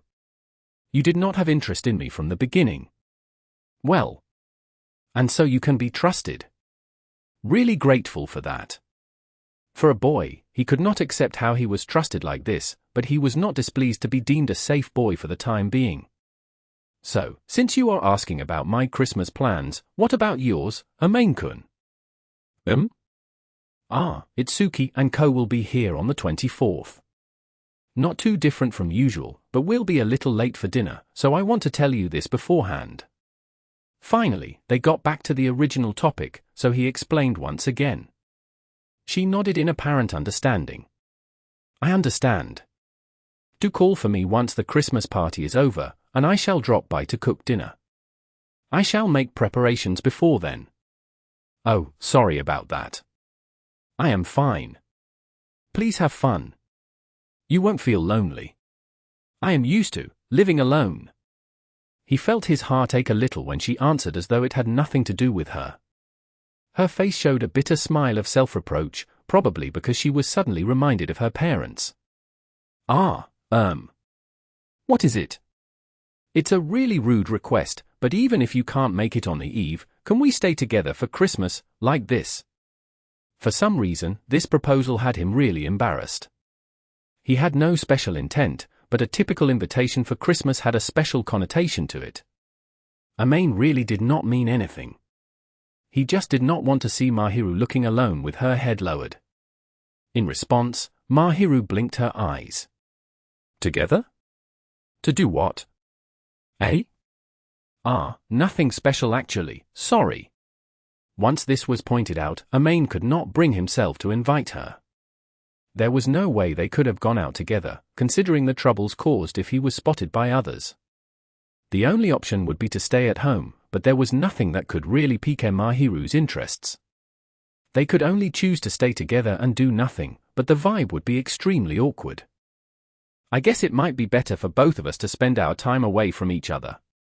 Right when he was about to retract his previous thought, Amain found Mahiru staring at him silently. Then, I want to play that. Unexpectedly, Mahiru was looking really enthused. Her slender finger was pointing at the television. Or to be precise, the game console inside the TV board. Mahiru had been around the past few nights, and Amain never switched on the game, but she looked really interested. Well, I have never tried that, she muttered her little wish. It was utterly surreal for a boy and girl to spend Christmas together, playing games, when they were not lovers. No, well, it's not like you can't, I guess some games are fine. We cannot. No, not that we can't. Then, that should be good. Why yeah. Is that enough?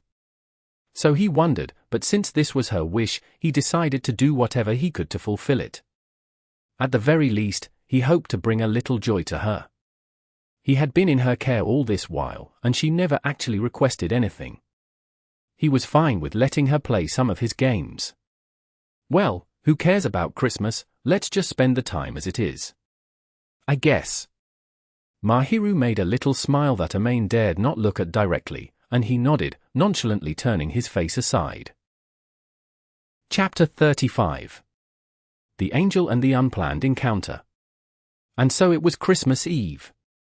It was already winter break, and on this day, every person spent the time in their own way. Itsuki and Chaitos brought their belongings as they gathered at Amain's house. It was 1 p.m. or so. Pizza and juice from the usual shop were on the table. They only started at this time, however, because there were too many orders, and it was pointless to make pre-orders, as the delivery was really late. But it was not too late to have lunch. They showed up after noon had passed, and did not wait for long. Nobody really minded. Yes, Merry Christmas. Amain, you're not getting into it. One more time. Merry Christmas. The pronunciation is correct, but you're still so lethargic, you know. Amain really wished he would not be compared to the already hyperactive Chaitos. Itsuki noticed that Amain was already somewhat enthused, so he coaxed Chaitos as he showed his usual hearty, somewhat frivolous smile. Well, that's good enough. Let's just eat, play, and sleep, okay? Don't sleep in my house, you idiots. Just joking. Of course I am going to sleep at Chi's house. Make sure her parents aren't in. Tilda, are you thinking of something Amain Tilda? Chaitos leered away, and Amain ignored her as he went to the kitchen to take out the cutlery and cups. While she pursed her lips and looked displeased. I'll help out. She chimed in, and followed him. Of course, the kitchen was really clean and tidy, since it was already Mahiru's territory, and the utensils and seasonings already arranged as she pleased. It's unexpectedly clean. Thanks for the compliments. He answered her casually, and took some small places and cups from the utensils, passing half of them to Chaitos, only to find her staring at the cupboard. What? Nothing? Nima. He had a feeling she was going to pester him when she grinned away, a chill rising up his spine, but he insisted on ignoring her. He noticed she had some grave misunderstanding, but he could not figure it out as she did not say what it was. She looked happier, and his cheeks stiffened. They returned to the living room Itsuki was in. But this house sure is clean. It's so big and tidy. Christmas songs were being played from the room's speakers. Chaitos was almost done eating, looked around the living room with only 3 people, and muttered. The vast room was due to his parents renting this place, and the tidiness was due to Mahiru helping to clean up this place. Thanks. Amain had no comment about it, so he could only answer thus. Well, there was a period when it was really messy, Tilda. It's amazing you got it clean. Shut up. Yep. Has a female smell to it, Tilda? What makes you think that? Amain had no idea how the room being cleaner had anything to do with the presence of a girl. Nothing specific.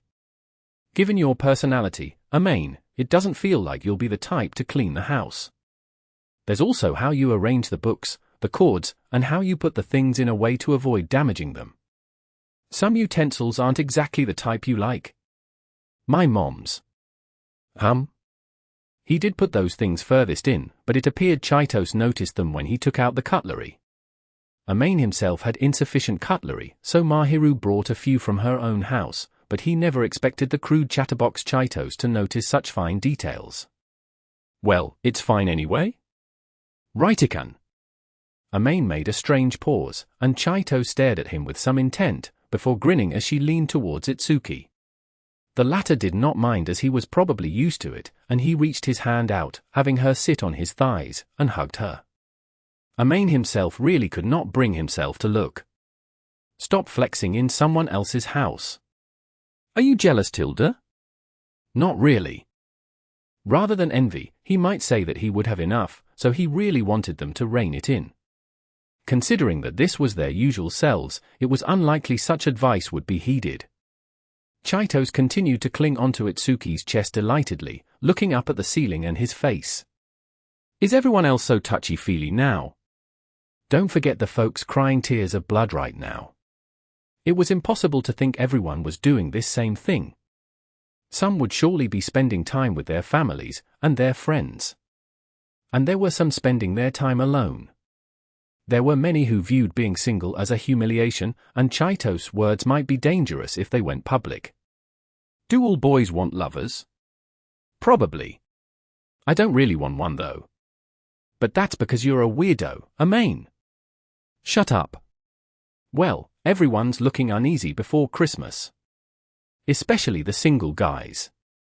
Speaking of which, there's a lot of guys who went to the angel and invited her for Christmas, but she rejected them all. There's a mountain of corpses. She said she has an appointment with someone, so no. Heh, is that so? Amain realized that the one she made a promise to was him. While he felt he became the reason they were rejected, he did not mind her using this excuse, considering the guilt she would have when refusing them. At the very least, she did not use his name, so that was fine. The despair those guys had on their faces were really something. It's rude, but I just laughed. Don't laugh at them. But well, it's impossible when they don't have any relationship, and out of a sudden want to act cool during this event, you know? It's too late when they never established a proper relationship, and how is it possible to say, we ain't really close, but let's spend time together and improve our relationship? Also, there's the kind of people who say let's party and seek out the chance for two of them to be alone. That's scary to any girl, you know. There is no way she is a loose person who accepts any invites. So Chaito spat her tongue, probably thinking of some bad memories as she clung onto Itsuki. While Chaitos and Mahiru were different, the former was a beauty herself, so she too had her own troubles. Once he considered that popular girls would be troubled by relationships, Amain started to pity her. Well, that Sheena's not doing well either, given the many invites she got. You really don't have any interest in the angel Amain? Sorta. Amain's neighbor is the true angel after all. Want me to chase you out? Don't wanna. You're annoying. Amain glared at Chaitos, scary, and the latter said with a silly gesture, clinging onto Itsuki. But you can't pretend that the neighbor hasn't been taking care of you. Goo. He was speechless, and she chortled heartily. Stop glaring, Sorry. Chaitos did not sound apologetic, so Amain glared at her again. Kia she made a cute voice, clung onto Itsuki, and looked towards the window behind Itsuki. Amain saw her freeze, and wondered what was going on as he too diverted his eyes over. There was a trail of white fluttering down the blue skies. Ah, Ikan, look! Snow! Oh, a white Christmas! It was late December, snow itself was common. It was rare to see snow fall while it was sunny out there, but perhaps it was something to be happy about to the lovers. Night had not fallen, but looking at the temperature, it probably would last into the night, a Christmas Eve night coated with snow. Guess the couples are going to be excited. So Amain thought as he silently watched the couple next to him open the window and get onto the veranda, thinking that they were going to make out for a while as he stood up, only to hear abnormal noises from the veranda. Heh? Why are you here? EA. Ah. The last voice he heard was one he was used to recently, the sweet, cool voice. He sensed a bad premonition. He sensed the duo at the veranda looking startled, and hurried over, only to see Mahiru at the veranda, probably looking at the snow, and encountering the duo. Chapter 36. The Angels Feeling Disturbed. Amain looked towards Mahiru, who was seated properly next to him, and sighed. He had no choice after the tragedy at the veranda, and could only invite Mahiru in. After all, if he tried to bluff the couple, those two would have strange ideas on their own. It would be better for him to be honest, and prevent unnecessary guesses and misunderstandings. And if he did not shush them properly, what would happen next would be really terrifying. I am really sorry. It's not your fault. Mahiru sounded apologetic as much as she could, but this was the one thing she was not at fault at. It was a white Christmas, the first snow of the season, so she could not help but go to the veranda to see the snowfall. If Amain had heard the window open, he would have hurried over to stop the couple, but there so happened to be music blaring, so in fact, he did not hear it. Mahiru herself probably did her best not to make a sound, and he did not notice. Looking at the duo who were reflecting upon their actions, Chaito's eye sparkled as she brought her face close. So, your neighbor's the angel, Amain. Please do not call me angel if possible. It appeared the angel did not want to be called so straight to the face, so she refused demurely. Chitos however leered away, and one had to wonder if she was listening. Itsuki in turn scratched his cheek as he frowned, looking back and forth between Amain and Mahiru, frowning. Then, looking at what we know so far, Shina-san's living next to Amain, and often cooks for him, am I right? Yeah. I owe Fujimaya-san a favor, and I saw that he was not eating healthily, so I was worried. Mahiru began to explain how the two of them met, and also how the relationship continued. I see, so Itsuki answered, but his face showed that he could not accept this explanation, somehow. If he were in Itsuki's shoes, Amain too would not have accepted this explanation. There was no way an ordinary boy like Amain would have an outstanding girl like Mahiru taking care of him. I sorta know what's going on, but it's incredible that you don't have other feelings for Amain, Shina-san. You're already a commuting wife. Fat. The term he usually would not hear caused him to snort. A commuting wife, the situation did seem similar, now that he mentioned. Every day, Mahiru would cook dinner for Amain, and during rest days, she would accompany him for lunch, and she would occasionally drop by to clean up. It seemed the case, especially when Itsuki mentioned so. The difference was that there was no love between them. And when Mahiru heard Itsuki say that, she widened her eyes, only to switch to her outside smile. I have no intention to, and this is impossible. She denied it. Amain imagined her dealing with Itsuki and Chitos in the same manner at school, and felt an itch in his heart. Well, I have no bad thoughts at all, that's why Shina's helping me out. It's fine when you say this, Amain, but this is a strange combination. The prodigy's cooking for you. Wait, was the doll given to Shina-san? Sorta. Heh. Shut up. But I haven't said anything. Your face is annoying. Oh. Chitos was grinning away, or rather, smirking, leaving him uncomfortable while he was really frustrated.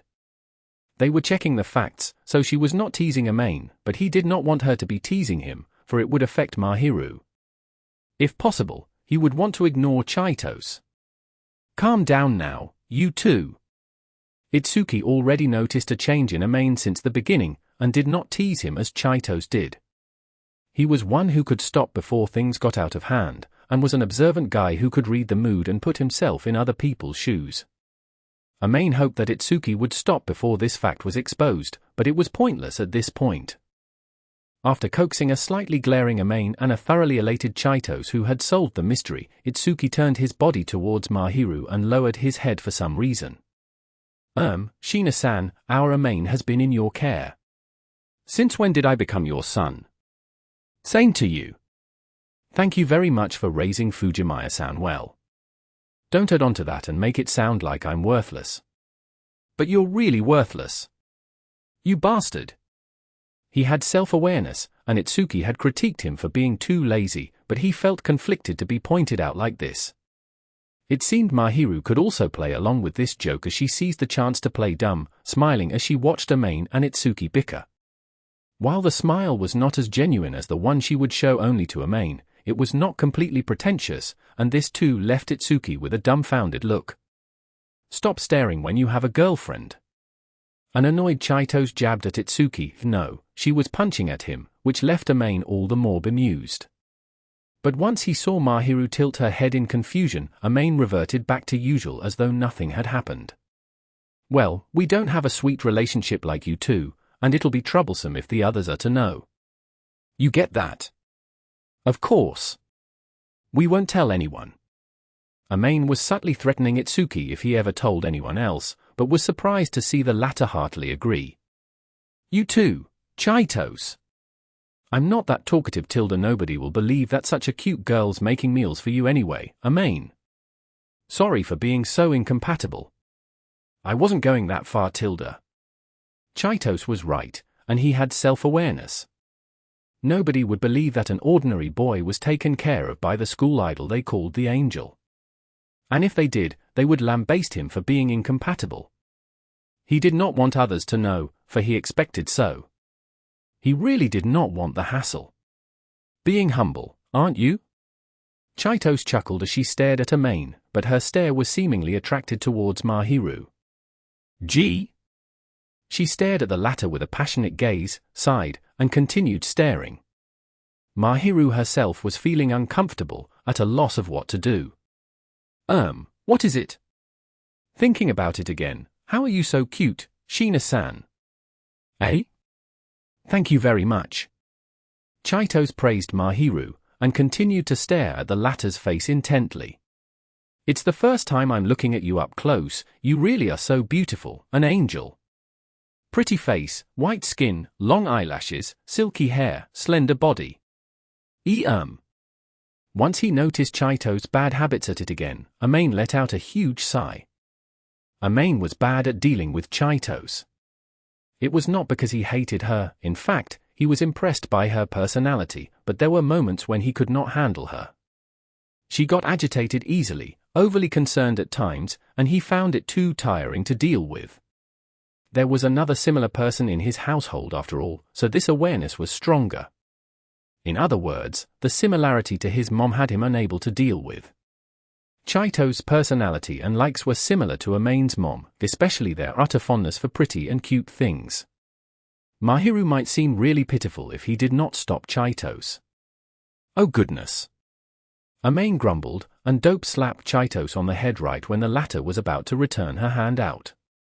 He did not use much strength as he was just trying to stop and retort, "Oi," but a shocked Chaitos muttered, pulling her hand back from Mahiru.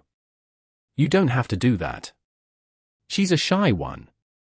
No skinship until you're familiar with her. So it's fine when I'm familiar. Ask Sheena that. Before that, note which state you're at. Mahiru clearly looked as though she wanted to run away. It seemed his choice to stop Chaitos was the right one. And once she saw how Mahiru was somewhat perturbed, Chaitos seemed to have realized the reason why he stopped her. Sorry about that. I got too excited that I want to touch you. Why yes. Chaitos' sudden confession of wanting to touch Mahiru left the latter confused. She did not know what to do, and looked towards Amain, pleading to him for help. Sheena, Chaitos a weirdo, but she's not a bad person, I think. Are you even vouching for me? You're just rubbing it in, aren't you? Can you even deny that now? Not at all. Chaitos heartily boasted, stared at Mahiru intently, and with a serious look, reached her hand over. This time, she was asking for a handshake. Let's start from being friends. Please take care of me. Eh? Why yes, please take care of me. Upon being asked to shake hands, Mahiru extended her hand apprehensively. Chaitos would want to be friends with anyone she was interested in, and given her personality, it felt like Mahiru was going to be at her mercy. Well, since they were going to be normal friends, he had nothing to say. He could only hope that Chaitos would show some restraint, however. Yep, a new friendship is born. Manage your girlfriend already. I'll try. Amain retorted at Itsuki, who always let Chaitos get away with so much, and sighed again as he saw Chaitos grinning away while holding Mahiru's hands. Chapter 37. After the storm. It was evening, after Itsuki and Chaitos left, and Amain apologized to a clearly weary Mahiru. The latter was immediately harassed by people she did not know, and her secret was revealed. It was likely she too felt perturbed and weary. Amain had a feeling this was a déjà vu from the last time Shihoko visited. No, it was because I was careless. She's noisy, isn't she? A real lively person. You can just say she's really noisy. She is just a little energetic, but an interesting one, I think. What do you mean, a little? Well, I guess it's fine if you don't mind. Amain felt that Chaitos was a loudmouth, but the courteous Mahiru was merely being demure about it, it seemed. Luckily, it appeared she did not dislike Chaitos, but he did not know whether it would be a good thing to be friends. They had different personalities, and it might be interesting for them to be friends, probably. Of course, if she said anything that left Mahiru troubled, he intended to remind her, but he decided to just watch for the time being. I do not have such people around me, so I am a little happy. Well, it's rare to see someone like Chaitos smack her on the head if she gets too aggressive, you know. 6 Violence is not good. I will try to coax her with words. Both of them felt Chaitos would go crazy at times, and there were times she would be passionate about strange things, so such a reminder was necessary. So he swore to remind Chaitos later in his heart, and turned towards the window, looking at the falling snowflakes. If not for this weather, this secret would not have been revealed to that couple, but snowfall might be a blessing to the lovers, so he could not complain too much. It appeared Mahiru too liked the snow, and once she noticed Amain staring at the snow, she too enjoyed the sight. The sun had set early as it was winter, the scenery darkening. It was dark enough to be called night, and little snow fell, so one could faintly see snow from the lights in the room. It is a white Christmas, I guess. But it has nothing to do with us. But they are pretty. Is that not fine? They were not dating, so the meaning of White Christmas was irrelevant to them, but since Mahiru liked it, perhaps the snow was not bad after all. The fluttering little snowflakes founded a white coating to the darkening world. At the rate the snow fell, however, there would not be much piled up, even if it snowed the entire night. But if it snows too much, public transport will be paralyzed. Moderation is best. You're being realistic now. People cannot live on romance after all. I guess so. This little conversation might be thanks to the snow. Both of them chuckled, and Mahiru stood up. I shall bring dinner over. Bring. I made beef stew just now. Also, 2 people alone cannot finish a roast turkey. I never thought about roasting a turkey entirely. Well, that is because you cannot cook well, Amain-kun. Tomorrow's lunch will be omelette rice with beef stew. Sounds delicious for some reason. He knew before eating that it was going to be delicious, so he was already looking forward to the next lunch before he had this dinner. I prefer the eggs a little more cooked. A coincidence. I do prefer this traditional style instead. I shall bring the pot here. Mahiru teetered out of Amain's apartment and returned to her own, and as he stared blankly at her back, he recalled the commotion that had occurred in the day. It was really unexpected that they were found out. Amain himself was being doubted by the couple, and expected them to be increasingly suspicious of him, but he never expected that Mahiru would show her face at this moment. Results-wise, they explained themselves, they got people who understood them, but he was feeling a little conflicted. If only the secret only to them could last a little longer. What am I thinking? At the very least, he did not need to play hide and seek with those 2, and it would be easier on his life, yet he felt a little gloomy. He too felt perturbed, not knowing what it was. It was not a bad result, but he just felt something was amiss. Is something the matter? It's nothing. Mahiru returned with the pot in her hands, tilting her head in confusion as she stared at Amain, but after all, he could not express this ambiguous feeling to her outright. As he struggled to maintain the same facade, Mahiru tilted her head in confusion the entire time, not understanding why. Chapter 38. The Angel and the Blissful Taste. Mahiru's cooking was delicious, as usual. It was Christmas, so the dishes served were a little more intricate. The beef stew Mahiru made was converted into a pot pie, and they were slicing and eating it. They enjoying cutting the pie, the crispiness matched with the rich sauce of the beef stew could only be said to be a blissful moment. It appeared Mahiru bought flour just for the pie, and he was impressed by her outstanding skills, letting out a sigh after eating the second cake for the day. Just to note, the cake was baked by Mahiru. While baking the pot pie, she used said flour to combine with a sweet dough, making millefeuille. She was already at the level of a patissier. Glad to see you like it, you ate quite a lot. They're really delicious.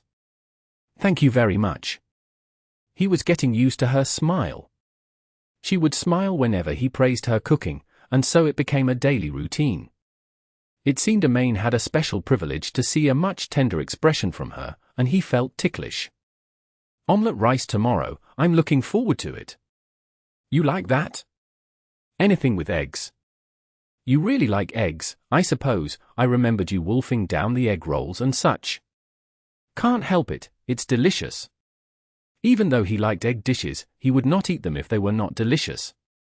He had such an appetite because Mahiru's cooking was really delicious. He felt it was excessive of him to be this selfish, but Amain had no intention of sharing Mahiru's cooking with anyone else, and would continue to enjoy it until she would stop. Amain-kun, you look happy when you eat.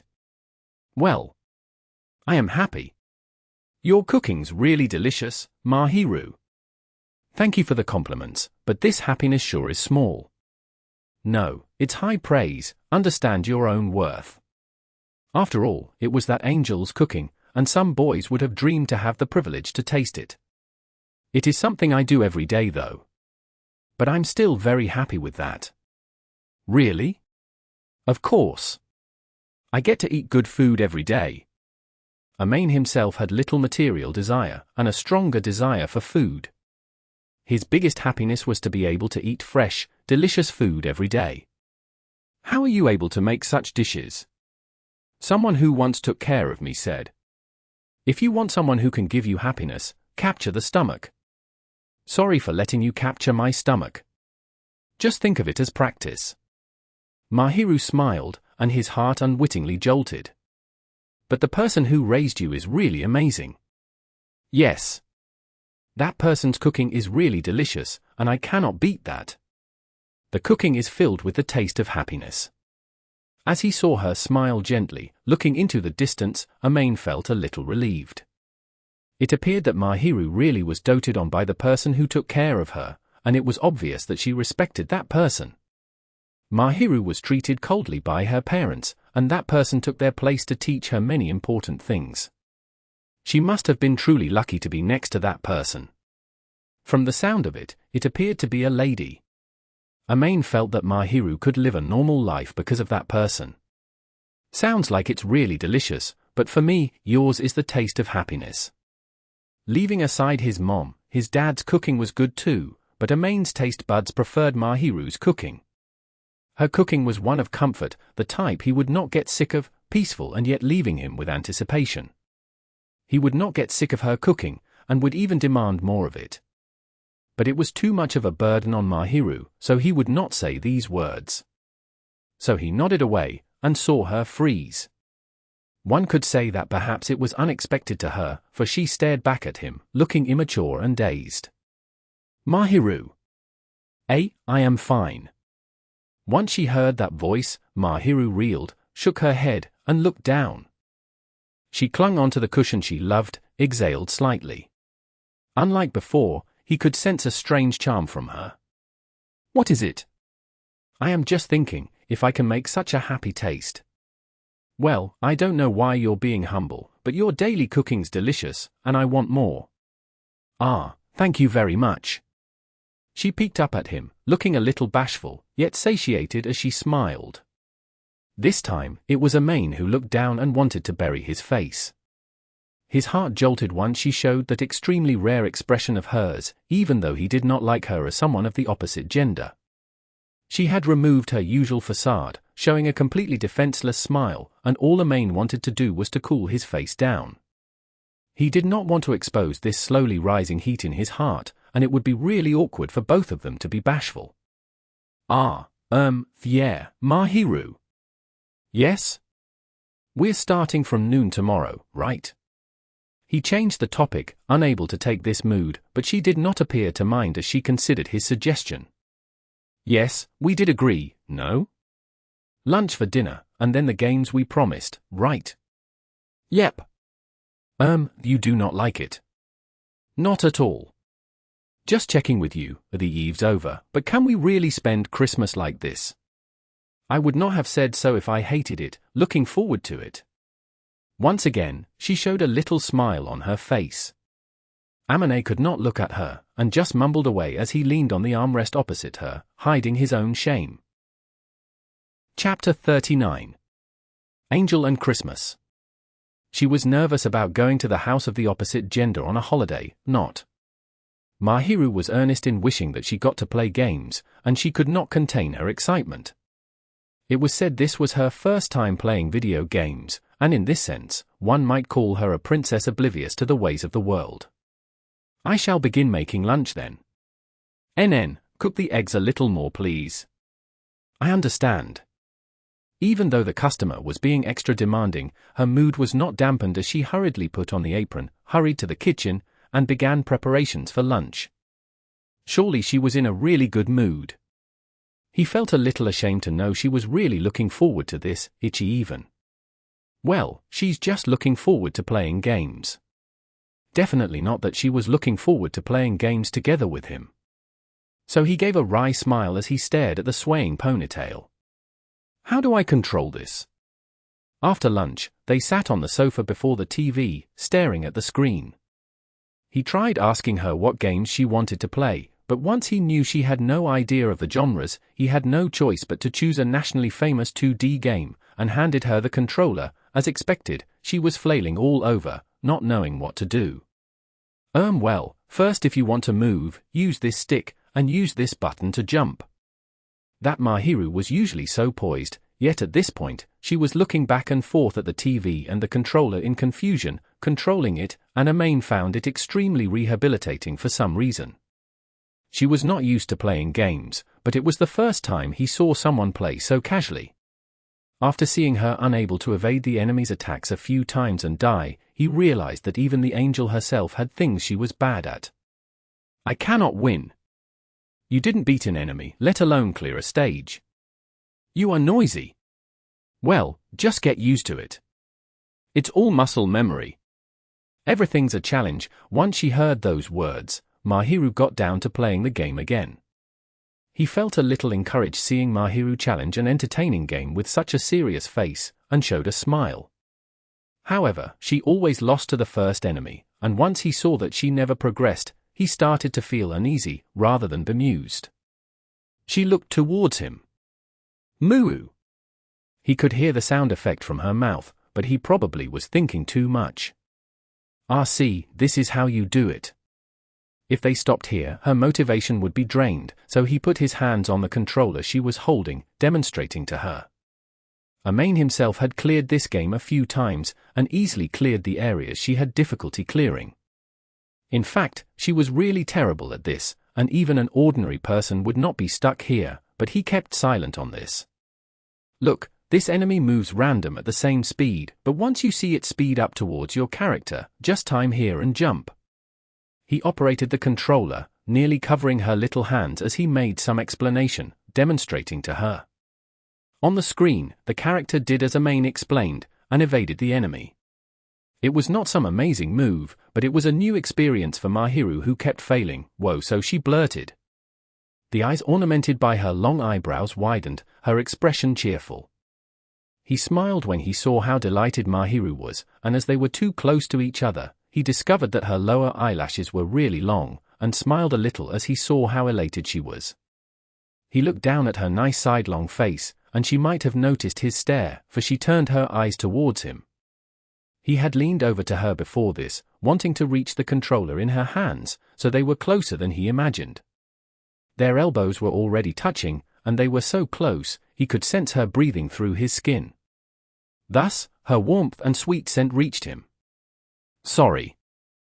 Once he noticed that his hands were about to wrap around hers, he hurriedly pulled his body back, and only then did she seem to realize, blinking a few times, her eyes starting to daze. It is fine. I should be the one saying sorry. Once he noticed her face starting to turn red, he felt regret. She did not like body contact, and no matter how familiar the two of them were, she might feel displeased about having her hands touched. She appeared to be a little bashful, but she did not seem repulsed. I'm really sorry. I really do not mind, you know. You don't hate it. It shocked me, but not that I hate it. You are not someone I do not know after all. It appeared the magnanimous angel had forgiven his insolence. Since she decided to let bygones be bygones, he felt relieved, and they played the game again. This time, he decided to let Mahiru play on her own, and looked towards the screen, only to see her die again. At that moment, he was seriously wondering how he should improve her gaming skills. The result was that she managed to stumble past the first stage, and he decided not to play this game. It was deflating for a complete novice to keep dying, so he intended for her to try a different game to reduce stress. Mahiru, you're tilting your body. They decided to play a racing game, common in the real world, and Mahiru tilted her body. This game was not controlled by gyroscope forces, and the controller itself had no gyroscope sensor. There was no need for her to tilt her body, but it might be a subconscious act as she tilted left and right while holding the controller. She was focused on the game, and did not answer. This game seemed easier to pick up, unlike the previous one, for people these days appeared to have fewer chances of riding a car. Her skills were terrible, but at the very least, she could play.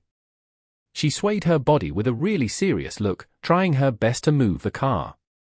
She's really cute. It was strangely cute to see Mahiru rolling around like Humpty Dumpty, and the serious look on her face as she struggled to play the game with all her might added to that. Once there was a large curb, Mahiru naturally tilted her body greatly. Pomph! Once she landed on Amain's thighs, the latter struggled not to laugh. Actually, you don't have to turn your body about, you know. I am not doing this on purpose. Yep, I know that, but you were tilting.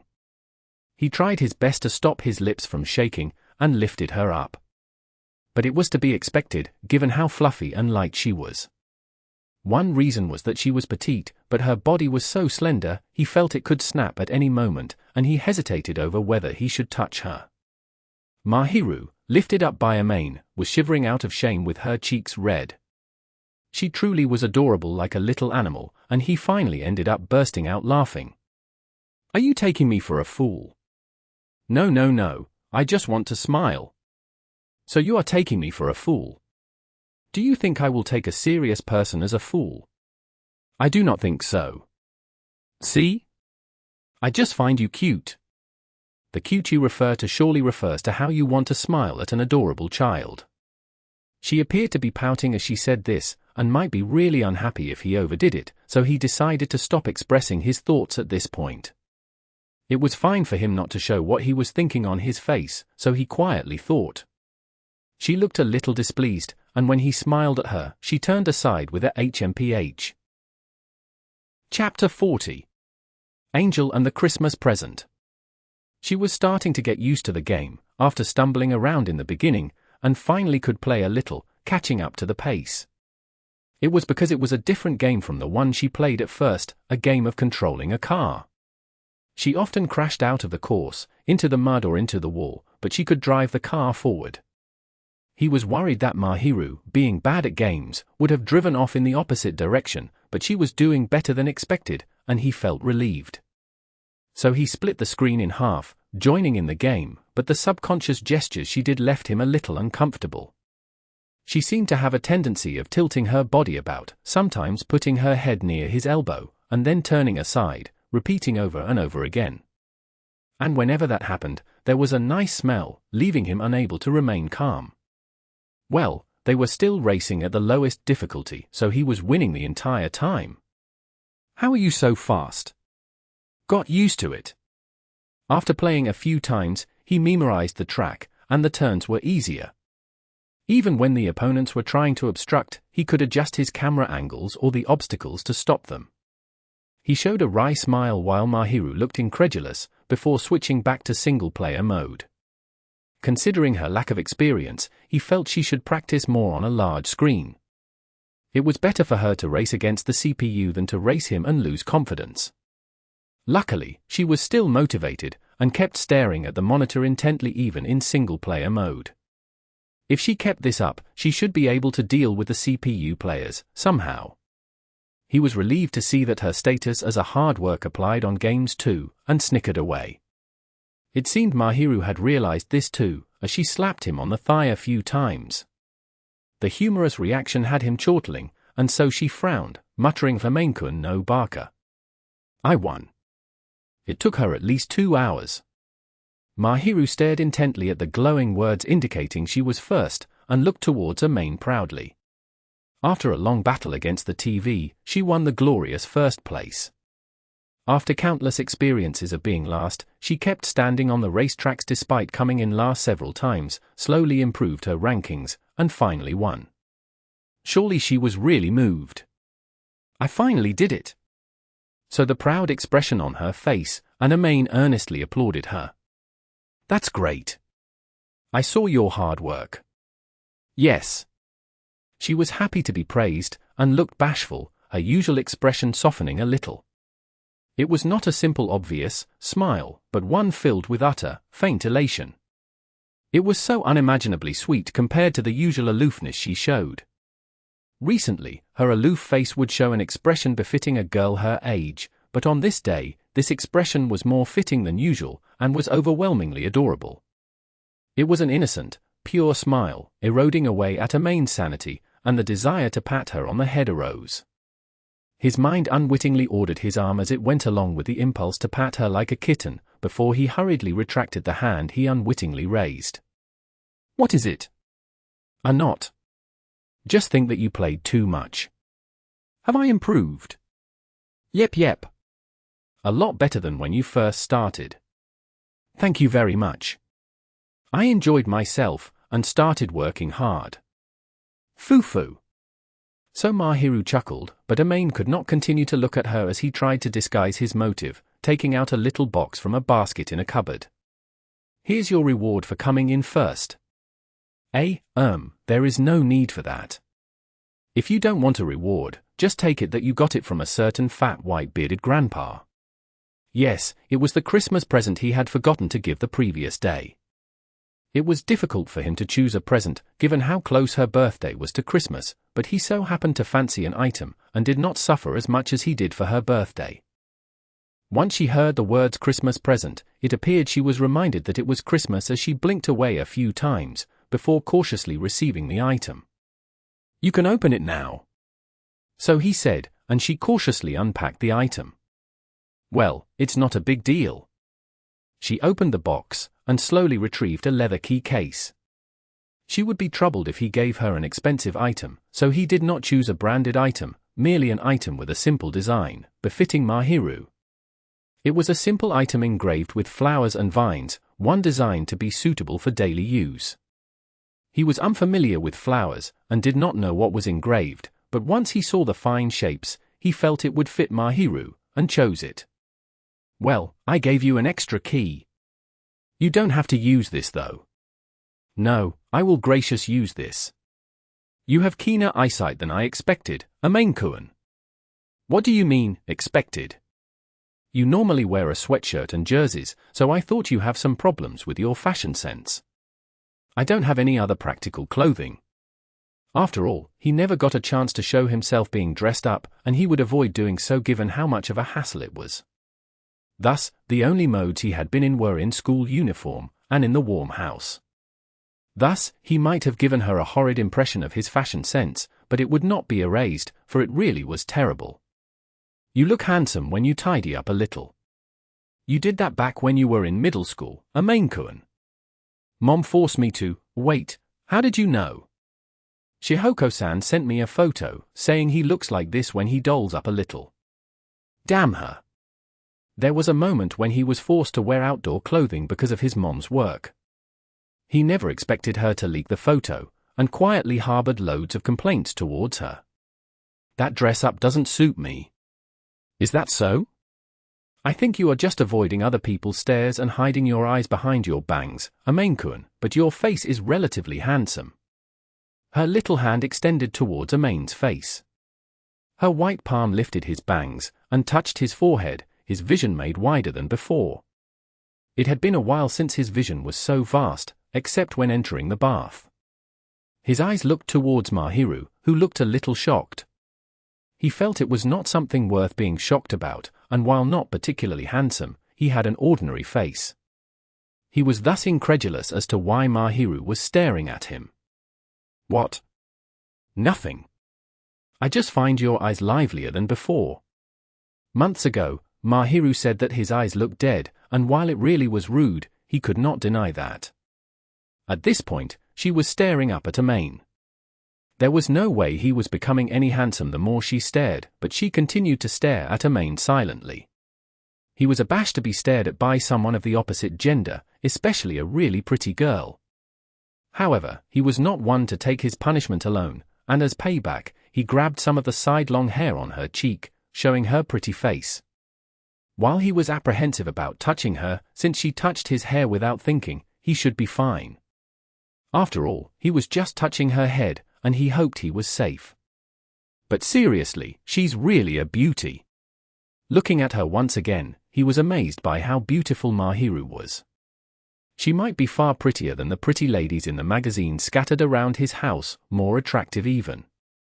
After all, photos could not be trusted. They merely captured moments, and could be enhanced. One could publish it as it was, beautify it, or even falsify it.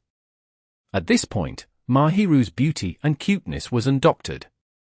As he continued to stare at this pretty face he would not get tired of, her eyes started to blur. Why so? So he wondered, but she removed her hand from his hair and looked down. She fidgeted about, looking very uncomfortable.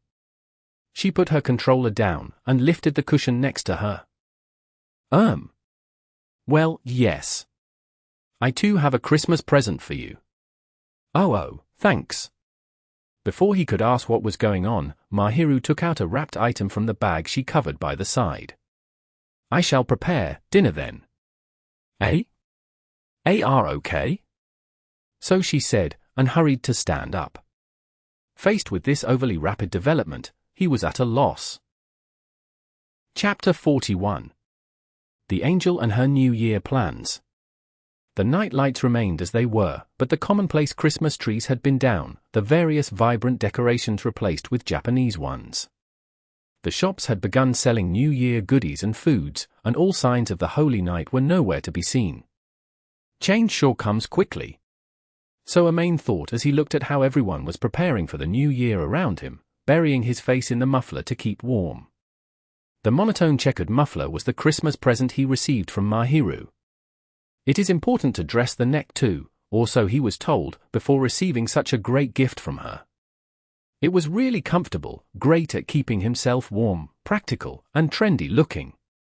Amain was not one to wear mufflers, but seeing as how he had received it from Mahiru, he wore it gratefully. He checked the contents of the shopping bag in his hand. While they were supposedly splitting the shopping duties, it was Amain who typically bought the ingredients according to the note he would bring along, all to alleviate Mahiru's burden. It was extremely cold, and a hot pot appeared to be on the menu, for the bag contained vegetables, mushrooms, meat and the like. There were more vegetables, probably because of Mahiru's insistence on balanced nutrition. Once he saw that he did not miss out on any ingredient, he hurried home, grumbling as the weather got colder. Welcome back. It was evening when he returned, and Mahiru welcomed him back. It was a strange situation when an unrelated outsider welcomed him home, but recently, he was getting used to it. "NN, I'm back, you don't mind that I bought some sliced rice cakes? You are intending to scrub the pot, no? Oh. I bought some ramen for later too. I cannot eat that much, you know. It's fine, I'll finish off most of it." While Amain was not a big eater to begin with, thanks to Mahiru's cooking, he was eating lots for dinner. Her food intake was sufficient enough for her to not gain fat, for she might have been worried about the calories intake. Amain was a little worried as he would eat more than her, and had begun training his muscles. Perhaps Mahiru was thinking Amain should have some extra meat since he was so skinny. He hoped to gain muscles, and not fat. "Well, it is fine if you are eating that, Amain-kun. Please give me that, I shall put it in the refrigerator. Do wash your hands, Amain-kun." "Got it." Amain handed the shopping bag over to Mahiru, and went straight to the washroom. "Anyway Mahiru, how do you normally spend your new year?" Amain finished the dinner that was really delicious, as usual, and was cleaning up when he suddenly asked Mahiru in the spur of the moment. "I find it pointless to head back during the new year, so I remain here." He realized his miscue when he heard such a flat tone from her, but Mahiru did not appear to mind. She was not on familial terms with her parents, so she would always act aloof whenever they talked about her family. But in that case, would Mahiru be spending the new year alone? Amain had a promise to meet his own family once semi-annually, and before he met Mahiru, he had intended to take a long vacation at his hometown. "You are going back to your hometown, Amain-kun, no? I guess. They told me to show up anyway." He glanced aside at Mahiru, and perhaps it was just him, but her eye seemed colder than usual.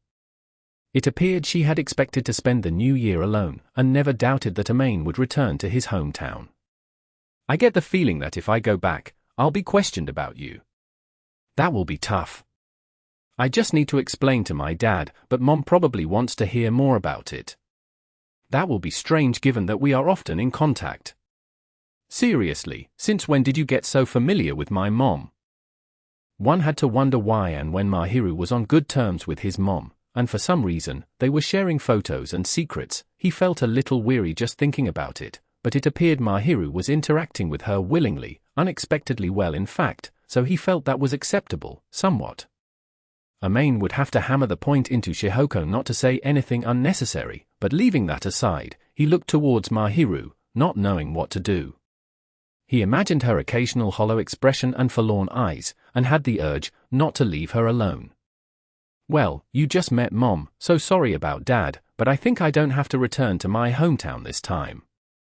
I'll go back during spring break after all.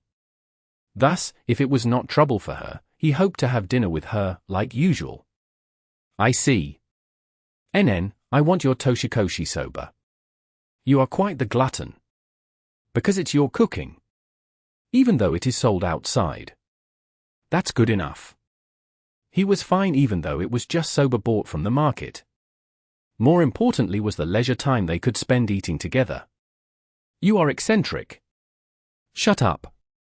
Mahiru curtly blurted, and Amain deliberately responded in annoyance, only to be met with a little smile. Thank you very much. For what? Everything. Mahiru said nothing more, and she embraced her favorite cushion, probably feeling somewhat better than before, her face looking brighter. Chapter 42.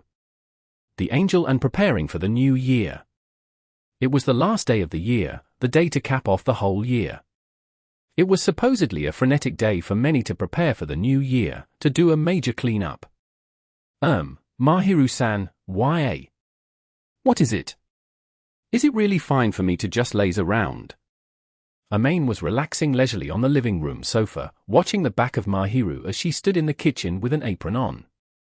Mahiru arrived since morning to prepare the osechi dishes. Since they decided to spend the new year together, 2 people's worth of osechi dishes would be a must. He had intended to simply buy some from the shops, but she insisted on making them. It was shocking how a fine high school girl could handle something so troublesome even for housewives. He was really impressed by her, but she said, "We need to order that in advance. It is impossible to do so now." He understood the reason why Mahiru would personally prepare them once he heard her explanation, but he really had to tip his hat to Mahiru for undertaking such a laborious task. Of course, Mahiru would skimp on any step she could. Cooking the black beans would take time, and take up a stove, so she bought them at the market instead. Amain-kun, you may feel uneasy about not having anything to do, but do you think you can contribute? Nope. I guess so. It is better for you to remain there obediently than to cause me trouble. So he obediently remained on the sofa after Mahiru stated her harsh viewpoint, but he was restless as he had nothing to do. However, it was not that Amain never did anything at all. They finished cleaning up the previous day, and they had enough ingredients to last for a little while without having to go outside, including those to be used for osechi. Not that he did not do anything, he did not exert much effort compared to Mahiru at this moment. You should be tired since you moved the furniture and appliances yesterday. Please rest well. Mahiru voiced her concern to Amain, who did the heavy work, as she continued to cook without looking back at him. Just to note, it appeared Mahiru was done cleaning her apartment.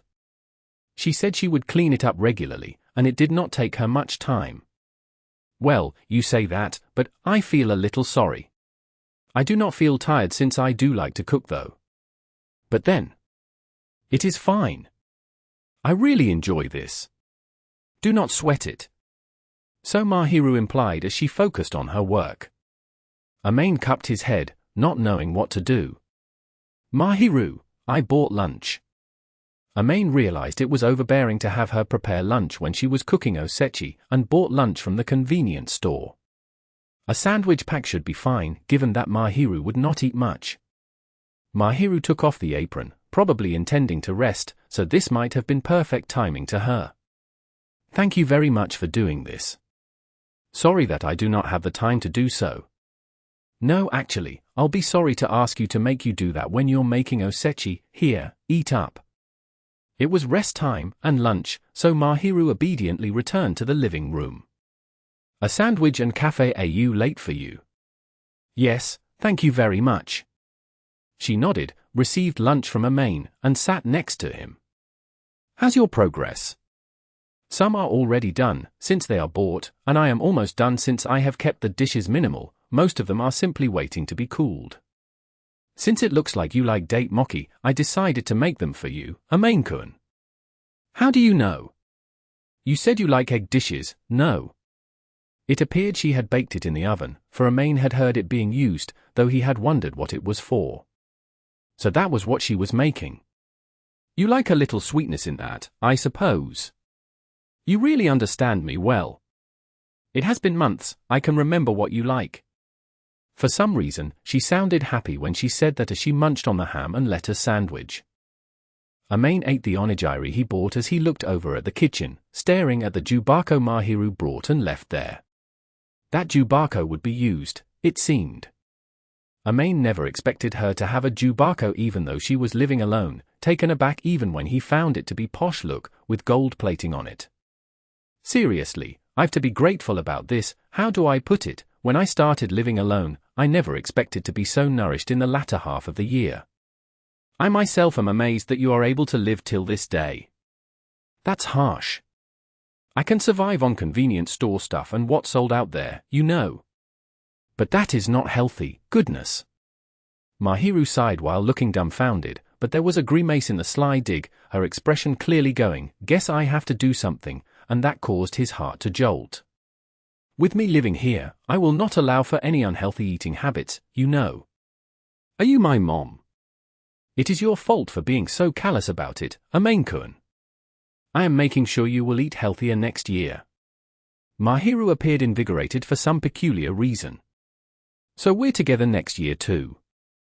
He was a little embarrassed by that thought, and averted his eyes. However, Mahiru took that attitude of his as an intent to skimp and live lazily, and she stared back in annoyance. It took him quite a while and lots of effort to explain that he did not mean that. Chapter 43. The Angel and Passing of the New Year. That was the case, but their dinner would be toshikoshi soba, so all they needed to do was to boil pre-cooked soba, and add ingredients to them. The kamaboko was excess leftover that could be added. They just needed to boil the spinach and dice the leek. The most taxing work would be to deep fry the prawn tempura, but Mahiru kept deep frying them without annoyance. Since we have extra pumpkin, let us make tempura out of it too. Oh, that's quite the fancy toshikoshi soba. It is fine once in a while. Mahiru said as she finished the toshikoshi soba, and it certainly was fancier than the one he had back home. Each had 2 large prawn tempuras, along with pumpkin tempura, and lots of spinach and leek. The kamaboko was served in a fan shape, giving a refreshing look. Also, it appeared Mahiru preferred to put the tempura atop, to keep it crispy. Amain's tempura was served separately on another plate instead, which left him very grateful. Whoa! Please help yourself. She served some excess osechi dishes on small plates, probably thinking Amain would not have enough to eat. He saw Mahiru sit down, they clapped hands to give thanks, and began eating the soba. It was pre-packed, but the fragrance of the soba spread as he bit into it, probably because it was a little expensive. Amain took a bite, and the fragrance of the soba spread. The soup too was neither too thick nor too diluted, leaving him at ease. The warmth spread from the belly, the flavor suitable for the harsh winter. Now this feels like the end of year. He drank the soup, exhaled deeply, and muttered. Watching TV at home, eating soba, waiting for the new year, a nice feeling it was. It was a yearly tradition for Amain to spend time back home eating toshikoshi soba, waiting for the new year, and watching the contest, and he was grateful to be able to do the same this year. Though, the one next to him was not his family, but an acquaintance girl. You know, eating toshikoshi soba like this, it does feel like a year's ending before we know it. Truly, lots of things happened this year. So they said, but most of these things were his interactions with Mahiru. When he started living alone, he never imagined such a pretty girl to cooking for him, not at all. Amenkun, this is your first year living alone. It must have been tough on you. You're rather used to it yourself. Well, I can handle most of my business. It is a no-go for you to live alone without knowing how to do anything, Amenkun. Well, you say that. You truly are a hopeless person, goodness. Mahiru reproached him with a smile, rather than simply looking bewildered, her face looking tender. She maintained a genial smile, not thinking that it would be a hassle to take care of Amane, it seems. I've really been in your care this year. Of course. It stung his heart to affirm this readily, but luckily, Mahiru herself did not seem unwilling. Please continue to do so next year. Understood. You will be completely useless and wasted without me around, Amenkun. I can't deny that. If you understand, you should pay more attention to that, you know. Take it as a next year goal. Even if he had the heart to do so, his determination would wilt after Mahiru had taken care of him so thoroughly. He kept his thoughts to himself, however, and never mentioned about it. Of course, he would tidy up his stuff from time to time, but it should be fine for him to ask her to cook. He found himself enslaved to her cooking, but at this point, it did not matter to him. Mahiru told him to change for the better, but he would ultimately be laughed at. He maintained a stiff look, and Mahiru showed a little smile on her face. The new year is coming soon. Yeah. They finished the toshikoshi soba, and were seated on the sofa, watching the TV concert. Before they knew it, time passed, and a new day loomed. It appeared Mahiru would not watch the TV unless it was necessary, and did not seem familiar with the trendy songs. He saw her enjoy the concert silently, and time passed faster than he imagined. The screen then showed the Joy no Cane, and he was reminded once again that a new year was looming. Next to him, Mahiru's eyelids were falling as she silently listened to the bell. And after hearing the 107th bell. Happy New Year! The moment the day changed, she straightened her back as she turned towards Amane, bowing down, and Amane too followed suit with this New Year greeting. Happy New Year, it's strange, two of us spending the New Year together like this. Fufu, I guess, please continue to take care of me this year. Same here, I guess I should be the one asking you that. I cannot deny that. Amane replied, a giggling Mahiru with a wry smile, and then noticed the smartphone on his knees shaking. It seemed Itsuki and Chaitos had sent a few New Year greetings over. There were a few numbers on the app icons. Mahiru too experienced the same, her smartphone was shaking. She had just known Chaitos, and never exchanged IDs, so the messages should be from friends Amane knew not of. The recent trend of delivering New Year greetings as messages had made things convenient. I shall reply to a few messages. Same here. It appeared Mahiru had received lots of greetings. For some reason, however, he felt she never informed any boy on how to contact her. As she began replying nimbly. She's really like a high school girl here. He thought as he replied to Itsuki and Chaitos. The messages were normal. Happy New Year. And, are you spending the New Year with Shina-san? They were right on the mark, but he replied denials to them anyway. Stop lying now. Itsuki immediately replied, and the process of teasing and being teasing repeated itself again. Suddenly, there was weight upon his arms. He then had a whiff of sweet fragrance. Oh no. So he looked sideways tentatively, and found Mahiru leaning on him with her eyes closed. Wait. He did not voice out, but he was rather flustered. There were cases of her falling asleep, but who would have expected her doing so next to him, leaning on his shoulder? No further thought was needed to understand why Mahiru had fallen asleep. It was past midnight at this point. It was expected that Mahiru, living the prim and proper life, would not stay up late. Furthermore, she was busy making osechi the entire day, and though she did not show it, she must have been really worn out. There was no doubt she had no resistance against the sleep demon. He understood the reason. He knew, but he never expected her to do so at this moment. Mahiru fell asleep while leaning on Amain, ignoring how flustered and gaudy the latter was as she showed a serene sleeping face. The long eyebrows, nice nose, pink lips were all defenseless. It was not the first time he saw her sleeping face, but it was the first time he did so up close, and he froze up. "Mahiru, wake up!" He called out worriedly, but there was no response. She had fallen into a deep slumber, devoured by the sleep demon as she was too tired. She showed no signs of waking up no matter how he talked to her or shook her gently. He patted her gently on the thigh, shaking her body, but she did not wake up. Having done that, she started tilting a little forward, the parts touching him moving slightly, and he hastily pulled her up, only to end up embracing her in his clutches, leaving him more flustered than ever. "That's a really nice smell." Mahiru went back home to shower, or something else, after they had eaten. Perhaps the shampoo floral fragrance had blended into hers, for she was giving off a sweet fragrance, leaving him very comfortable. And also, he sensed something soft on him, and was left really restless as a result. She was sleeping so soundly, he could not bring himself to wake her up. He had a feeling that she would not wake up unless he hit her more forcibly. "What do I do now?" This happened right after the new year started, and Amain found himself cupping his head. Chapter 44. The Defenseless Angel. She was really sleeping soundly. It seemed she assumed Amain was someone she could trust, for she slept soundly.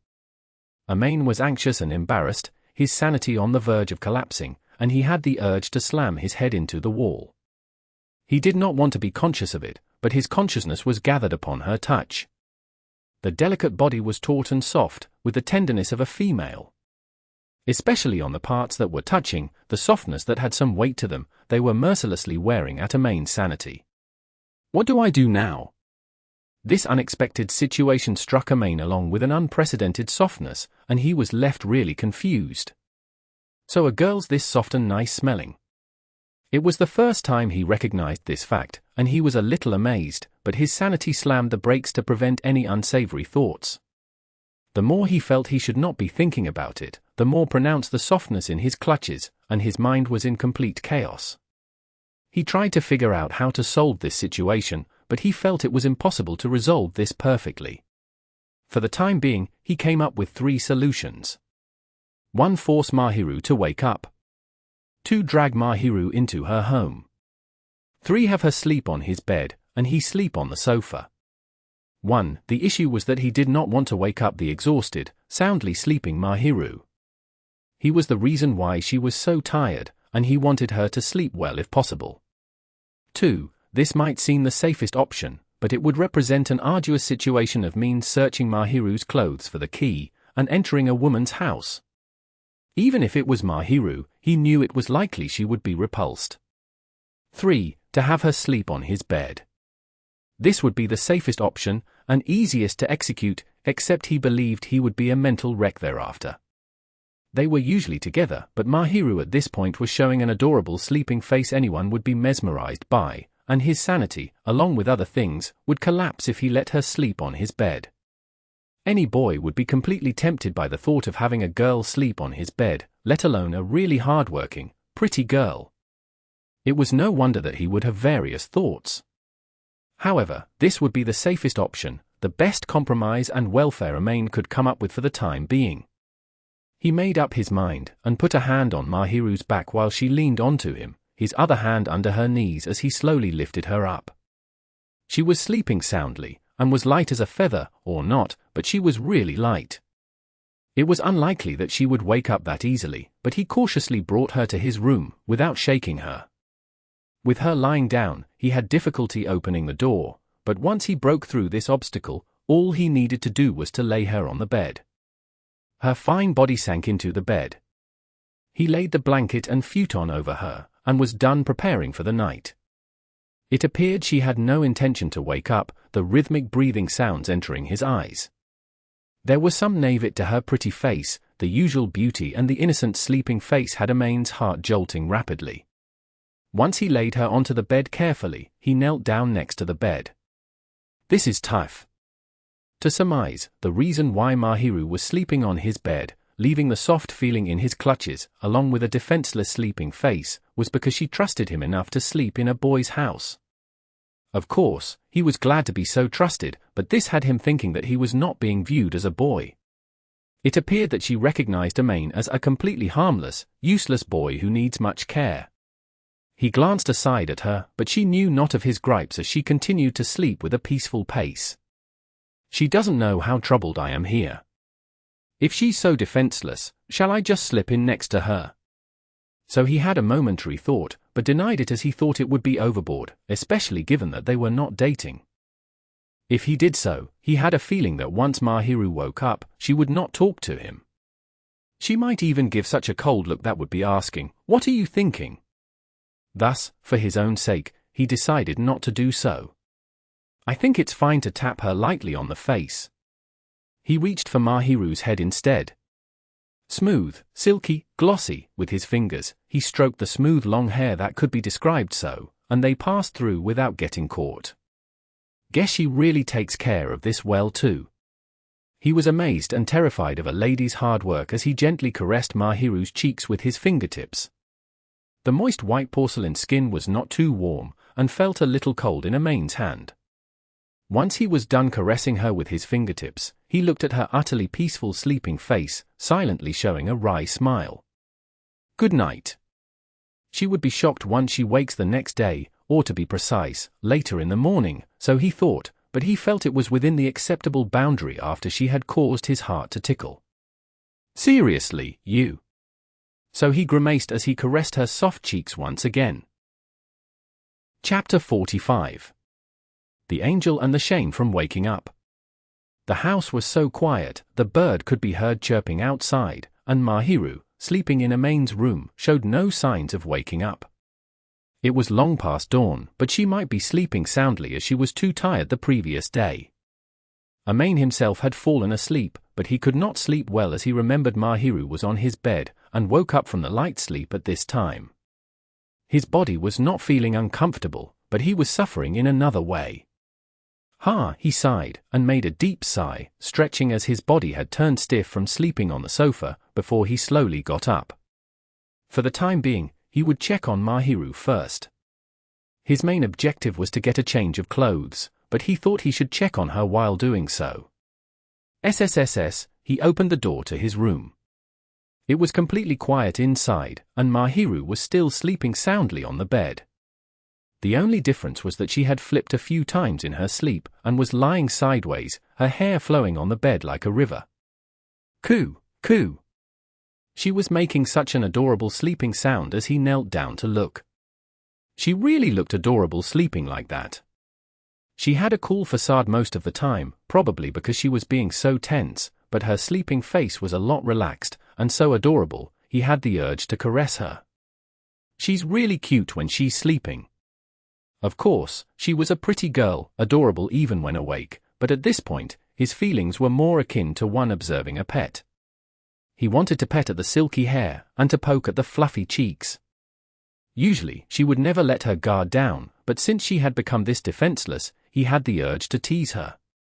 Without thinking, he reached his hand towards her soft cheek, touching it. The smooth cheek was as soft as the previous day. So fluffy it was, he wanted to keep touching, and he started poking with his finger. He was touching her as softly as he could, but while he caressed her cute cheek softly, Mahiru, who had been sleeping silently, let out a sweet sound. And before he could move his hand aside, she slowly began to open her eyes. The moist, unfocused caramel-colored eyes were staring at Amain, or to be precise, in his direction. Her fluffy expression showed some traces of a young, sleepy face, and showed much innocence. His sleepy eyes had some consciousness despite being in a daze, and she looked more immature than when she was sleepy.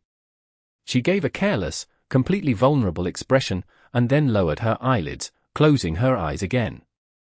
He wanted to retract his fingers, but she brought her face onto his fingers, and rolled her cheeks on it, her thin throat making a sweet sound. "Please do not leave me." So she appeared to say as she rubbed her cheeks on him. He knew very well that she was half asleep. There was no reason for Mahiru to fawn at Amain, and usually she would not show such a relaxed face and gesture. Despite that, she was acting like a fawning kitten, and Amain's heart and sanity were put to the test early in the morning. Should he retract his hand, or go with the flow and poke her in the cheek dotingly? Emotionally, he was leaning towards the latter. It was not often that he would get to see such a fluffy Mahiru, and he was interested to know how much she would fawn around. But he had a feeling that once he did so, Mahiru would start pouting away and give him the cold shoulder the moment her consciousness returned. He knew she would be utterly embarrassed, and did not know what to do. In any case, she was really adorable, so he decided to stop at merely staring at her. Her consciousness had mostly returned, but as she was a little groggy, or that she never noticed Amain's hand, she brought her head close to his fingers. Amain only intended to check on her and get a change of clothes, but for some reason, there was such body contact. His heart was filled with unspeakable itch, and heat started to gather on his cheeks. NN. After a short while, Mahiru finally opened her eyes, seemingly awake this time. Their eyes met.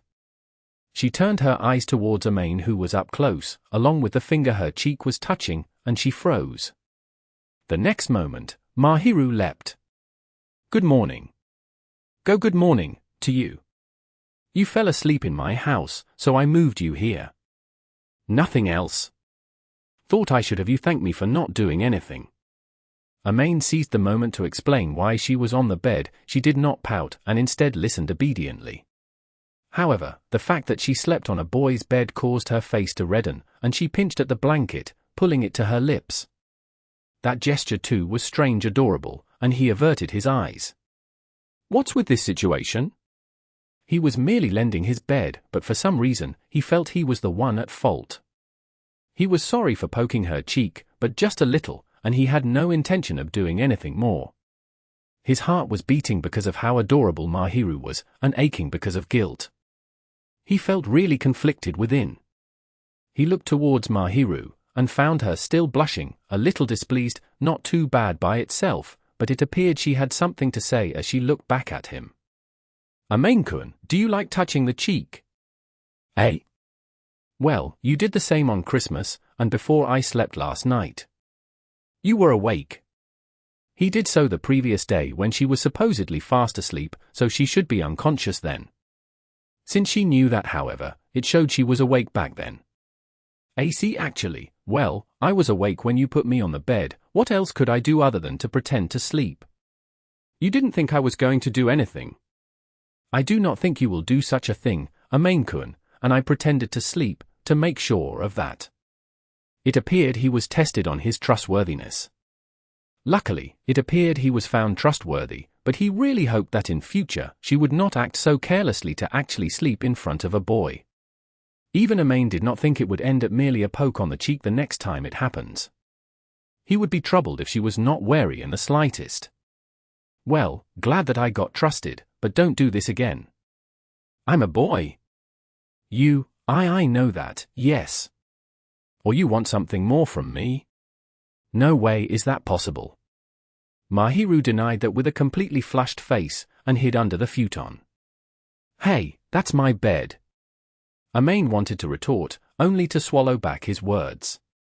She remained rolled up in the coop, shivering away until her shame subsided, and Amain decided to leave her be. Chapter 46.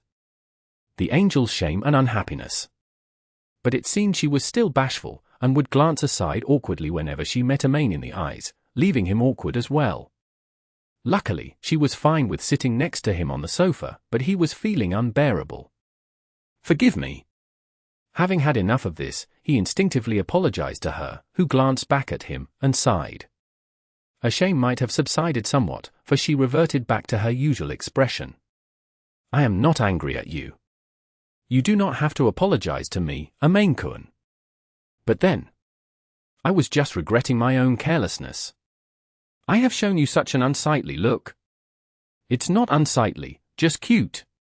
The angelic sleeping face was truly befitting her moniker as the angel, and she looked really cute, whether it was the sleepy eyes once she woke up, or the defenseless innocent face. It was contrary to the usual poised and aloof expression, a new discovery of a really innocent expression. It was so adorable, he had the urge to keep looking, but she probably did not want to show such a careless look. He did not find it indecent, unsightly, so he wanted to deny that. For some reason, Mahiru bit her lips and whacked at him with the cushion in her clutches. It was not painful, and she probably not was being serious, but he did not know why she did that so suddenly. What? You really are hopeless at this, Amane-kun. Seriously, what do you want me to do? You should not be saying such words so lightly. It's not like I say this to anyone else. The only acquainted females near Amane were Mahiru and Chaitos. Chaitos was relatively cute, if anything, but Amane instinctively found it a hassle to mention her, and there was no need to praise her directly. Thus, there was no one he could praise other than Mahiru. Mahiru froze, and he was skeptical, shrugging. Say, you're already used to hearing that from others, right? Not much of a difference now. He had called Mahiru cute a few times, and found it preposterous that she was being mindful of it at this point. Mahiru should know very well how pretty she was, and was surely used to receiving praise. There was no reason for her to be so flustered just because Amane alone said a few words. So he thought, and for some reason, Mahiru frowned. So seriously, what's up with you? Nothing at all. She launched another physical attack at him with the cushion. Humph! And turned her face aside. I shall make ozoni now. She wore the apron and entered the kitchen. Amane picked up the cushion that was shoved onto him, and could only stare at the displeased Mahiru in the back. Once they finished the ozoni, Mahiru reverted back to her usual expression. She was scowling when they began to eat, and he was a little uncomfortable with that, but the ozoni and the osechi were really delicious, and he found himself mesmerized. Before he knew it, he sat that Mahiru seemed to be back to normal. Everything returned back to normal when they left the dining table and returned to the sofa. Speaking of which, are you going for Hatsumode, Mahiru? Hatsumode? I do not really wish to go, I do not like crowded places. It feels like I am being watched. Well, that's because you're an unbelievably pretty girl after all. So he wanted to say, but he remembered he had just ruined her mood, so he swallowed back his words. Well, that is to be expected. He answered. Amane-kun, are you going to the Hatsumode? Back at home, I go with my parents, but I haven't made up my mind. I think there's no need to squeeze through on New Year's Day itself. Agreed. Looks like Chaito's group is bonding back home with her family, and kids nowadays don't really go for Hatsumode. We'll go a little later. Compared to the past, fewer younger ones, especially those in their teens and 20s, would attend the Hatsumode, not that Amane and the others were weird or anything. Not that he did not want to go, but he understood that it would be packed there, and he would only feel tired just going there. He thought it would be fine going later when there were fewer people. Besides, I want to relax over these 3 days. I don't really care about the New Year packets. I am interested in receiving New Year packets though. You want to go to the shopping mall? I have no courage to charge into the crowds there. Agreed. Amane replied as Mahiru did, and leaned into the sofa. They were not dictated to go anywhere on New Year after all. Amane would typically hope to avoid troublesome matters, and was fine with just spending the day, lazing around. It appeared Mahiru had intending to spend the entire New Year period at his place, for the convenience of cooking. They did not have to worry about having food, or someone to talk to. This is one fancy New Year. So Amane thought as he glanced aside at Mahiru, chuckling away. Chapter 47. The Angel and Her First Encounter. Amane's father sent this message at 10 p.m., on the 3rd day of the year. It is fine for you not to return home, Amane, but I do want to see your face. Also, I heard from Shihoko-san, so I thought I should greet the neighbor. It appeared Amane's mother had introduced Mahiru, and told him how much their son was taken care of, so he wanted to greet her as his parent. Amane would have refused with all his might if Shihoko did not know about Mahiru, but she knew, and Mahiru herself had been contacting Shihoko quite the bit, so it was pointless to refuse. There was nothing to hide at this point, so he was not repulsed by the idea of his parents checking on the son that had never returned. If the father Shuto was arriving with Shihoko, he should be able to rein the often rampaging latter. Amain determined that if he were to refuse, Shihoko would brazenly visit Mahiru again, so he agreed to his father's request, before sending Mahiru a message. Is it really fine for me to intrude upon your family reunion? Mahiru appeared at Amain's house the following morning, and looked a little nervous. It appeared Shihoko had contacted Mahiru before, rather, they were well acquainted since they were in constant contact. It would be one thing if Shihoko was the one visiting, but the father too would appear this time, and it was no wonder Mahiru was so tense. Well, you aren't disturbing. Dad just wants to say hi to you, and Mom's really interested in you, so I want you here. Actually, you have to be here. Even though you say so. I get that you aren't too willing, but I hope you'll endure it for now. It might be a surreal situation for her to greet his parents, but since they wanted to meet, they had no other choice. Amain was sorry about taking up Mahiru's time, but such was his father's personality that he would feel restless if he never got to greet Mahiru, so he hoped she would just endure for a while. How did Shihoko-san introduce me? Relax. Dad kept saying you're a benefactor. He specified that we don't have the kind of relationship my mom's fantasizing about. It appeared that Shihoko had deemed Mahiru a daughter-in-law, a cute daughter even, which Amain vehemently denied. Shuto grimaced a little. Shihoko-san's bad habit is at work again. As he noted understandingly. There should not be any misunderstanding. Mahiru looked a little relieved as she put her hand on the chest, sorry. Amain responded with a wry smile, and continued to wait. Right on cue, the doorbell rang. Mahiru jolted greatly, and Amain smiled as he consoled her. He went to the door and unbolted the chain. He opened the door, and found the parents he was used to seeing. It's been half a year, Amain. It's been a while, Dad. Amain's father, Shuto, showed a calm smile, and Amain too gave a smile of some relief. Shuto was one who had a calming demeanor, and was one who could easily calm those around him. Amain relaxed once he met his father again. You're treating your mom so differently. That's because you showed up out of a sudden, Mom. I would have welcomed you if you told me first. Most importantly, it was because Mahiru was around, and Amain would have been a lot more relaxed if he was alone back then. Anyway, come in, what's that? Various things tilde. That aside, where's Mahiru-chan? Inside. He tersely answered, and accompanied his parents in, the latter having removed their shoes. An uneasy-looking Mahiru was seated there, looking at them, and she widened her eyes. It was not unreasonable for Mahiru to be shocked.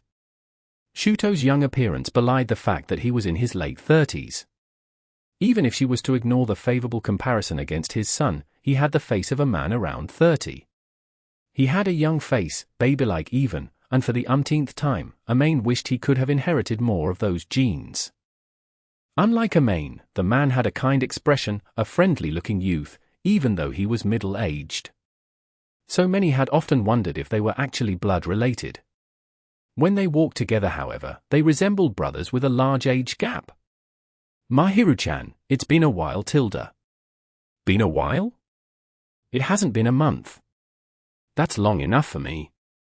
Mahiru saw Shihoko scurry towards her with a beaming face. It has been a while. Mahiru answered with a smile shown to outsiders, correcting her sitting posture. However, she looked a little perturbed towards Shuto, the latter noticing the stare and stood next to Shihoko with a calm smile. Nice to meet you. I'm Amain's father, Shuto Fujimaya. I have heard about you from Shihoko-san, Shina-san. That you've been taking care of our son. Nice to meet you. I am Shiina Mahiru. I have been in the care of Amain-kun. Shuto made a beautiful formal bow, and Mahiru followed suit with a formal greeting.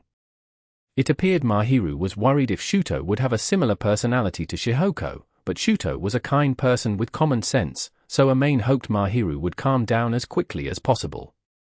Shuto was the only one who could apply the brakes on Shihoko, and the latter was weak against Shuto. One reason was that she was overwhelmingly fond of him though. Why, you don't have to be so humble, you know. Amain's sloppy after all. Sorry for being sloppy. All right, Shihoko-san, don't say that now. Amain, have you thanked her properly for taking care of you all this while? I did my best. That's good. Females are to be treated respectfully. That was what Shuto taught, and he might be worried if Amain had thanked Mahiru properly. Amain was uncomfortable with leaving everything to Mahiru while he got to enjoy, and of course, Amain assumed he did all he could for her. Shuto was relieved to hear Amain's reply, and again turned to meet Mahiru in the eyes. Really, how do I thank you here? It seems you were doing all the daily dishes, and even the osechi. I've always been thanking her, and I've been helping her out. Yes, surprisingly, Amain-kun is rather concerned about me. How surprising is this surprising you speak of? Well, he might appear crude, but he does pay attention to detail. So Mahiru said, and Amain was left speechless, unable to refute the fact that he was crude. Shuto showed a kind smile. Looks like the two of you are really on good terms. Don't cause Shina-san too much trouble here. Got it. Same to you, Shina-san. Do correct Amain if there is anything he does not do well. He might not look like it, but he's a really honest boy. Do correct him if there's anything you don't like. Amain-kun is very kind. As for anything I dislike, just a little. So there is. Rather than dislike, I will say it is a flaw. She seemed to be stammering for words, and if he were to ask what was bad about him, she would be unable to reply. For some reason, Hahan Shihoko seemed to have an idea as she burst out laughing, looking towards Amain. What now? Who could only muster such a response? Chapter 48. The Angel's Admiration. Even though they were his parents, they were still guests, and it was imperative to serve them. Mahiru, however, insisted on serving tea, so Amain left it to her. He never expected that the tea set and black tea Mahiru brought for him would be used in this situation. His parents were seated on the sofa they normally sat together on, beaming away. Why, thank you Mahiru-chan. You're completely used to this. Why yes. Normally, Amain should be the one doing this, right? If Amain was to brew the tea, it was likely only the bitterness would be extracted, so Mahiru took charge. However, Shihoko looked a little dumbfounded. No, I want to do this. Well, if Amain's to do this, the tea might not be of appropriate temperature. That's to be expected. While she was right, he was peeved to be criticized. He could not refute this, and could only shut up. Shihoko looked towards him with glee. Speaking of which, Amain, you have been addressing Mahiru-chan with her name now. Once she suddenly pointed this out, Amain and Mahiru froze in unison. He had forgotten about this as he had been addressing her naturally. When his mother last met them, Amain did not call Mahiru by name, and Mahiru was fidgeting when she addressed him back. At this point, both of them addressed each other so naturally, and Shihoko naturally would let her thoughts run wild. That's fine, right? That's nice, I think. Good to be intimate. She deliberately chose not to press the matter further, merely looking towards Amain with a clear smile, the latter sensing his cheeks shaking. Perhaps it was better for her to tease him instead. Whenever Shihoko was in such a state, her mind would be imagining all kinds of my happy situations. Shihoko-san, stop teasing Amain. But Shuto slammed the brakes. This is a bad habit of yours, Shihoko-san. Don't tease him too much. Yes, too bad, but I have to stop. Shihoko would only listen to Shuto's words, and Amain the tormented son was really grateful for that. But it is great seeing our son get along with such a cute girl. I was worried that your bad habit will run wild, Shihoko-san. Oh, are you stopping me now, Shuto-san? I think it is good for you to change when you have some self-awareness, but I can't help you when this is another thing I like about you. Why, Shuto-san? While he did stop her, the parents started veering into their own world, for some strange reason, and Amain blatantly sighed. Shuto was usually one of common sense, but he would instinctively dote on his wife, resulting in an unapproachable vibe around him from time to time. Luckily, he would only do so in front of family, and would not be so brazen outdoors. Perhaps he was sufficiently relaxed, for they were in Amain's house.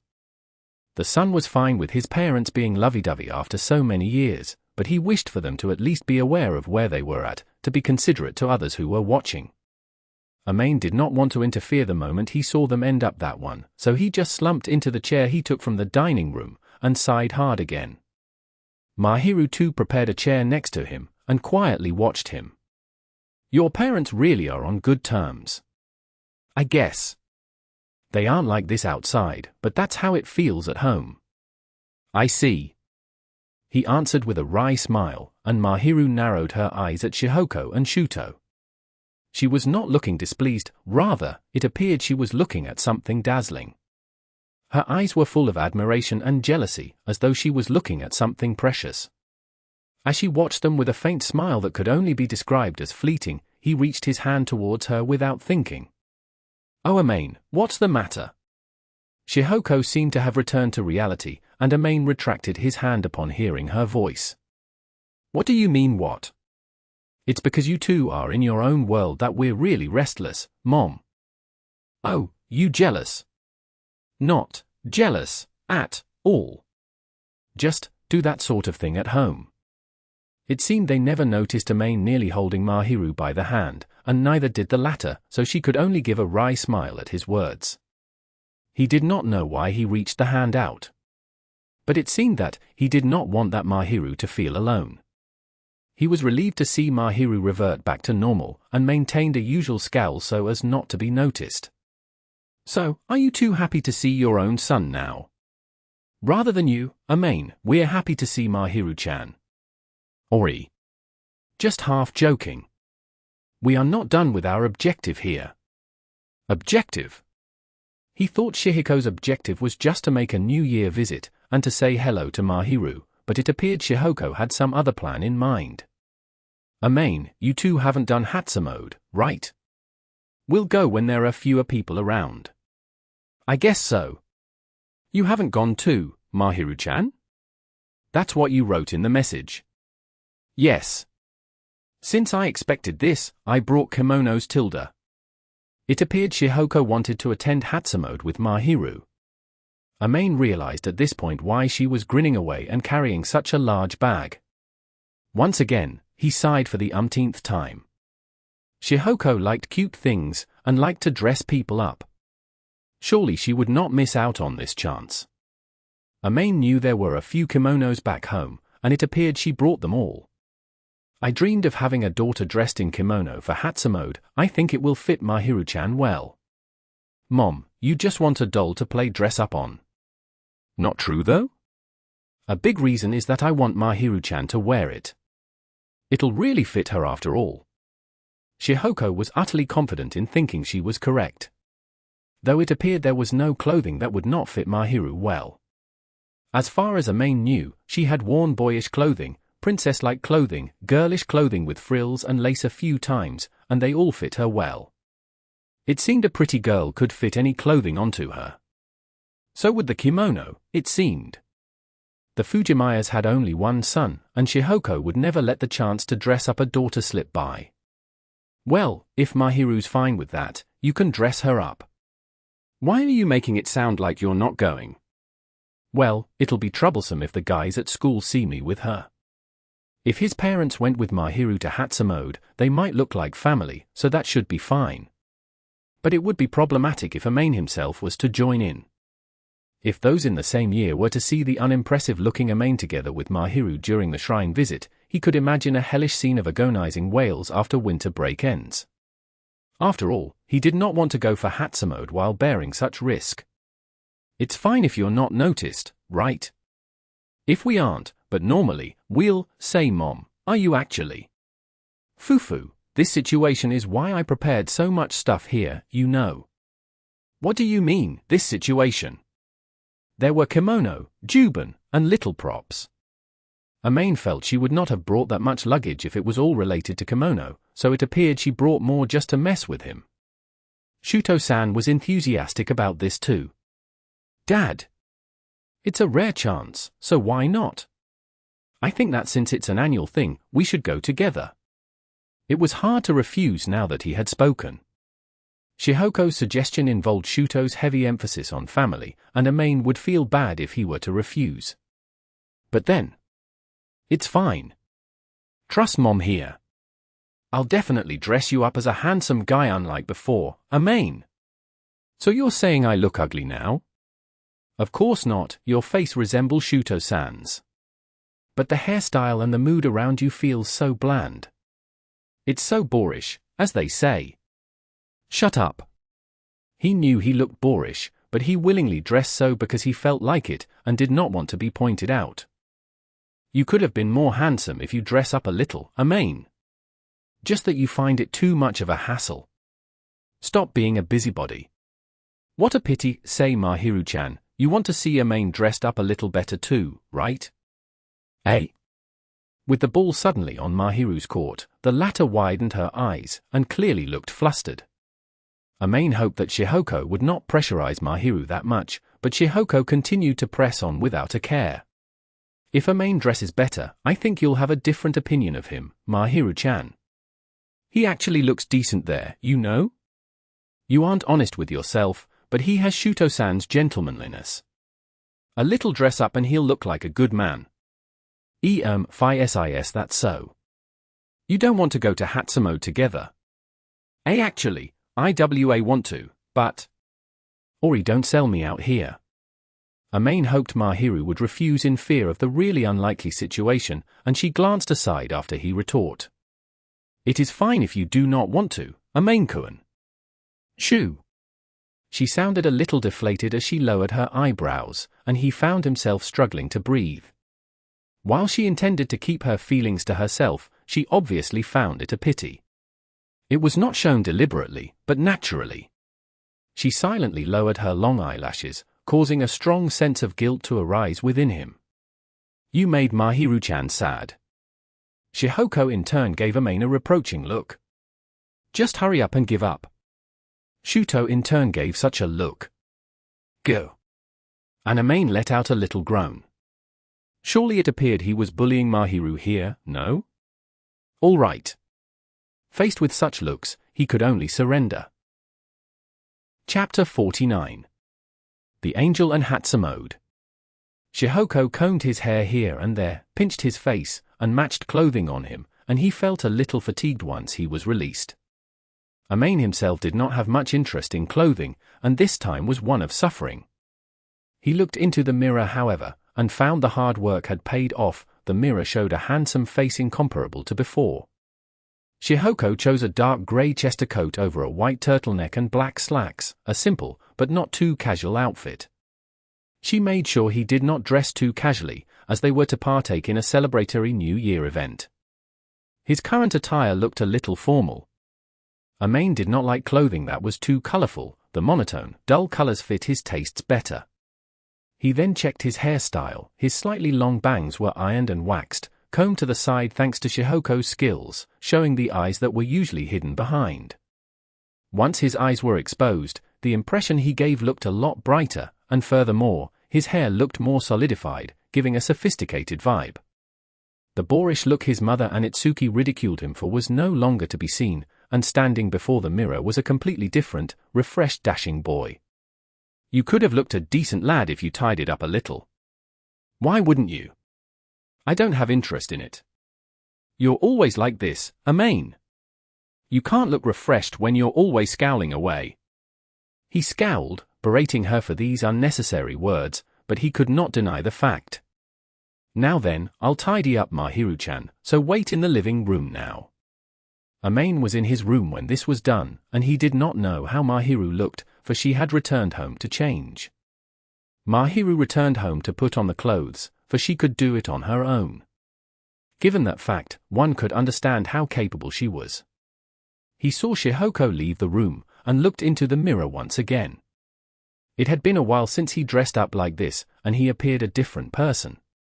Well, this isn't so bad. He might look unsightly standing next to Mahiru, but it was a lot better than his usual self. Ain't bad to do this once in a while. So he fiddled with his hair that were unblocked by his bangs, muttering away. Dozens of minutes passed as he waited with Shuto in the living room, and heard the door open. He was not displeased about having to wait, as he had heard that women needed lots of time and effort to dress up.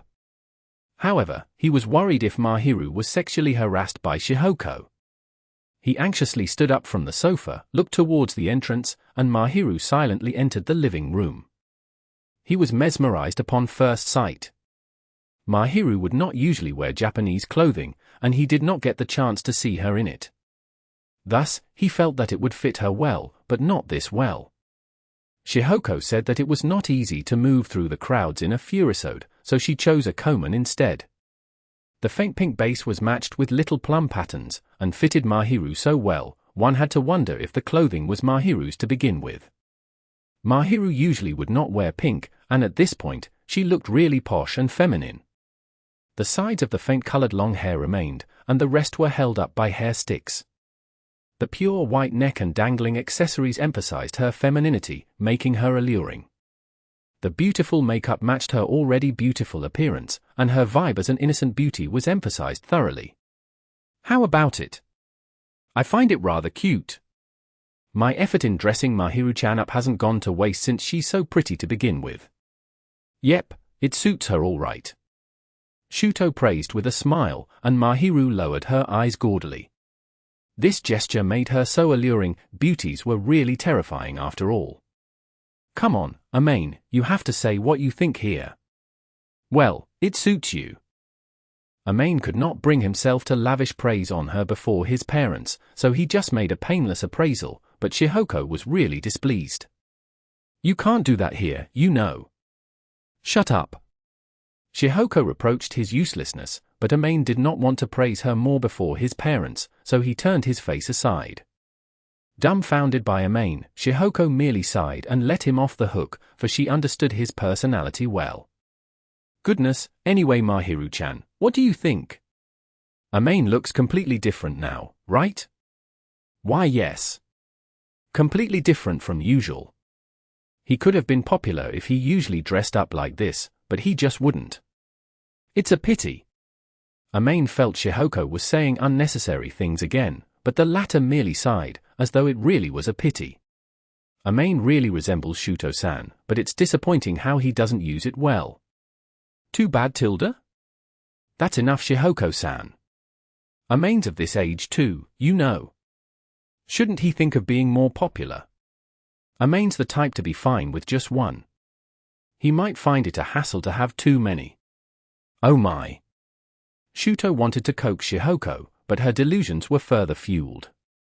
Well, it was true that Amain would rather have a single person next to him than to be popular amongst many, so Shuto said, and Amain himself agreed with this sentiment. But would it not seem that Mahiru was that special someone at this point? He could only turn his cringing face aside, away from Shihoko's radiant smile. Why does she have to let her thoughts run wild? He wondered, but he was aware others would view them in the same vein. At the very least, Mahiru was special to Amain, or so he could admit. But while that was fact, he glanced aside at Mahiru, making sure she did not notice him, and sighed. Well, I can say I like her. He felt he was fond of her. But he felt there was a distinction from it being outright love. Mom, what do you think of doesn't exist? Enough nonsense and get the car ready. Such an unpleasant kid. Well, that's fine, Shuto-san, shall we get going? Of course. It appeared Amain successfully diverted the topic, for the duo began preparations to move out. He left the choice of shrine to his parents, and watched their backs depart for the parking lots right outside the apartments. I got all my stuff in my bag, so I don't have to prepare much. What about you, Mahiru? They are all in this bag.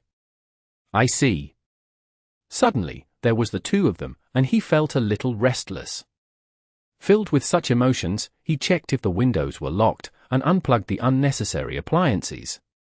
He switched off the living room lights, and looked towards Mahiru again. As expected, she was really a beauty, even if he did not look at her too intently, though he never managed to praise her before his parents, there was no doubt to anyone that Mahiru was a real healing sight as a kimono beauty. What is it, a main-kun? NN, well, it really does suit you. Like an innocent beauty in kimono. Really cute, really pretty, I think. He learned from Shuto to lavish women with praise when it came to fashion, and he should have done so the moment he saw her, but it was too awkward for him to do so before his parents.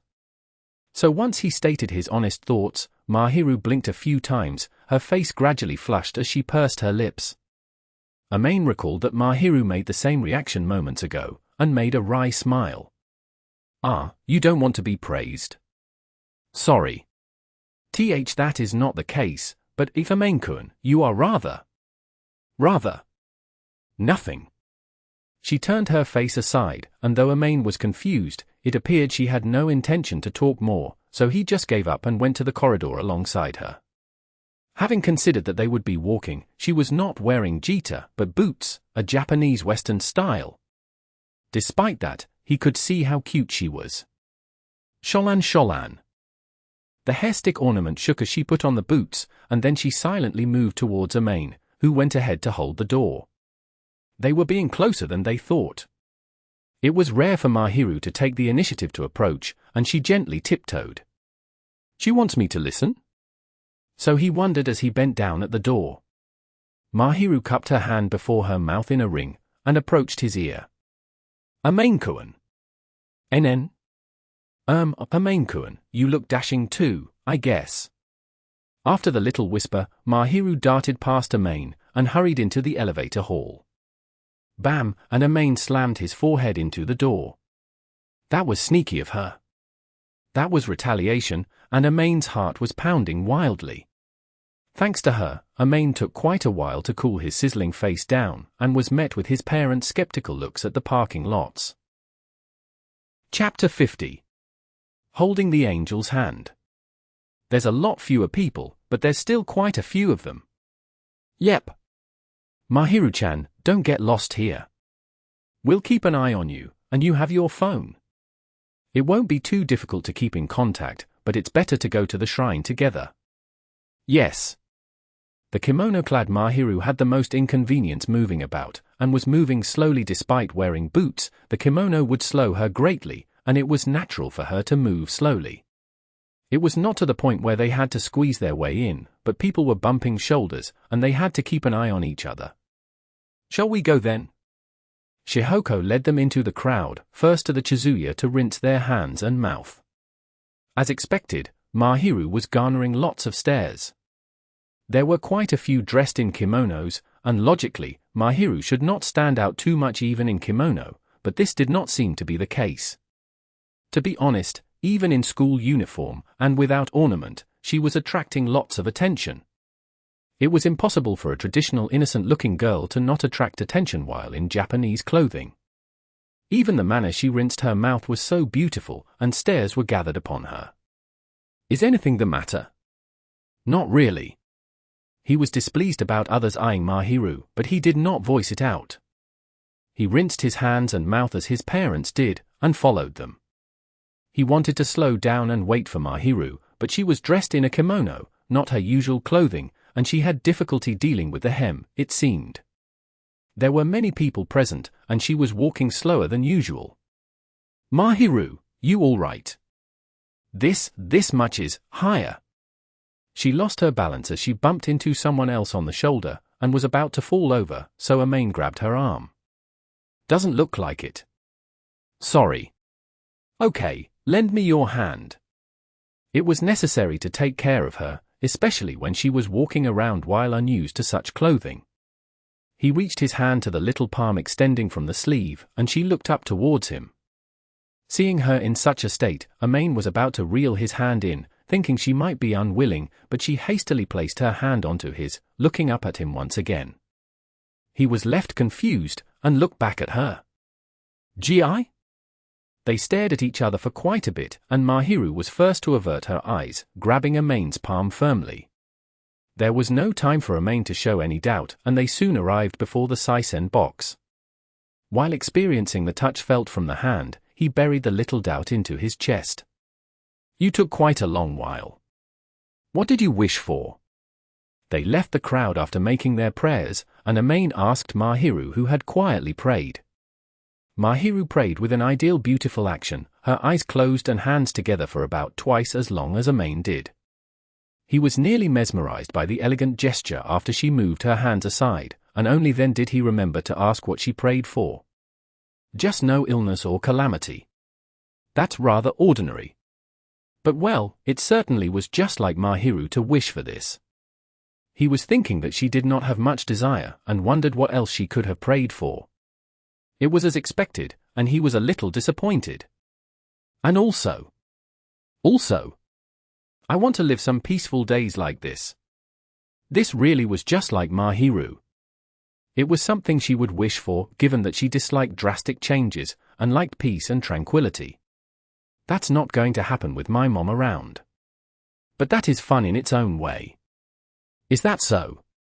So he wondered, but he kept quiet after seeing how happy she was, and held her hand with a gentle look. After all, they were still passing through a crowded place, and his parents were awaiting afar after finishing their visit. It would be troublesome if she was to trip over at this point. Amain held her hand while thinking so, but she blinked slightly, lowering her eyes bashfully as she held his hand back. You too, over here, Tilda. Shihoko's voice was loud and lively, easily distinguishable.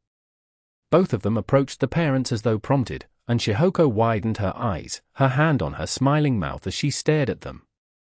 Ara. What? You naturally held hands there, didn't you? Upon hearing those words, he realized his mistake in holding hands before Shihoko. Would this mean Mahiru was a special someone to Amain? Shihoko implied with a smirk, but it was not a joke to Amain. I just don't want her to get lost there. It's easy to trip over in a kimono. Of course. It is difficult to move around in kimono, and she needs an escort. I did the same with Shihoko-san. Shuto was understanding, and did not find anything amiss about him holding Mahiru's holding. Like Amain, he gently held Shihoko's hand. It would not be tiring if he could hold the hand as nimbly as his father did, but he could not do so because of his personality, so he was grateful that Mahiru held his hand obediently. Upon seeing that Shihoko diverted her attention to Shuto, Amain heaved a sigh of relief, but Mahiru did not release the strength in her hand. Kiyu! It was controlled, but he understood that she was unwilling to let go. He whispered to her, asking what it was about, but she did not answer, her slender fingers still holding onto Amain's. Mahiru-chan, I'm getting some hot drinks. Which do you prefer, Oshiruko or Amazake? I shall have Oshiruko. Shihoko interrupted him from asking and letting go, so he could only continue to hold Mahiru's hand. Then what about you? Amazake for me. Yes. But he was fine with Mahiru not hating him at least, so he restrained the slight itchiness arising in his heart as he told Shihoko what he wanted, before holding Mahiru's hand again. Soon after, Shihoko returned from the shop, and handed them their orders. They could not eat without letting go of their hands, so both decided to let go for the time being and rest.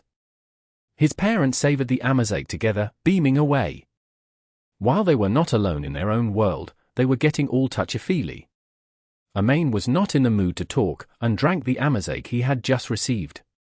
It was drinkable in sips, and nutritious, but what Amain enjoyed was the sweetness and richness of the rice that spread in his mouth, and he could not help but sigh in relief and amazement. He really could not give up on choosing the Oshiruko, but given that it was the new year, and considering the mood, he chose the other. Given his personal preference, he was correct. He glanced aside at Mahiru, and found her looking poised, sipping the Oshiruko from the paper cup.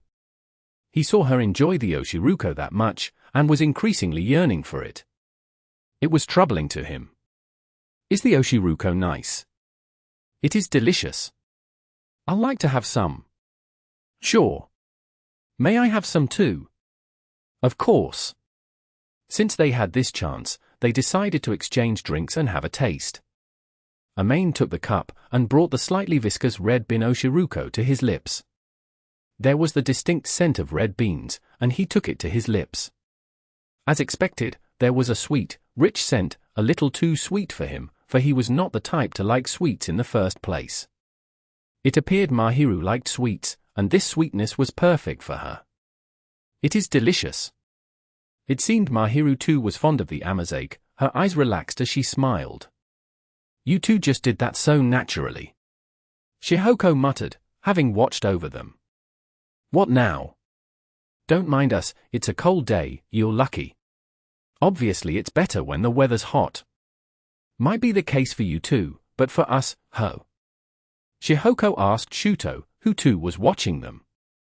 He gave a calm, somewhat wry smile, of course. Amane's shoulders shivered awkward in the face of that incredulous stare, and Mahiru looked mystified as she stared back at Amane. Chapter 51.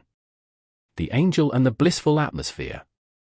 It was evening when they returned from Hatsumode and rested a little. Mahiru changed clothes and began preparing dinner, but Shihoko wanted to stay over at Amane's house just to observe Mahiru's cooking. The hometown's a few hours' car ride away from here. They were already tired, and it seemed they planned on staying over to begin with. Amane wished they would have permission from the head of the house, but that would be Shuto, so he could not complain about it. Luckily, they had an extra futon for guests, and they probably would share it. They slept together back home anyway, so it would not be anything drastically different. Thank you very much. You really are capable for a high school girl. I couldn't do this when I was in high school. You're not as capable as Mahiru now, Mom. Did you say anything? Nothing. Amane heard a monotone from the kitchen, and played dumb as he leaned his back into the sofa. Next to him, Shuto was going, "Stop bullying Shihoko-san," but usually, Amane was the one being bullied, or rather, teased. This little bit of payback should be somewhat acceptable. How rude, the voice from the kitchen reached the impudent Amane, but she reverted back to her cheerful voice as she spoke to Mahiru.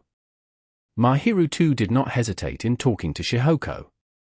It seemed she was used to the latter's vigor and personality, for she looked really calm. From afar, he saw them cook amicably, and sighed in relief. Shihoko-san is rather curious about Shina-san. Shuto smiled as he too stared at their backs. Well, she's capable, cute, and has a good personality. No wonder Mom's curious about her. What do you think then, Amane? Nothing much, just that she's a nice person and cute. I see. Amane immediately assumed Shuto was just casually checking, but the latter was never one to pursue the matter, so it seemed he was just interested in what Amane thought. And he did not inquire further into Amane's reply. I am looking forward to enjoying the cooking you get to eat every day, Amane. I can guarantee that it tastes good. As long as Mom doesn't do anything unnecessary. Don't worry, Shihoko-san wants to try some of Shina-san's cooking too. She'll just be helping out. That's good enough. Not that Shihoko's cooking was bad or anything, but compared to Mahiru's delicate control of the flavoring, hers was relatively crude. Shuto was usually in charge of controlling the flavors, while Shihoko would prioritize volume and happiness. Of course, she was the housewife who had a son with a growing appetite, so that would be expected. Amane, however, preferred Mahiru's finely crafted tastes, and it would be great if her cooking charisma was unaffected. Luckily, it appeared Shihoko was just helping out Mahiru, and nothing more. He sighed in relief as he watched them cook. Yep, it's delicious. Thank you very much. It was impossible for the dining table for two to fit all four of them, so they moved the larger folding table that was in the storage for dinner. Mahiru was relieved to hear Shuto's heartfelt thoughts, and did not look as tense. She had never shared her cooking to anyone other than Amane, except during cooking class, so she was a little tense, but she was at ease after seeing Shuto's kind smile. It really is delicious. Guess you don't have to worry about staying alone or getting married. Shihoko looked over at Amane as she murmured away. The latter's face nearly cringed, but he sipped at the miso soup with a stoic look. He was already used to the rich taste of the soup. He was completely conditioned to Mahiru's flavoring, and did not desire for anything else other than her food. This might be a downside to eating Mahiru's cooking every day. Amane, your thoughts? It's delicious, of course. I've been thanking her all the time. Even without Shihoko prompting, he intended to express his thanks, but it sounded like he was being prompted to do so. Whenever they were alone, he never forgot to praise her, but this time, he restrained himself as his parents were around, though he failed. He praised Mahiru as usual, but she appeared a little restless, or rather, uncomfortable, yes. She whispered. There was a slight blush on her face, probably because his parents were around. Even though she was used to hearing Amain's thoughts, hearing praises from 3 people would leave her somewhat bashful. You're really cute, Mahiru-chan. Shihoko-san, don't tease her too much. I'm not teasing her. Seriously, I just think she's a pure innocent girl, you know. That is not the case. Well, she is. Pure, innocent, you name it. Amain-kun. She was pure. She would blush even when facing a guy who was not handsome, with his shirt undone. Innocent and naive, maybe. Oh my, did something happen without us knowing? Nothing in particular. Nothing at all. Mahiru too firmly denied it. It was not demeaning to call her pure, but she seemed to dislike being called so as she firmly denied it, so he did not continue on. Well, I'm fine as long as you don't hurt Shina-san, Amain. There is a limit to how much you can tease her though. Got it. See? Are you not teasing me now? I'm serious about you being innocent though. Mahiru was sitting next to him, and she tapped at his leg beneath the table. She looked towards him with slightly red cuties. Sorry. Once he apologized, her pretty face made a pout, which made her rather cute. However, Amain held back the urge to laugh so as to avoid angering her. How do I put it? See, what we brag about is being bragged before us here. Isn't that fine? Amain's looking a relaxed compared to usual. Sorry for having you cook for my parents. After dinner, they spent 2 hours or so talking, before turning in for the night. However, his parents would be sleeping in the living room, so Mahiru would be the only one returning home. His parents were off to bathe, so Amain was the only one to see her off. There was no need to see her off, but he did so just in case, and also to apologize for his parents' recklessness for the day. No, I am fine. I enjoyed myself today. I see. Luckily, it appeared she was not displeased in the slightest. One might say she was really joyous. And also, I have understood the feeling of happiness, if a little. Mahiru showed a faint smile, accompanied by a soft voice as weak as a sigh. The fleeting smile would seemingly vanish with the wind. He could sense some jealousy in her eyes, and had a rough idea of her family situation. He felt he could not leave her be, so he inadvertently placed his palm on her hair, deliberately ruffling it. She did not look annoyed, merely shocked as she looked up at Amain. What is the matter? Nothing. Not nothing, my hair is all messy. You'll be taking a bath anyway. You are right about that. I can't do that. And not that you cannot, but you should have told me first. I already touched. You are just reporting after it happened. Sorry. So you're willing to let me touch if I told you? He had such a thought, but he did not voice it out. He obediently apologized, and Mahiru let out a little sigh. Goodness, I am fine with that, but you cannot go about touching a girl on the hair. No, it's not like I'll go about touching others. At the very least, Amain knew well that the only ones of the opposite gender he could touch were those close to him. He could not do any casual skinship like an outgoing person. He treated Mahiru as someone close, so he would be sure she would not dislike him while patting on her head. However, he would not do this to anyone other than Mahiru. To be precise, he had no intention of touching anyone else. The most he would desire was to punish the prankster Chaitos. Once he said he would not touch anyone else, Mahiru was quiet, and did not shake off his hand. Now that I look at you, I do think you really resemble Shuto-san, Amain-kun. I can tell even though we just met. In what sense? Our personalities and faces are so different. You look similar. Really? She sighed hard this time, and this time, he rubbed her head with some frustration, but it appeared she did not dislike it. "Do we really resemble each other?" Well, it was true that they would be mistaken for brothers with a large age gap if they stood next to each other, but they had completely different demeanors. Their personalities were not completely contrasting, but they were not similar at all. One would thus have to wonder why she said they resembled each other. He had a few questions on his mind, but it appeared she had no intention to continue talking. Her eyes narrowed at Amain as she left it at that. After he fondled enough, he let go of her head, and she suddenly reeled back, a little taken aback as she looked up at Amain. "What, you want me to keep touching?" he asked mischievously. "Please stop," and Mahiru answered with a blushing face, so he stopped. She appeared to be a little peeved, looking displeased as she opened the door to her house, and slipped in.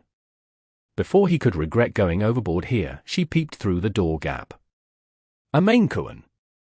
"What?" "Amain-kun, no, Barker." Mahiru's cheeks were slightly red, and she appeared to be pouting and yet fawning with sweet words, before closing the door.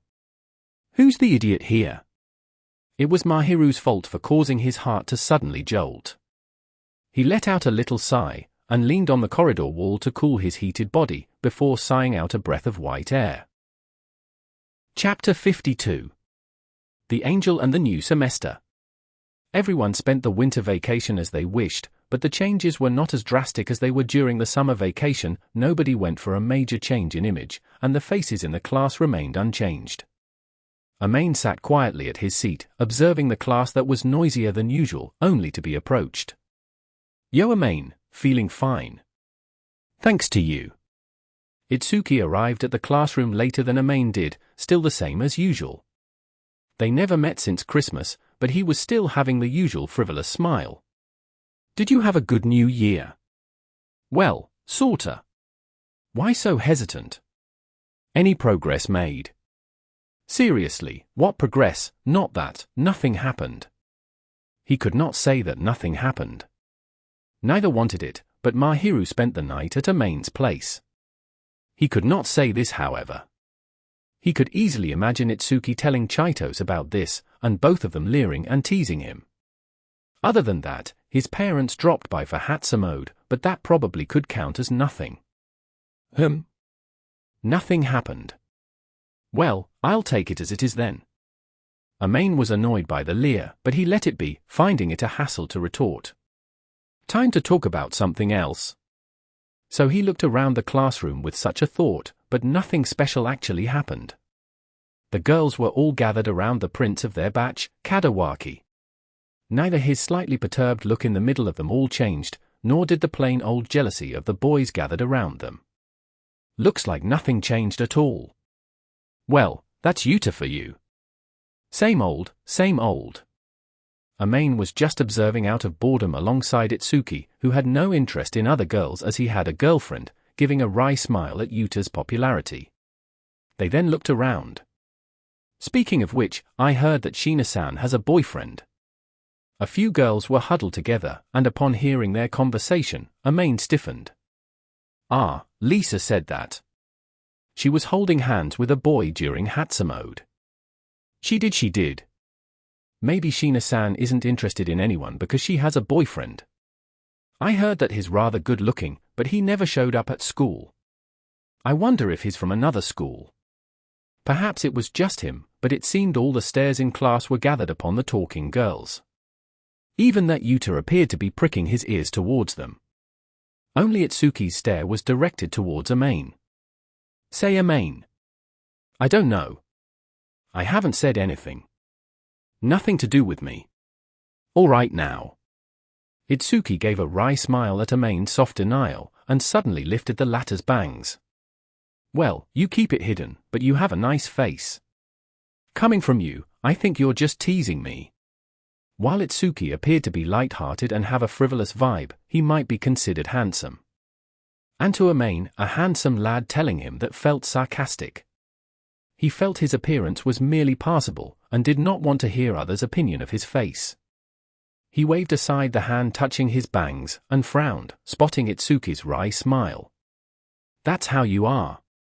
"Shut up." "Well, I can say that's just like you." While Amain looked as aloof as before, Itsuki was chuckling instead of looking furious.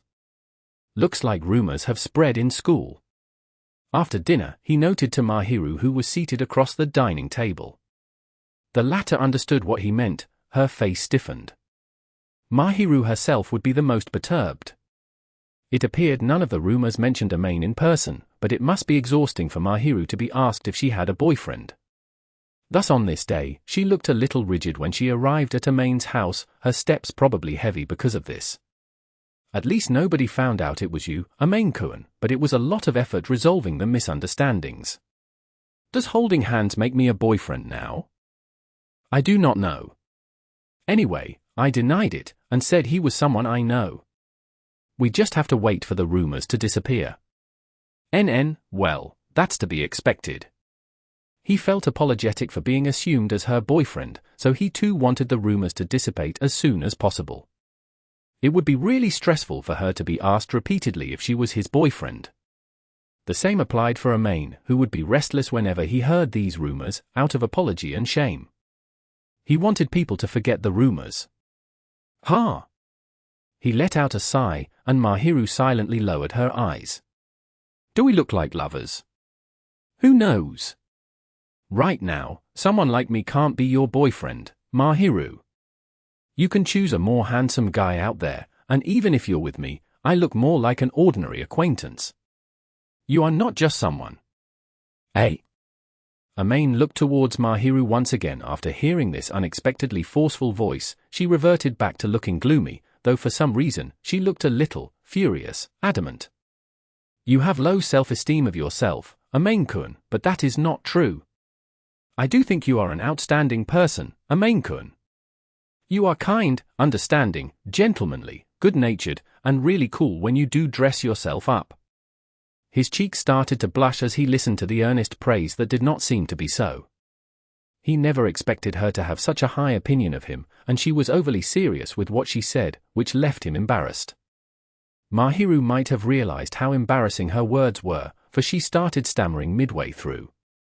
Despite that, she stared at his eyes, indicating that she was being heartfelt. The compliments left him increasingly bashful. I see, thanks. So I say, well, please do not look down on yourself. Oh. He could not deny it, now that he was praised by her, for the mood would not allow for him to be humble in any way. Mahiru's cheeks were slightly reddened as she lowered her head, quivering in shame. Amain too felt the shame rising up within him, and quietly muttered. Well, I'll go wash the dishes. Why yes. In any case, all Amain could do was to escape sheepishly. It might be called a tactical retreat, for it was bad for his heart to see her quivering in embarrassment. Ha! He took a deep breath, stood up, and brought the utensils to the sink. Mahiru went to the living room, sat on the sofa, and buried her face into the cushion. It seemed she too was embarrassed, unused to the concept of lavishing praise. Once he saw that, if you're embarrassed, don't say this, the Amain murmured, but because of her words, he felt some weight lifted from his chest. He felt quite relieved after receiving approval, probably. So he thought, but he was still embarrassed. It was winter, yet he was listlessly washing the dishes with cold water. Chapter 53. The Angel and Friend. Chaitos called in after dinner. Usually, they would contact each other through app, but for some reason, she called Amain, asking the latter about Mahiru. He had no idea what she was planning. She said to lend her, but Mahiru was not Amain's belonging. Chaitos should have asked her directly. Don't ask me, ask Shirina. She's next to you now, right? She is. Then ask her if she wants to go out with me tomorrow. Ask her yourself. She doesn't have the number? He wondered, but he remembered then that during Christmas, Chaitos was fully focused on teasing Mahiru, and did not have time for that. And also, Amain would surely have Mahiru's contact, and was often with her. It was to be expected why he was contacted. Chaitos' thought process was understandable, but he wanted to tell her that he was not a male pigeon. In any case, it would better for Mahiru to discuss this instead, so he thought as he handed the phone to an incredulous-looking Mahiru next to him. Chitos wants to talk to you." So he said, and slumped into the sofa. Mahiru looked a little perturbed, but she obediently brought the phone to her ear. "I am taking over, tomorrow?" "Why yes, I have no special arrangements." It seemed Mahiru was taken aback by Chito's sudden rapid-fire talk, and he could only watch her perturbed look with a wry smile. She did not seem impatient, but was taken aback by the sudden suggestion, hapless, not knowing what to do. She glanced aside to him. "Just see what you want." "She wants to go out with you, not me," he answered. Mahiru would go out with her friends once in a while, but her priority was to return home and prepare dinner hours later. He thought she should have a break once in a while, leaving aside whether she would be getting a break going out with Chitos. "Why yes, I will like to accept this invitation." She might have made up her mind after hearing Amain's words. When she answered Chitos, he could hear the latter go "alrighty" over the phone, and Mahiru instinctively pulled the phone away from her ear. He chuckled in amazement as how Chitos was being all enthusiastic, and met Mahiru in the eyes. She looked a little worried, but her lips still showed a smile of relief and joy. Once Chitos had quieted down somewhat, Mahiru picked up the smartphone and started talking. She was smiling as she talked, and Amain too smiled as he looked at her. "Thank you very much. I shall return this to you." She ended the call and carefully returned the smartphone to him. It seemed they had made plans, and she would be dragged somewhere by Chitos. That was sudden, wasn't it? That's basically Chitos. Well, that shocked me. She's not a bad person, just a little too forceful. Though he felt that a littles might be understating it, he gave her a mild appraisal. She definitely was not a bad person, just a little pushy. Mahiru might have understood the personality well as she gave a wry smile, but luckily, she did not seem annoyed by that.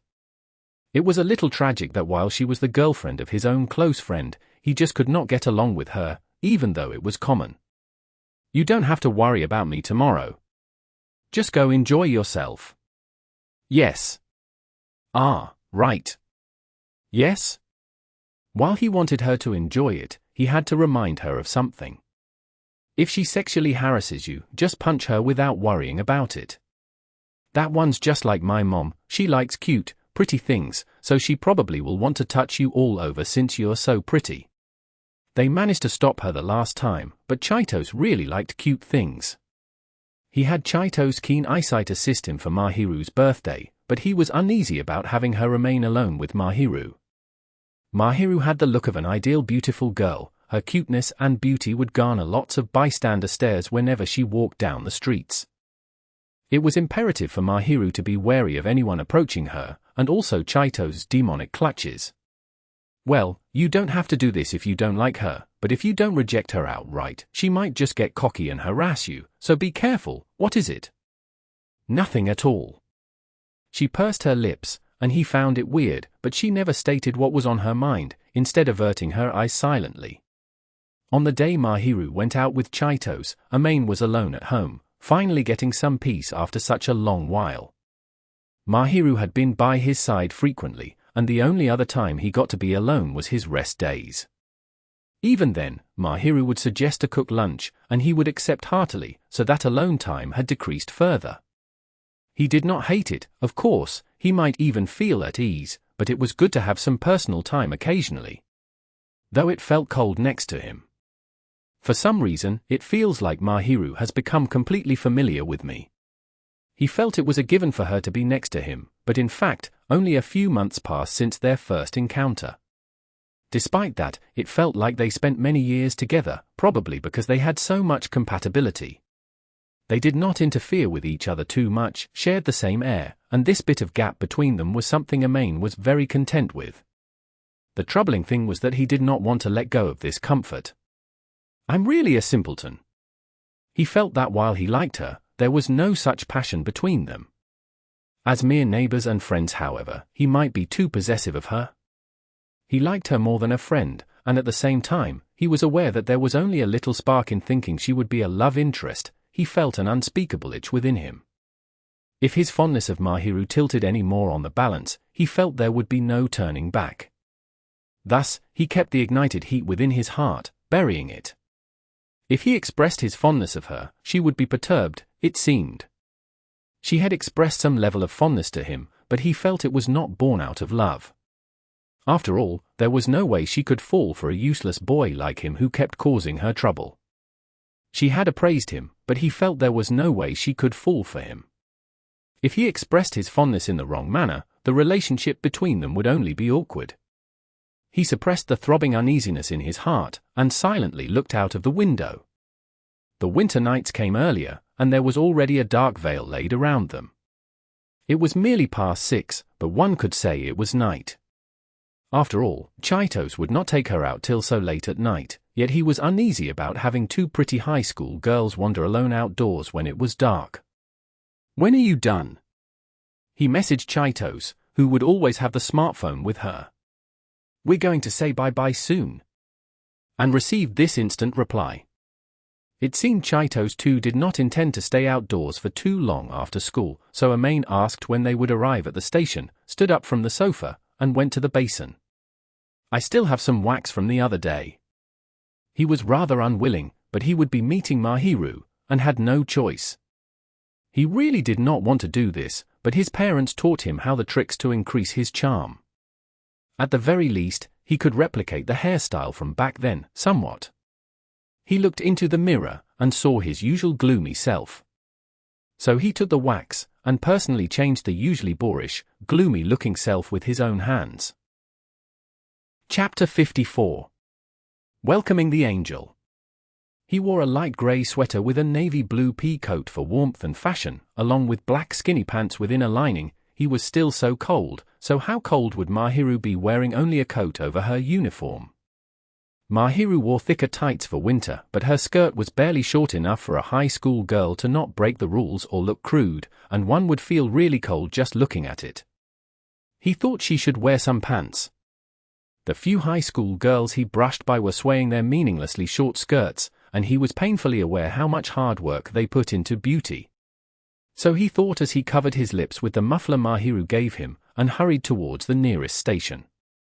It seemed they went to a large shopping facility, and took the train there. The nearest station from the apartments was within walking distance, and Chito said that the train was about to arrive, so he should be right on time. The hair gently blew at his waxed hair as he walked, but not ruining it. He would have to tidy up his hair if it got messy, and that would be troublesome. He felt that those who usually dolled themselves up were worthy of respect. So he thought as he moved on silently, and spotted the station. She might appear at this entrance, considering the direction of the apartments.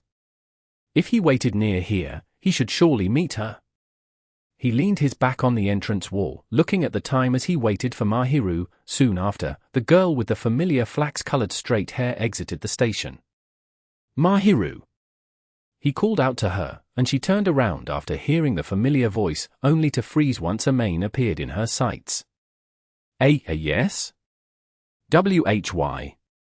The Y probably referred to this get-up.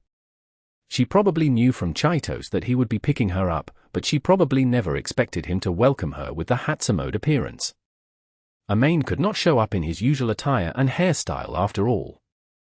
It would be troublesome if anyone around them spotted him and connected the dots.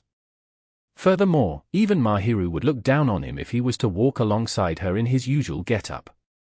He was intending to disguise himself, but at the very least, he could appear passable standing next to Mahiru. "You're thinking I can't do that?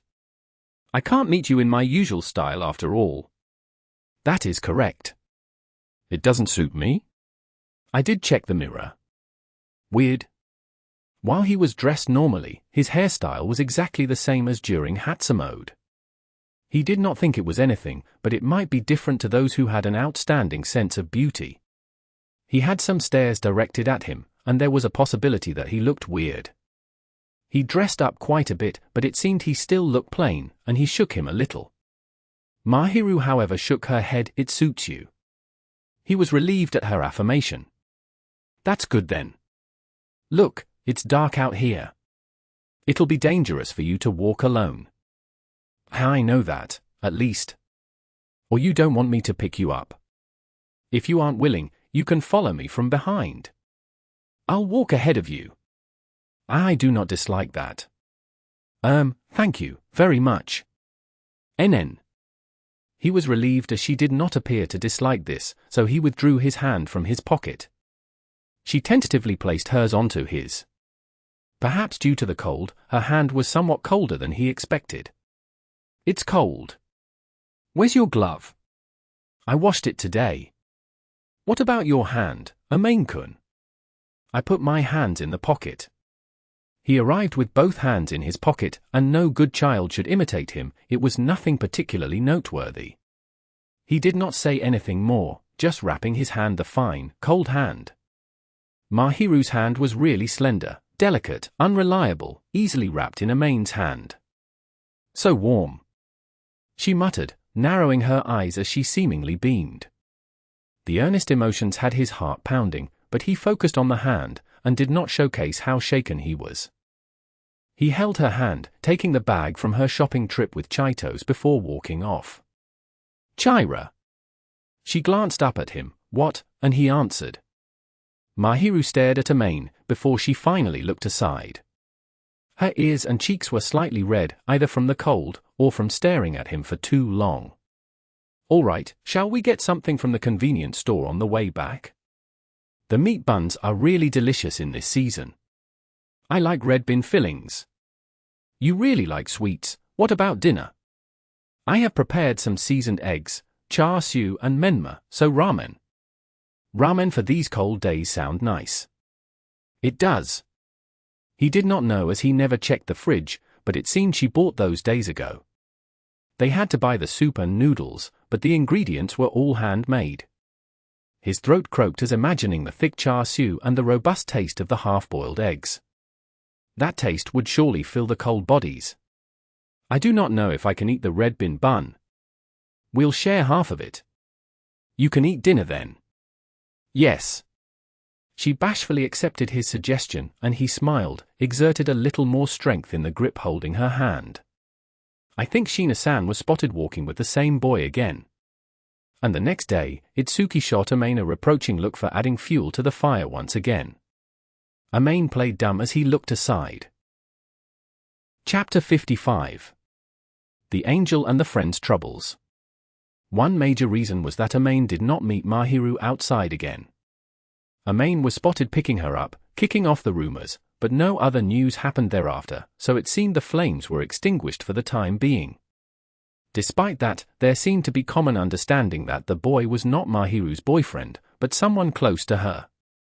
There were also baseless rumors spreading that Mahiru had interest in that boy, which she denied with a smile that would not allow them to probe further, and that somehow calmed down.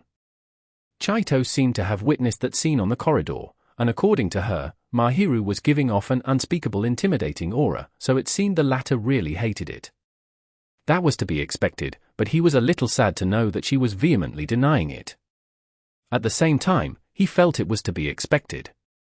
There was no love between them, and their relationship was in question just because they were acting a little familiar. Surely she would be furious.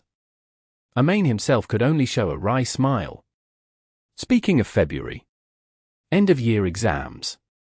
Hey, why is a high school boy in his blooming stage having such boring thoughts? It was after school, and Chaitos popped by at Amain's house, uninvited actually. She could not hide how dumbfounded she was to hear that answer. He heard that she wanted to discuss something, perhaps it was just him, but it seemed she wanted to play with Mahiru. In any case, Mahiru was brewing tea in the kitchen. Amain and Chaitos were the only ones in the living room. I don't know if any high school boy has a blooming stage, but I think it's an obvious thought for students. Any high school boy enjoying his youth should be talking about Valentine's, right? I don't know. I'm not enjoying my youth. Don't kid around, Tilda. She knew the rumors were not true, but she leered away at him, so he glared back. Nevertheless, she did not stop smiling, so he could only give up. So, what are we discussing? Chaito said that she came to Amain's house to discuss with Amain and Mahiru, leaving out Itsuki. NN. I'm wondering what chocolates to give to Ikan. In middle school, I just melted the chocolate and hardened it again, but I think as a high schooler, I should look to do something a little trendy. Then Sheena's suggestion should be enough for you. Amain could not cook, and if anyone was to ask him about chocolates, he could only say that he did not know, just Itsuki's likes at most. However, she spent more time with Itsuki than he did, and already knew about these things, it seemed. I can ask Mahirun, but you are somewhat a guy anyway. Amain tilde I want to hear what a boy has to say. What did you mean somewhat? I'm a real guy here. I do think a boy will act on a girl when two of them are alone. Say, that only happens when the other side agrees to it, and we aren't in that sort of relationship. You really are well raised there, Amain. Some healthy thoughts you have. He was appraised to have healthy thoughts, but Amain himself assumed it was common sense. It was true that boys could do such things to girls they do not like, but the concept of being able to do was a little different from actually doing it. After all, he had to be concerned about what she thought. He would be lying if he said that he did not have such desires on Mahiru. He felt that it was to be expected for a boy to have some desires from a female who was charismatic inside and outside. But despite that, he would not want to think of any folly. He did not want to make her cry, to be hated by her, and wanted to dote on her. Such were the feelings he first had for her. Also, she had declared that she would harm him greatly, both socially and critically, and he was not foolish to actually do anything out of his lust. It was likely she would actually follow through with the threat. Well, that's another good point of view, Amain, or rather why you got Mahirun's trust there. Chaitos had given Mahiru the cute nickname Mahirun instead. Mahiru did not deny it even though she heard it in the kitchen, so while he did not know if she was willing, she was at least accepting of this given nickname.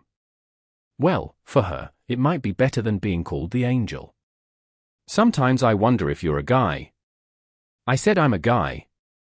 Is there a girl out there who's rugged and bony all over? So an herbivore, you know, I think you can be a little more greedy, Amain. Won't it be disgusting for me to be greedy in this appearance? Just use that manly style the last time. I want to see. Itsuki and Chaitos already knew that the rumored person was Amain, and he admitted it days ago, so there was no point hiding it at this point. However, he did not want to show them that style, and he found it a hassle. Don't say that. I hate that get-up of mine. It's not like you'll lose anything. My sanity and wax will. You cheapskate. Miser. Chaitos puffed her cheeks, and he ignored her. Mahiru returned from the kitchen with a wry smile on her face. On the tray were the cups of milk tea, which Chaitos wanted. After 3 cups were served onto the table before the sofa, Amain stood from the sofa and sat on the cushion nearest to it. Sit down. He prompted Mahiru with this look, and the latter felt a little awkward as she cautiously sat where he once Saturday. There are such rumors going on, you can be rather popular at school if you make that hairstyle. I don't want to. It's definitely going to be a hassle, and I never wanted to be popular. Etilda Valentine's going to be a big turning point. You sure you don't want any Valentine's chocolate, Amain? Look at the popular Yu-chan for example, he'll receive quite a lot, you know? Aren't you jealous? No, that'll cause diabetes. It was likely the Prince Kadawaki would receive lots of chocolate, but he would gain lots of excess fat if he ate them all. Besides, it's a hassle to repay all these gifts. Including the obligatory chocolate and the heartfelt chocolate, Kadawakis probably have to deal with dozens of them, and he has to repay them 3 times worth. Isn't that too much for a high schooler's wallet? So you're taking it that you have to repay 3 times worth? Great. Well, you don't have to worry about repaying me, I'll give you chocolates.